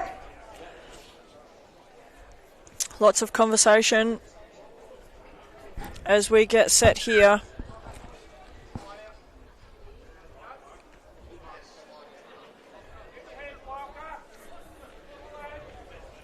With multiple officials on their communication system, some see things differently to others. They, up and over. And the ball now turned over to Walcha Rams in that exchange. The ball banana kicked out the back and they weren't quite prepared for it, off the fingertips. And the ball up and over again. Off the fingertips, it's gone back.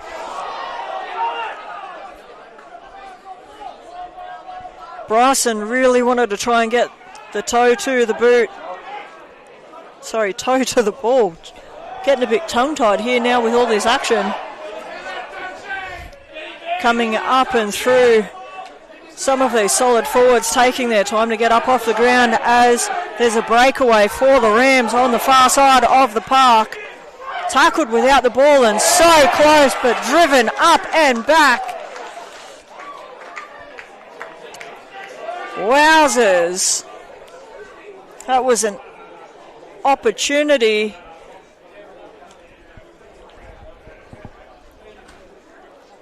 And some incredible phases of football there. And a yellow card now returned in opposite to Tamworth. Second offender coming off the park. So now our teams are going to be equal in regards to who's on the field.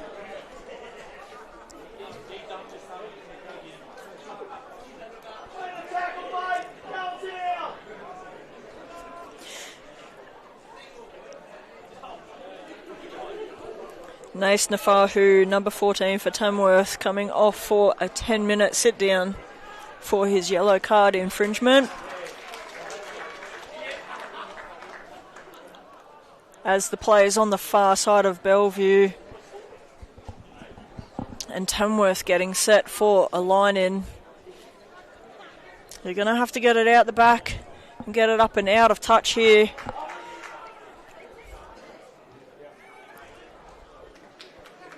Bit of a wobbly one, but a fair distance up the park there. Getting them out of trouble and up to the 22 with the ball in the hands of the Rams. Ball's up and long and out the back of that lineup. And number 10 here looking for the offload, not really the support. But there to support his teammate. They've got numbers. As long as they've got momentum and communication here, still looking to go wide. Eddie's calling for it, but well tackled. Gorn himself again on his own feet.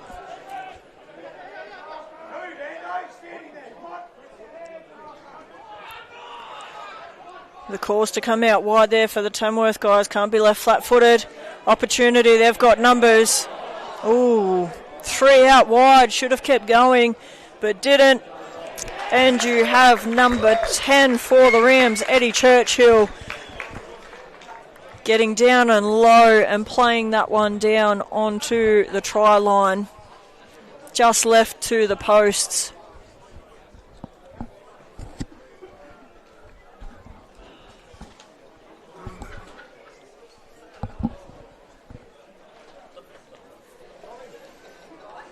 Wowee, if you could hear that from the crowd and the call to go wide, keep going wide. 3 still out to the left. And very lucky not to lose that opportunity and unwanted or missed opportunity to put points on unwanted mistakes as Ed successfully converts. We're starting to have a few substitutions happen here for the Walcha Rams. Some have been exchanged up the front line in their forward pack, as it has been one feisty, heavy-hitting momentum.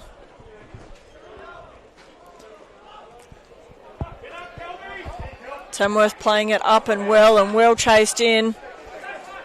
Fending off one, fending off a second, and a third. Really having to hit him hard and low.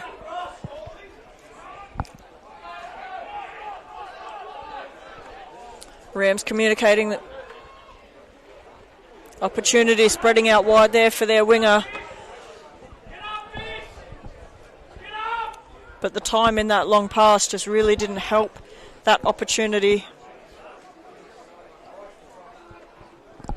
And here they get set. Rams bringing that up to halfway now. Still trying to find their holes, find their pockets here in that Rams pack. Looking to go out wide, show and go out the side here. And we have a nice little run here from number 14. Run straight into traffic though, but coming back into the park a little bit to his teammates. Number 14, Michael Paul, with that nice little run up the sideline there. We've gone side to side, off the fingertips of the Pies captain. Advantage to the Rams, but back into the hands of the Pies. So we will have an infringement.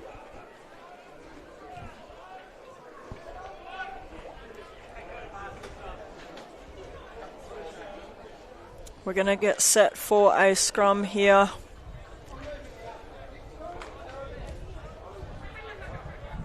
That breeze has just picked up here at Bellevue, getting a bit of a whisper around the ears, which isn't going to make some of these kicks that much easier. Rams are looking nice and low. Those hips are definitely where they need to be for that scrum. Easily won and picked up, still working across the far side of the park.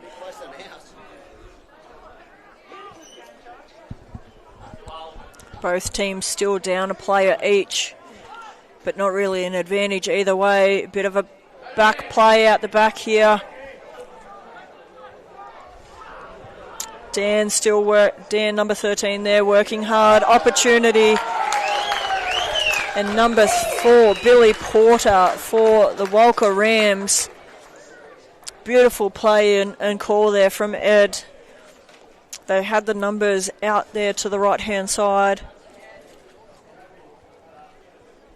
And just starting to spread this gap further and further. It's not to say that the Tamworth Pies have given up just yet, but they're definitely going to have to dig deep in the last 25 minutes so that they don't see that their season comes to an end here for their first grade run in the competition.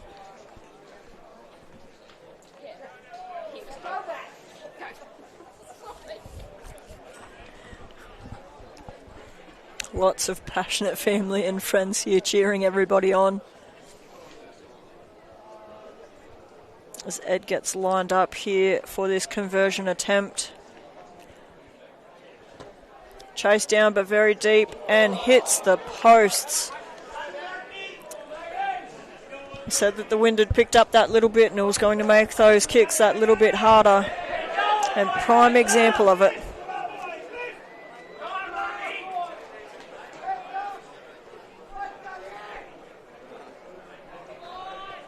Scoreboard sitting at 38-17 here. What's Tamworth got up their sleeves? Do they go short? Do they go long? Nice and high though, well taken. Bobbling off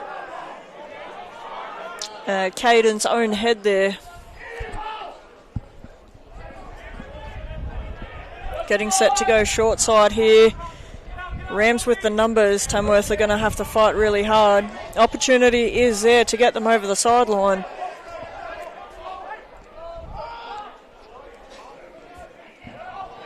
Well taken there.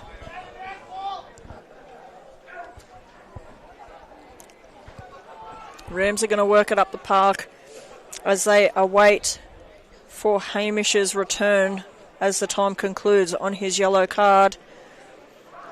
When our fourth official concludes that there is a break in play.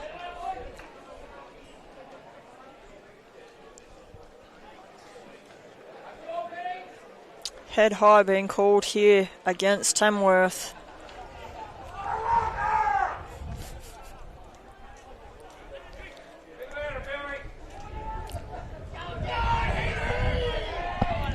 Hamish has now returned to the park. With Walcha now having one more player on the park against Tamworth as the clock still ticks for Mace's infringement.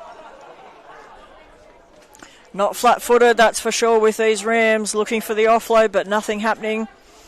Quick hands. And looking for that offload opportunity, but still not there. Hop, skip, jump, and Hamish almost returning the favour by putting a try on the board. Ball still there, but the referee is seeing something in close contact. Ed calling for the calm.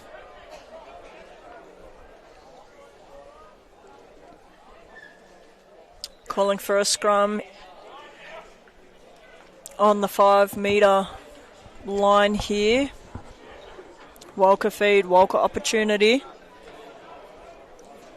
As we are about to see Walcha Harrison, number 8 for the Pies, return to the field.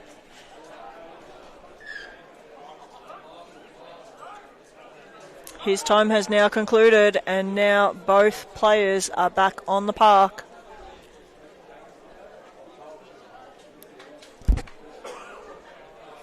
Oh, sorry, that was a substitution.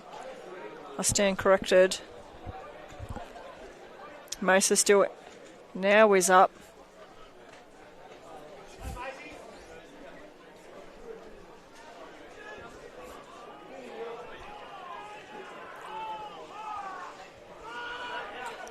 Rams able to hold it.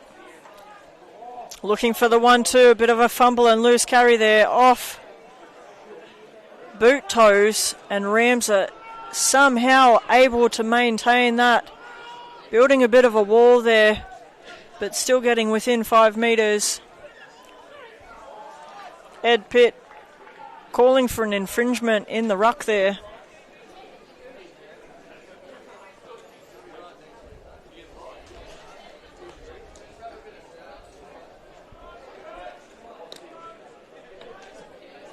Wow, we're definitely shaping up to be a cracking last half of this game with 18 minutes on the clock. I'm not sure what's happened with their official clock on the board here at Bellevue, but a bit of a 2-minute difference here for those hanging out live and paying attention to my amazing voice on a live stream. Massive thank you to everyone who has been hanging out for all the action. Nice kick there off the boot for the Pies. Not finding touch though, and Rams returning the favour. Again, still in play. And running into a wall of red and white.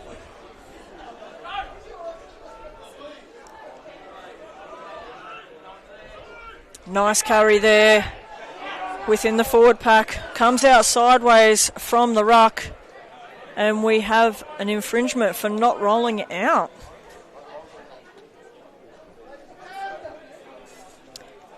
"17 minutes left on the clock here, with 21 points to be made up between the teams. Still in the field of play for Walcha. Comes and falls onto the boot.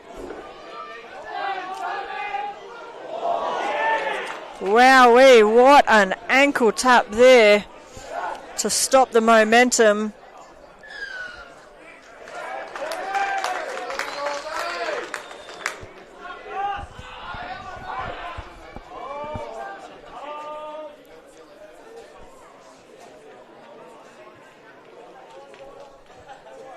Ed Pitt really working closely with his captain in Joel Ballon to really lead the direction and tone within this Walcha squad.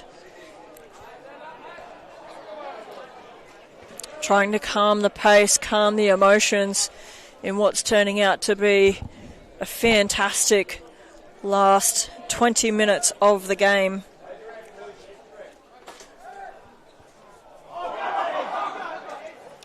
Picked and gone himself from the line out was number 7 Banjo. Opportunity, numbers popping through the hole, being held up at the moment. Still the opportunity if the Rams look left, but they go right. Coming out wide. And well driven back was number 20, Ross. But with a line of support, they get the ball over and add one more nail into a final result.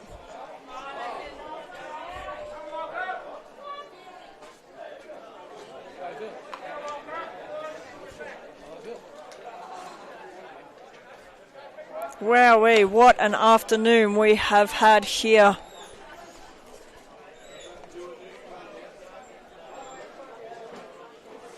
The points distance getting further apart, but the clock not playing in the favour of Tamworth.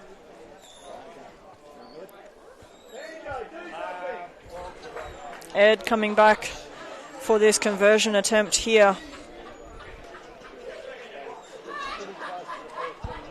with Tamworth looking to make some substitutions.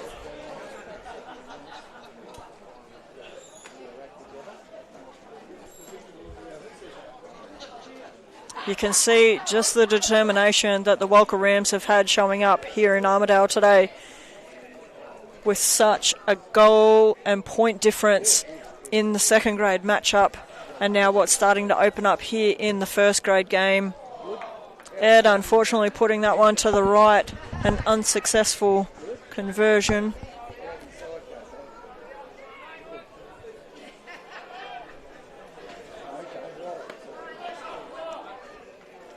Our clock now matches the ground clock here at Bellevue, with just over 15 minutes left remaining here in the second half. Ball up and high and well taken from Chadden there. Walcha with the numbers, but a loose carry there, and Tamworth getting the ball. Tamworth need to make the most out of this opportunity and put some points on the board, even just to lift the momentum and motivation of the squad. Nice pick up and go, and there was a nice drive there from Amani there for the Pies, but we have an offside infringement.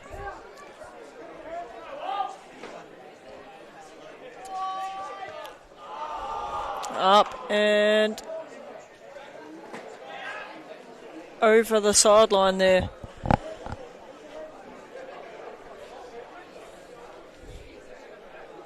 As you can see, a lot of our crowd have shifted to the other side into the nice warm sun here for the afternoon. Ball bobbles out the back of play and picked up by Brandon Humphreys.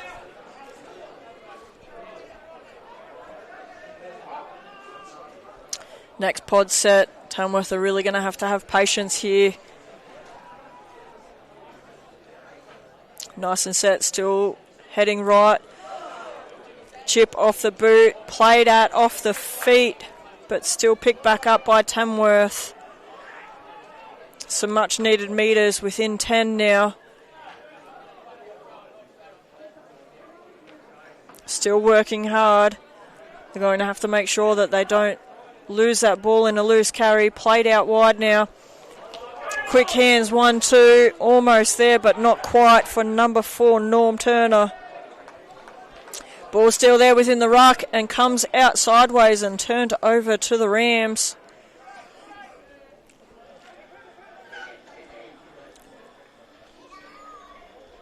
Not liking what we're seeing, and we're going to come back.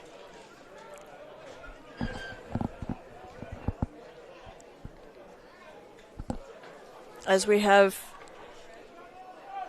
another substitution being made here.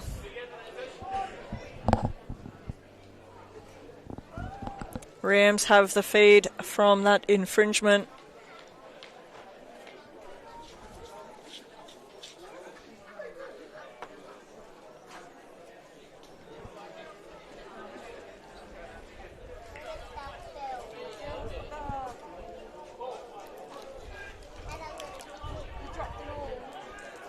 The ball's fed in. Tamworth are driving them back pretty hard.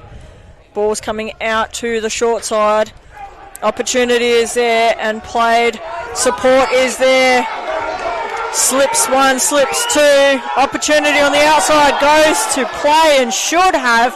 Runs into a wall of black. Ball is still there for Rams. Wow, we should have gone one more to that right-hand side, and he would have been gone. Oh, what a doozy, but definitely gone end to end here.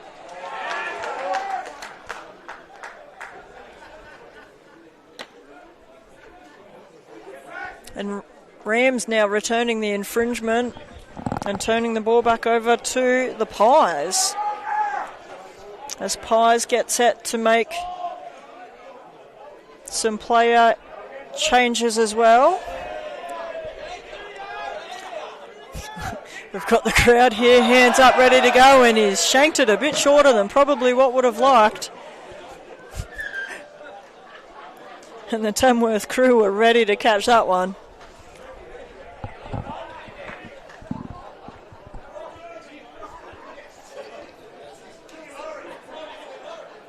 Play getting set here in the shade of Bellevue Grandstand. Nice and straight and into the hands of the Tamworth team. Nice run there from Amani.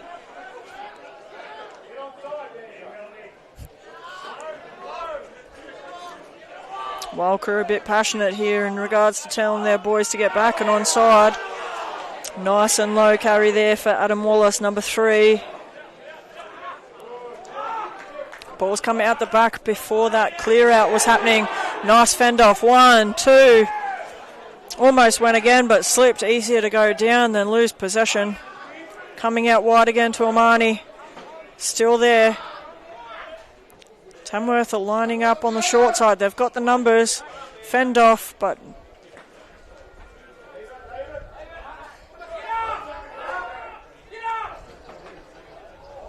Tamworth now out wide, and a nice ball over the top. Looking on, Eddie's there, playing out wide.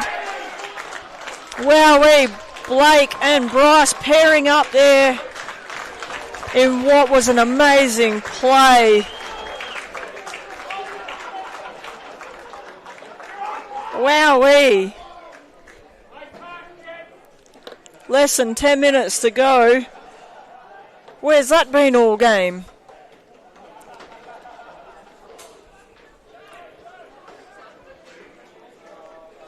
Pep in the step there from Tamworth. Captain really stepping up. Replay set up here. Blake off the fingertips. Oh, that was close on the back of the line there. That would have been a doozy if he was smashed over the back and not able to put that one down. Lucky that he did. Awareness to bring it closer to the points to close that angle down for this conversion attempt.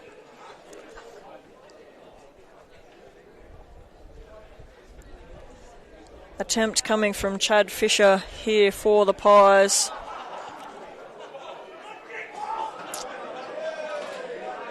And not successfully converting that one. 9 minutes to go. 21 points the difference.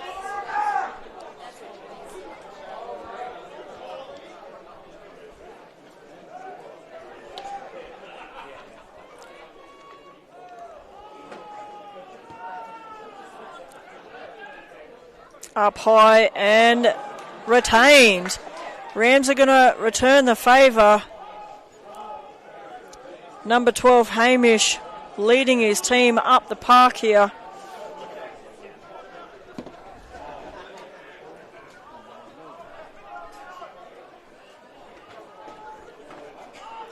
Rams within that 5 metre reach.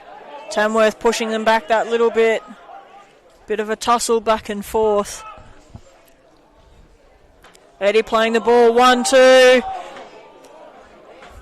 little bit too short and fumbles out the back, but we're going to come back to middle of the park for an infringement here.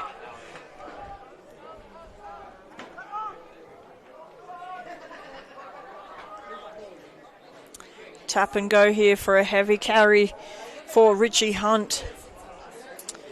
Show and go and over to that right hand side as Chad and Hawkins ducks and dives from the communication of Ed Pitt there and extends the points difference from where Tamworth had returned the favour.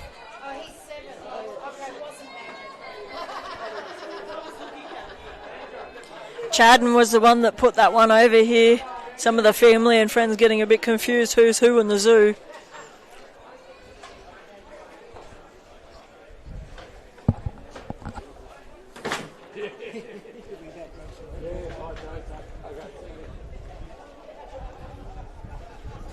As the result of this game is really coming to its own.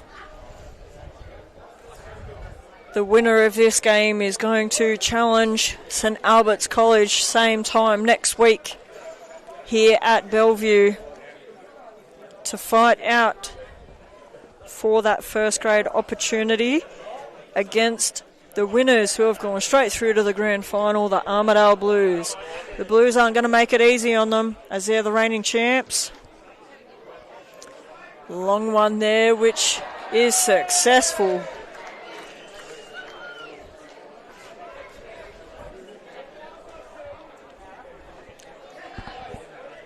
And not to count it out early as there's still time on the scoreboard, but those that don't have the points required are going to see their 2026 season come to a close this afternoon.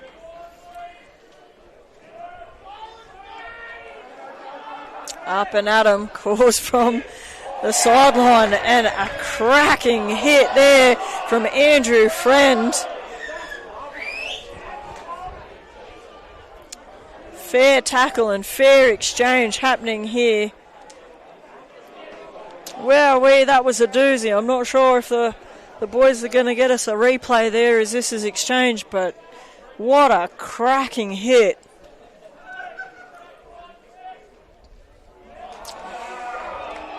As we see Andrew Friend shown the card and in the seat for the last 5.5 minutes here of the game. Wowee, that was a doozy. I'm not sure how that looked there with the zoom of the camera, but that looked well in with a bit of a banana up and over.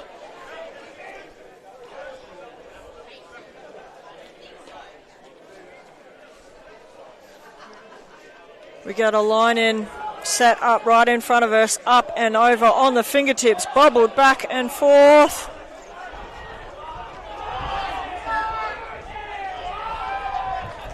And the ball being turned over to the Pies with the fingertip exchange up in the sky.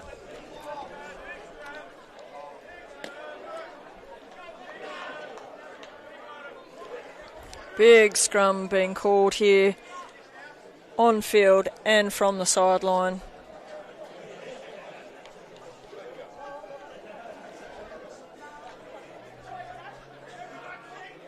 Pardon me, hiccups are hitting me as we get into the last couple of minutes of this game. Big scrum happening and a rotation formed. Being led from Tamworth from the looks of it with a bit of push and shove coming about here. A fair decent run there from Ross. Tamworth not letting them up. Fair tackles here in the last 4 minutes of the game. Eddie losing that ball forward. And over the far side of Bellevue.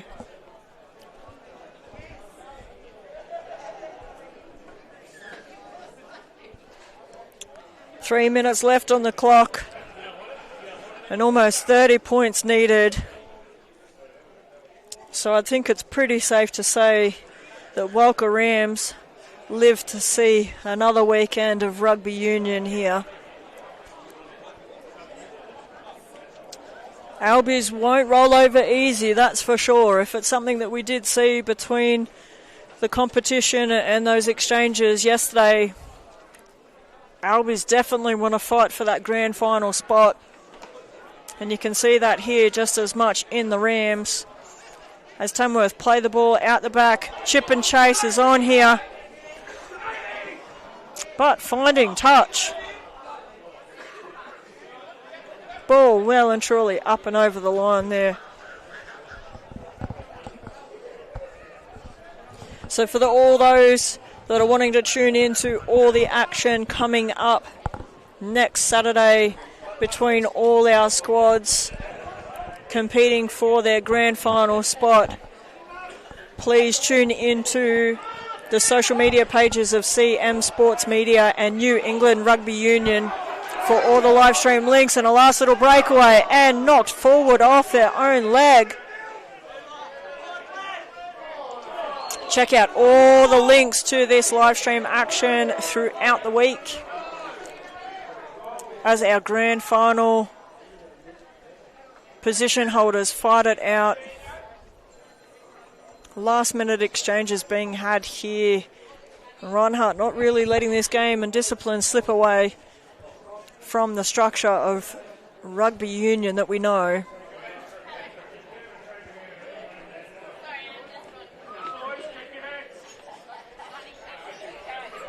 A massive thank you to the sponsorship team of Sport UNE, UNE Life and the Food and Beverage team, as well as, just getting set here, as well as APJ Law, Robertson Morrow, as well as Catherine Stephen Photography, here at the home of the University of New England. The team here at Folmac Video Productions have worked tirelessly throughout the day to be able to bring you all this jam-packed action. And we can't wait to bring it to you for the next fortnight and all the upcoming action.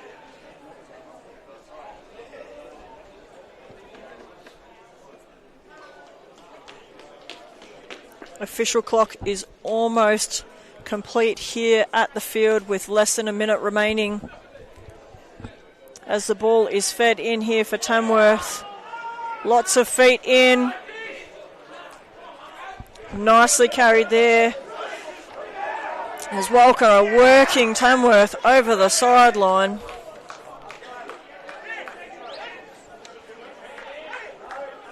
Chad Fisher tried all he could to stay in the field of play then, but not quite what he was hoping for. The clock is in the discretion of Reinhardt now. Nice and tall ball out the back for the Walcha Rams. And it is on Eddie Pitt with the speed. Nicely played to the far side of the park.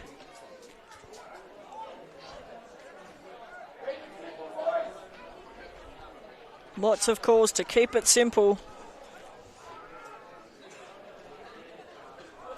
Rams really trying to put the last points on the board if they can here while our game is still in motion. Well tackled, dummied here. Ed wanting to go himself. Not quite there, and out the back for Tamworth, in touch. And coming out onto the 5 metre line here. Tamworth with the possession, but nothing happening there. Loose carry, tapped and gone by.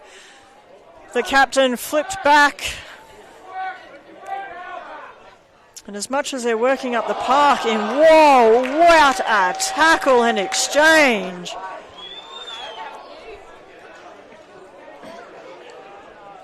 Left him on the ground out the back here. Up and over out wide for the winger. Looking left, looking right. Fended one. Off to the captain. Chipped and chased his own kick.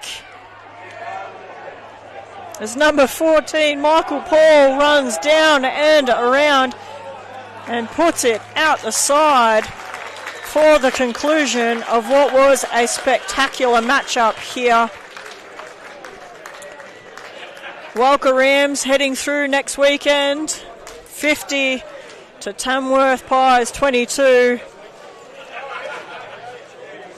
And now Walcha Rams take on St Albert's College next weekend. All our action kicks off from 10:40 next week with third grade. Second grade will kick off at 12:10.